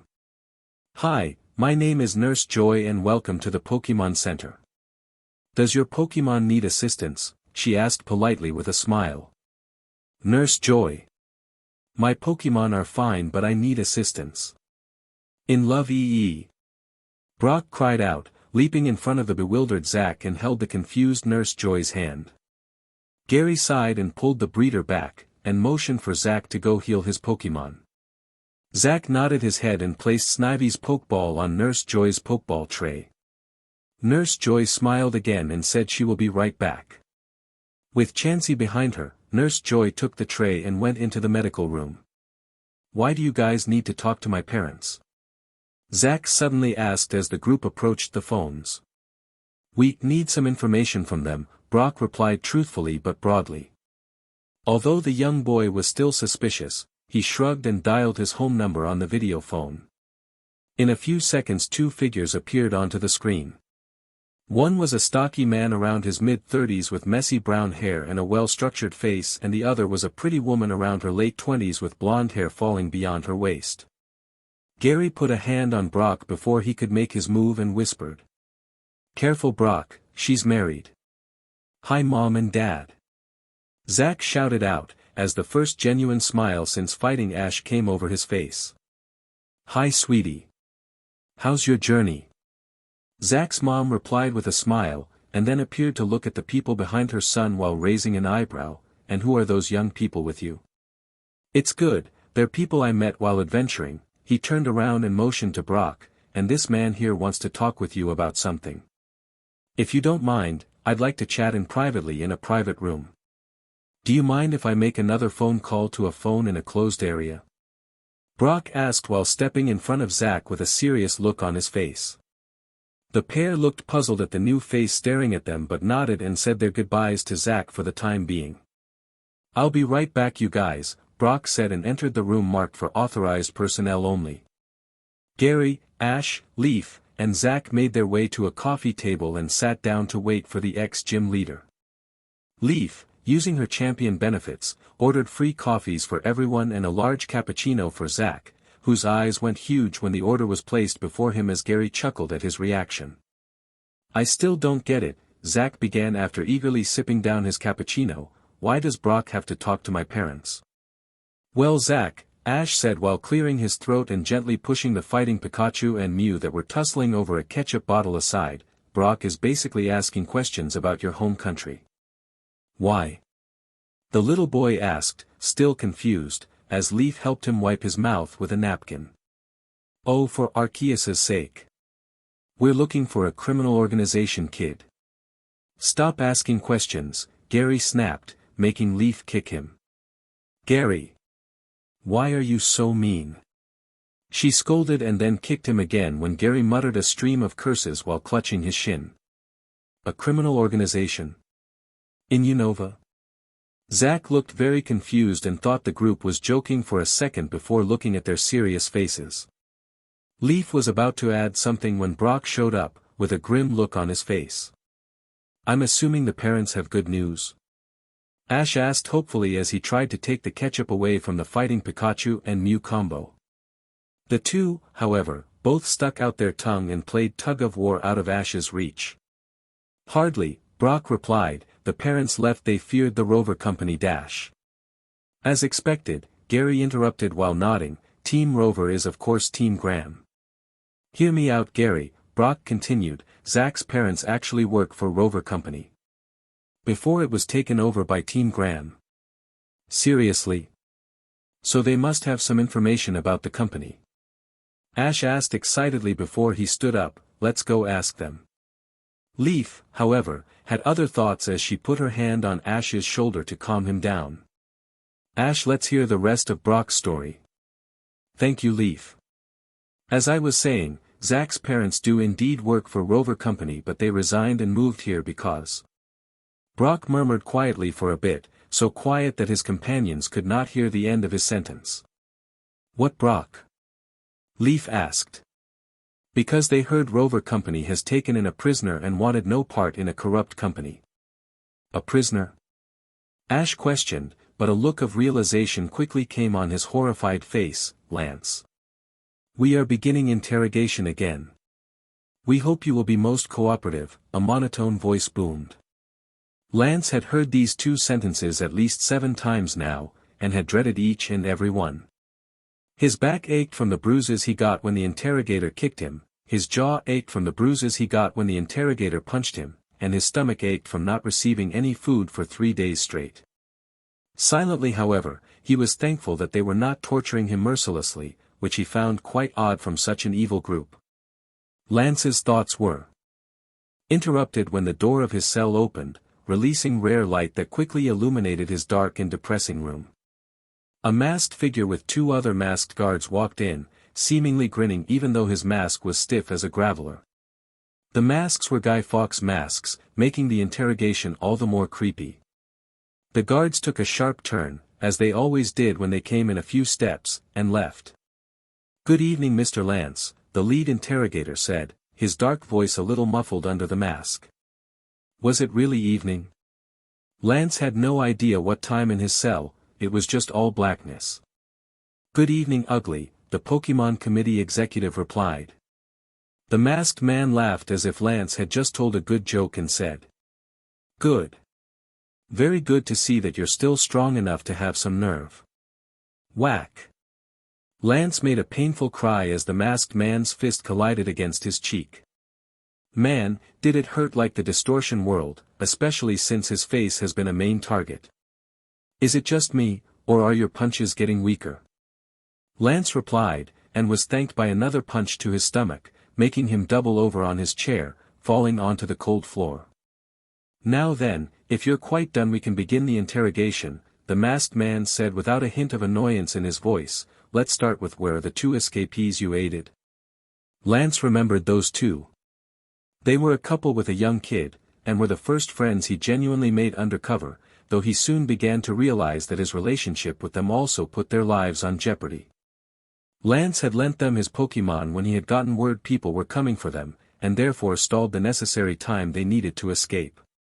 He had told them to hide in Kanto for now since it was the safest region. I told you I don't know. Lance exclaimed, followed by a kick to his back. Don't be a fool. One of our guards saw you give them a map before they took off on your pitiful Pokémon, the masked man said, and then motioned to the outside, and our alakazam can prove that you are indeed lying. I'll never give it out.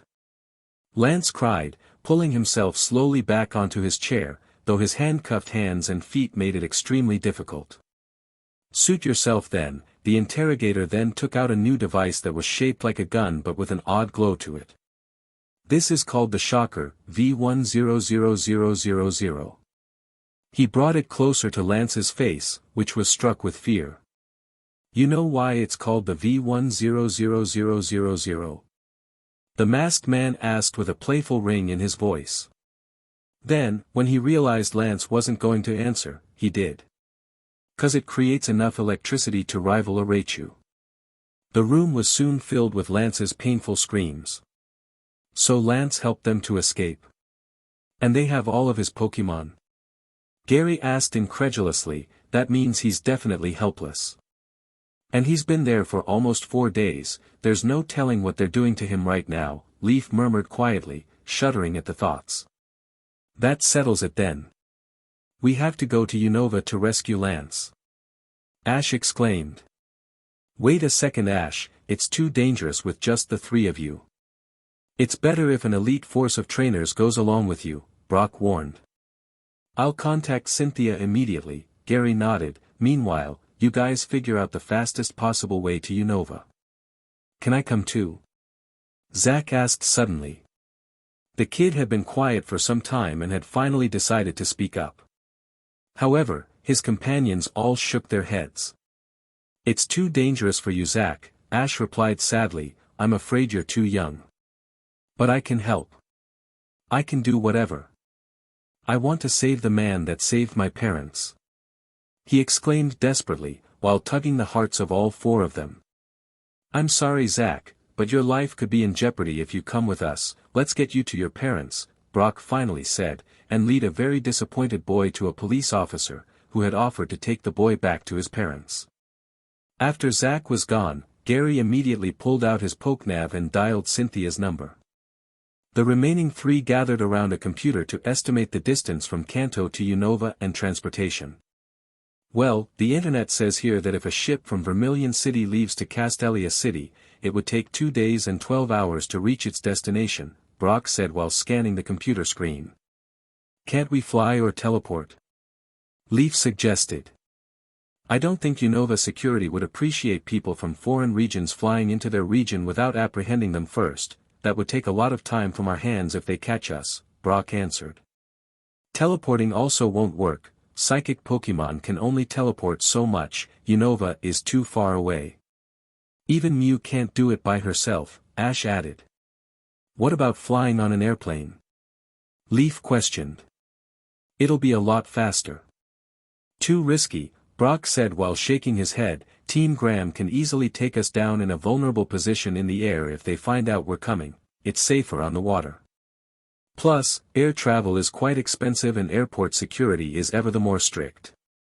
Plus, all of the Pokémon League's planes are being used to transport people and supplies back and forth to aid Sinnoh. So we can't get to Lance any faster than by ship?" Ash asked. "Correct, wait." Brock murmured with a grim face as he looked at the computer screen again. "Looks like Unova has blocked all transportation, air and sea travel. No one is allowed in or out of the region." "Must be Team Graham," Leaf muttered as she dialed some numbers. "I think the Pokémon League has a special stealth boat just for this." "Cool, a spy mission," Ash exclaimed with Mew and Pikachu. Brock sighed at the three's immaturity at such a serious matter but dismissed it otherwise. He also had a question about the stealth boat. "What exactly does the stealth boat do?" Brock asked, dumbfounded. "How will it help us get through Unova without being detected?" "It's dash." Leaf paused when her Pokenav connected. "Hi, yes, I would like to request that the KTO stealth be prepped with supplies for a 3-day journey. Okay, thank you." Leaf put her Pokenav back into her bag then responded to Brock's question. "I'll answer everything in the briefing, I already got a plan." "Cool, Leaf. We can always depend on you," Ash said with a wide grin. Pikachu, however, thought otherwise. "Why does Ash never think of any brilliant plans?" he asked with a grumble. "He does, only in battles though," Mew giggled. Ash had never been the brightest one to think strategically in anything but Pokémon. "Battling. You know, I can hear you guys talking about me," the respective trainer said while turning around with a frown, making Pikachu and Mew smile sweetly back at him. "You can't deny the truth, Ash," Pikachu chirped. "Love you too, Pikachu," Ash muttered as he followed Leaf and Brock out of the Pokémon Center with 2 laughing Pikachus. "I'm glad you guys could make it." Leaf greeted as 8 other individuals sat down in the Kanto Pokémon League conference room. Around the room were the team Ash and Cynthia and Leaf had decided on, all of them their friends. The Elite Four of Kanto, Johto, Hoenn and Sinnoh had offered to help, but Cynthia assured them that their best way to help was to protect and maintain order of their respective regions. All of the elite squads of trainers were also sent to Sinnoh to take the place of police. The Pokémon Committee decided that the best team would be one that was closely knit anyways. Along with Ash, Cynthia and Leaf there were Paul, Misty, Brock, Gary, May, and Max. Dawn and Barry had also been called, along with an unlikely ally, Tobias. The 3 had been unable to make it to the briefing, but will be meeting the group at Vermilion City Harbor. Because Ash, the champion of Sinnoh, was going to be absent because of this journey, Stephen Stone, the champion of Hoenn, volunteered to help the Sinnoh region in his place. Thus the team was assembled.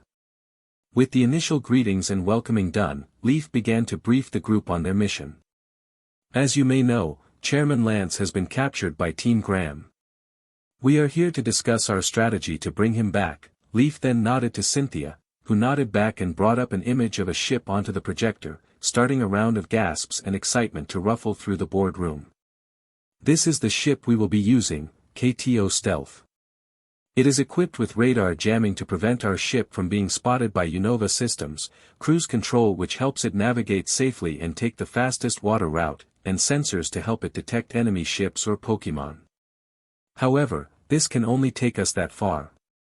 Leaf nodded to Cynthia again, who changed the picture to a map of Unova. Ash stood up and took charge from there with a digital pen. He circled what looked like the massive city, with skyscrapers and bridges protruding from it. This is Castelia City, our destination. Word has it that Rover Company or Team Graham is stationed within it. We cannot take the ship all the way to its harbor due to obvious security reasons. Mew suddenly floated up and used its tail to draw another circle around what seemed to be a bunch of rocks. Thank you Mew, Ash said as the legendary Pokémon gave a friendly chirp and returned to its seat next to Pikachu, on the table. Ash then pointed at the circle. This will be the point where the ship will drop us off.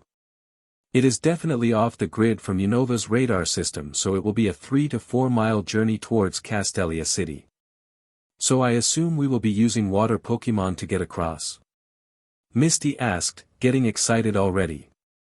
No, Misty, we swim, Ash answered sarcastically. Oh, even better. Misty said, smiling widely. No one had any idea if she was joking or not. It didn't seem like it. As I was saying, we will station our ship at these rocks here and then move on with our water Pokémon. The ship itself contains a few water Pokémon for emergencies, so feel free to use them. What kind of water Pokémon? Max asked excitedly. A Kyogre? Not quite. More like Wylord and Lapras, Ash responded to Max's visible disappointment. We will then disembark on a 20-minute ride to a cruise ship scheduled to be going to Castelia Harbor around the time we arrive. Then we will get off the cruise ship without any suspicions. Sound good? Gary raised a hand but didn't wait for Ash to call on him. Isn't it risky to board a cruise ship without being caught? They definitely would see us try to get on. Which is why we won't try to board, Ash answered smoothly, to the bemused expressions of the people around him. We will teleport onto the ship. Great idea, Ash. It will also be a good idea if each of us teleports one at a time to different locations to avoid being spotted, Brock pointed out to the nods of the rest. Good suggestion, Brock, May commended and added, but we'll need a lot of strong psychic Pokémon to pull this off. No, we'll need one, Ash said with a smirk, making everyone turn their eyes onto him, shocked and bewildered. How, Ash? Even Mew herself won't be able to teleport all of us, Paul asked, dumbfounded, to which the pink feline stuck her tongue out, even though she knew it was true. Yeah, Ash, even if she could, it'll be a shame if we wasted her energy early on, Cynthia added, earning a grateful smile from Mew. At least someone thought she could maybe do it. I'm not talking about Mew. I'm talking about him, Ash pointed to the hooded figure that had been standing in the back all along. Mewtwo. The team couldn't contain their excitement and awe as they entered the stealth boat. It didn't seem to be a boat used for reconnaissance, but rather pleasure. There was a luxurious meeting room straight in the middle with leather black chairs, marble floor and a fancy red table, along with 2 comfortable bedrooms each equipped with 4 bunk beds, a desk, a bathroom and a television set. Along the hallways lined many Pokémon-themed decoration, along with pictured frames of each Kanto Championship winner since before Ash was born. There was, of course, the engine room downstairs and the captain's deck upstairs, where Leaf, Ash and Cynthia would be spending most of their time. Please keep all your Pokémon inside their Pokeballs on the majority of the trip, we don't want to add unnecessary weight. We only have so much fuel, Leaf cautioned while everyone else nodded, understanding, then added, though exceptions include Pikachu, Mew and Mewtwo. Pikachu and Mew breathed a sigh of relief at the possibility of returning to the much-detested Pokeball, while Mewtwo shrugged indefinitely. Once everyone was settled in, Leaf called them all to the meeting room to debrief. Now this mission is probably the most riskiest one ever. Especially because no one has had any experience doing this sort of thing, Leaf started, looking at each individual who all nodded in agreement, though excitement shone through their eyes. I trust that each and every one of you, however, is well equipped and ready nevertheless. Ash couldn't help but suppress a chuckle at Leaf's professional tone. He just couldn't believe that the small, shy girl he had known had turned into such a charismatic leader. Leaf nodded towards Cynthia, who directed their attention to the red table, which had a built-in screen inside. The screen suddenly lit up and depicted a map of the entire Pokémon world. Kanto and Unova were possibly the farthest apart in distance. Cynthia pointed to a red dot. "This is where we are, at Vermilion Harbor." She then directed her finger to a blue dot a few feet away, "and this is our target area right here." "Wow, this seems like a really long trip." May exclaimed, a little overwhelmed. "Hopefully I don't get seasick." "Of course you will, May, you always ruin the trips," Max murmured, earning a death glare from his sister. "Well, we do have some aspirin for you to take if you need it, May," Leaf responded, "but yeah, this trip will be pretty long. Unova is 1,200 nautical miles from here and the ship travels at 50 knots, so it'll take approximately a day to get there, assuming that the weather cooperates." "A day?"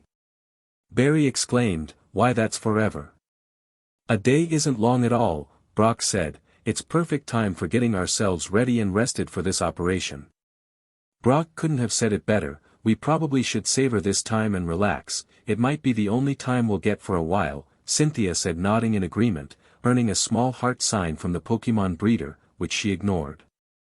"The actual mission debrief will happen a few hours before we reach our destination, so it's fresh in our minds," Leaf added, "but I think we should go over team assignments now, as we are going to teleport in individual groups onto the cruise ship."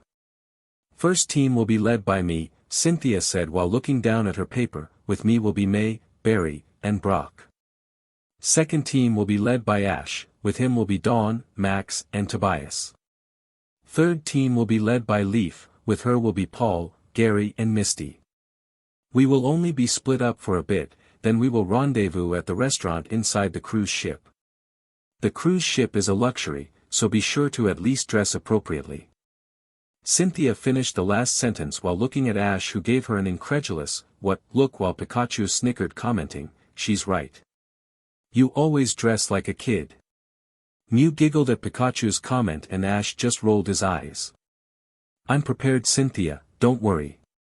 Cynthia smiled lightly, then said, "Great, dismissed. Everyone get comfortable for a 24-hour trip." "Wow! This is such a nice breeze," Barry exclaimed, delight expressed clearly on his face as he took a deep breath. The weather was perfect. The white clouds drifted softly in the distance, leaving a sky of blue. The sun shined brightly down onto the water, reflecting a pretty view. "It is really nice," Misty agreed. She herself had decided to relax on a pool chair. "I don't mind being here for more than a day." Dawn sat right beside her, rubbing sunscreen on her arms while May helped herself to some herself. All three were in a swimsuit, though nothing really revealing, to the disappointment of Barry and Gary. Gary leaned over the railings and lazily murmured, "I wonder what sorts of Pokémon lay down under this ocean. I wonder what the other guys are doing. They should be out here enjoying this weather. I'm going to fine them for not doing so." Barry exclaimed, very surprised that only 4 people were outside in such a pristine environment. "Well, Cynthia, Leaf and Brock are busy piloting this thing and working out details for our operation. I don't know about the rest," May said, breathing a sigh of happiness as she soaked in the sun's rays. "Why isn't Ash helping? Isn't he one of the leaders of the group?" Gary asked, raising an eyebrow. "No idea, but that's the only 3 I saw up in the captain's deck. He's probably doing something just as important though with the rest of them, besides Max of course." "Awesome! I can't believe a Wii U was in here." Ash cried excitedly, while hurriedly connected the console to the television system. "I want to play!" Max exclaimed. Tobias smirked then added. I'll destroy you guys in Mario Kart. Bull crap. I'm the champion at Mario Kart. Paul boasted, pulling out a custom Wii controller, which Mewtwo eyed with curiosity. What a strange item. What is it? A Wii controller. Limited edition Mario Kart themed. I got it at the release. I'm not sure if we should do this, Ash hesitated. We need to think of a plan to save Lance, right now we don't have anything. We still have day left, plus we don't really know what to expect to think of a plan. I think Cynthia, Leaf and Brock can handle the minor details, Tobias concluded. For now I think we should just relax before everything else. This shouldn't be too time-consuming, we should just play one race. The group agreed, then turned on the television. -4 hours of video games later. Wow! That was some race. Max cried, why do I always finish last? It's 'cause you use that weird green thing Max, Mewtwo answered while observing the screen. Nah, it's not Yoshi, it's just that you're not as skilled as me.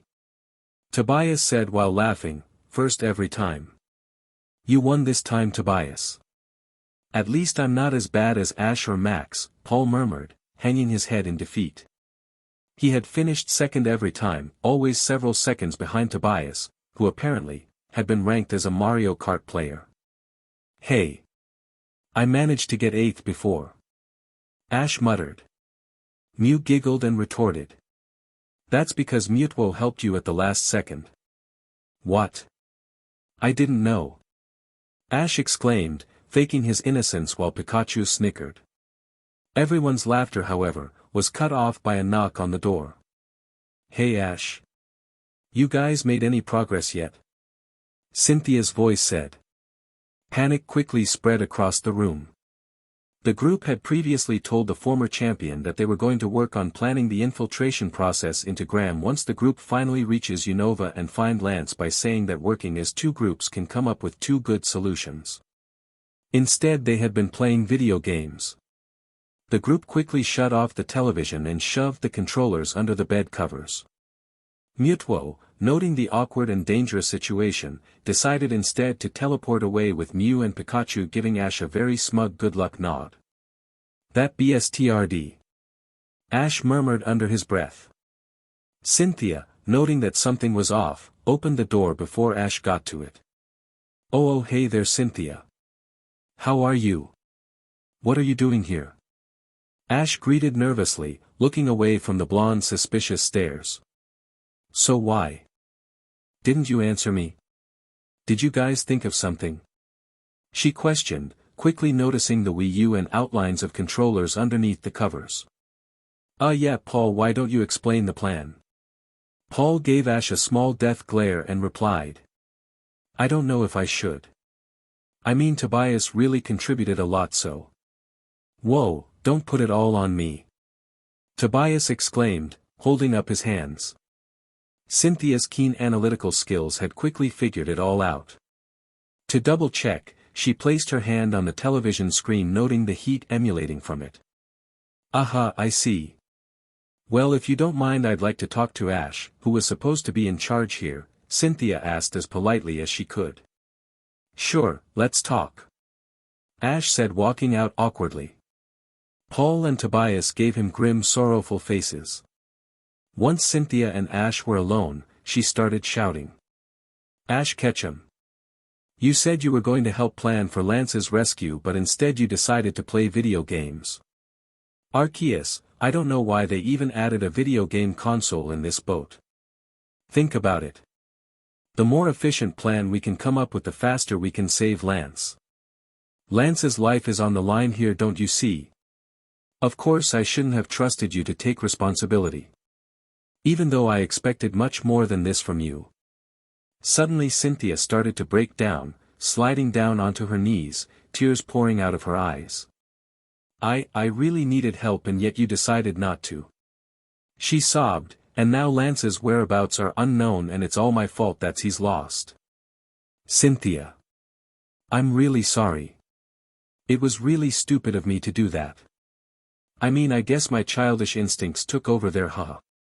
Ash started to put an arm over Cynthia, trying his best to comfort and apologize, which was a very awkward combination. It's not your fault. Lance was doing his duty and he did it because it was his own decision.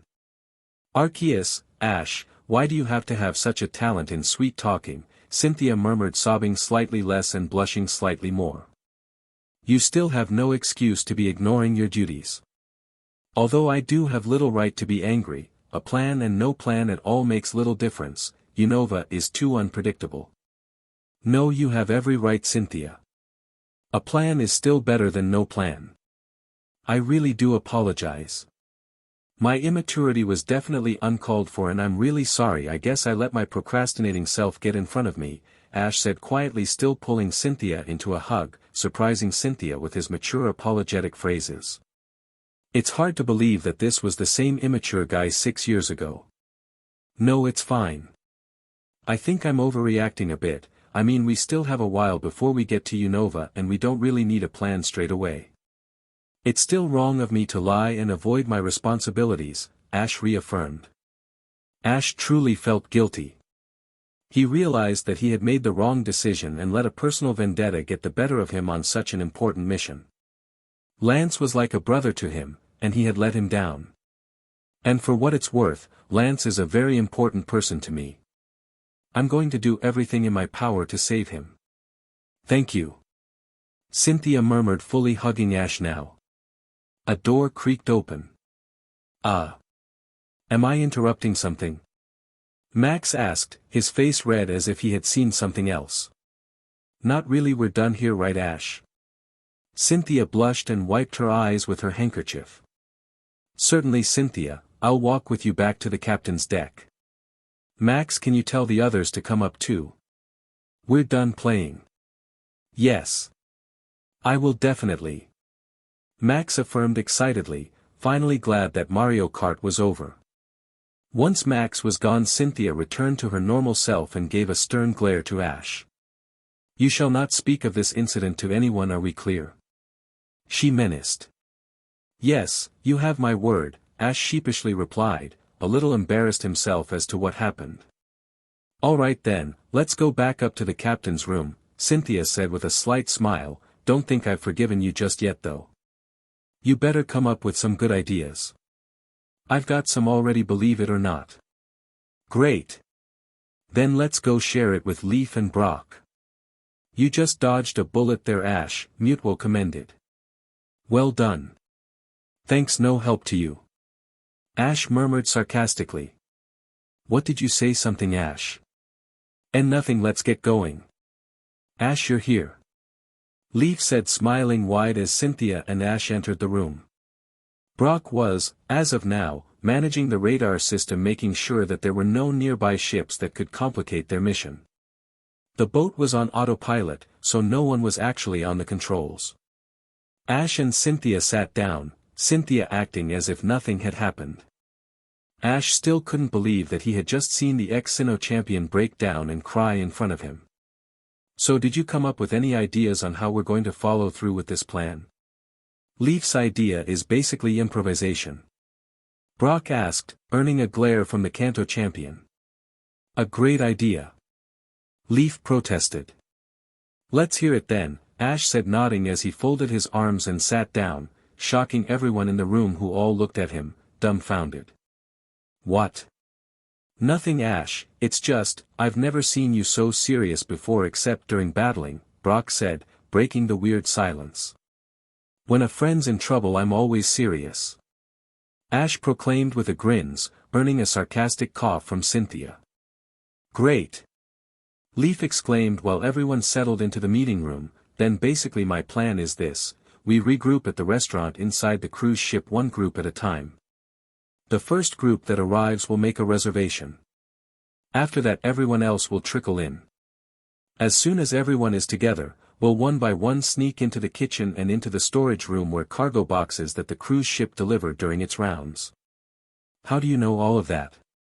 Ash asked. Leaf tossed Ash a file. The information was compiled by Lance himself, who was the one who suggested the entire idea of stowing away on a cruise ship. I think he performed the same procedure himself. Smart man. Why can't we just use teleport? Brock asked, knowing that there was indeed a countermeasure to that. Teleport would have just been too easy. Unova's security is very tight, they have hundreds of psychic Pokémon working 24/7 on keeping a barrier on so that things such as teleport cannot penetrate it.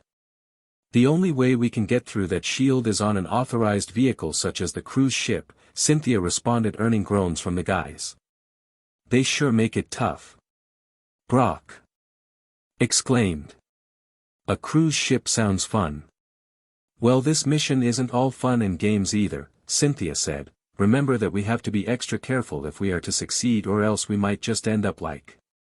Anyways. How does all of that sound? Leaf asked, looking back and forth from the three heads staring at her, her cheeks blushing slightly as her gaze met with her childhood friend. Sounds great, Leaf. Let's do it. Ash exclaimed excitedly, getting out of his chair. Hold it, Ash. Now what's the plan from getting out of those cargo crates, considering that we actually fit in them, and find a way to Lance? Brock questioned skeptically. Since teleportation is out of the question, we could just brute force our way out with our Pokémon. After that, I have no idea. Unova is unpredictable, even with Lance as a resource we still do not know as much about Unova, Ash suggested. For all we know, this could be a one-way trip, Cynthia murmured while Leaf nodded her head in agreement. Anything could happen. Sounds like just the thing for me. Ash said with a grin, his reckless and naive nature earning chuckles among the group. What's just the thing for you? A voice muffled from behind the door said. Out of the door came Tobias, Paul and Max with nervous looks on their face as they met their gazes with Cynthia as if thinking she was still mad. The three calmed, however, when Cynthia ignored them and sipped her tea as if nothing had happened. Brock and Leaf quickly briefed the trio of the mission, to which they had no objections. Max was then sent to tell the ladies, Barry and Gary. Well then, best of luck to us all. Hopefully the plan will work out well. You guys are all free until tomorrow. Leaf said to the delight of the group. Hey Ash, you up for some more gaming? Paul said while nudging Ash forward. No thanks, Paul, I'm a little tired. I think I'm going to lie down a little in the lounge room. Ah, okay Ash, suit yourself, Paul murmured, deep down understanding Ash's reasoning behind his tiredness.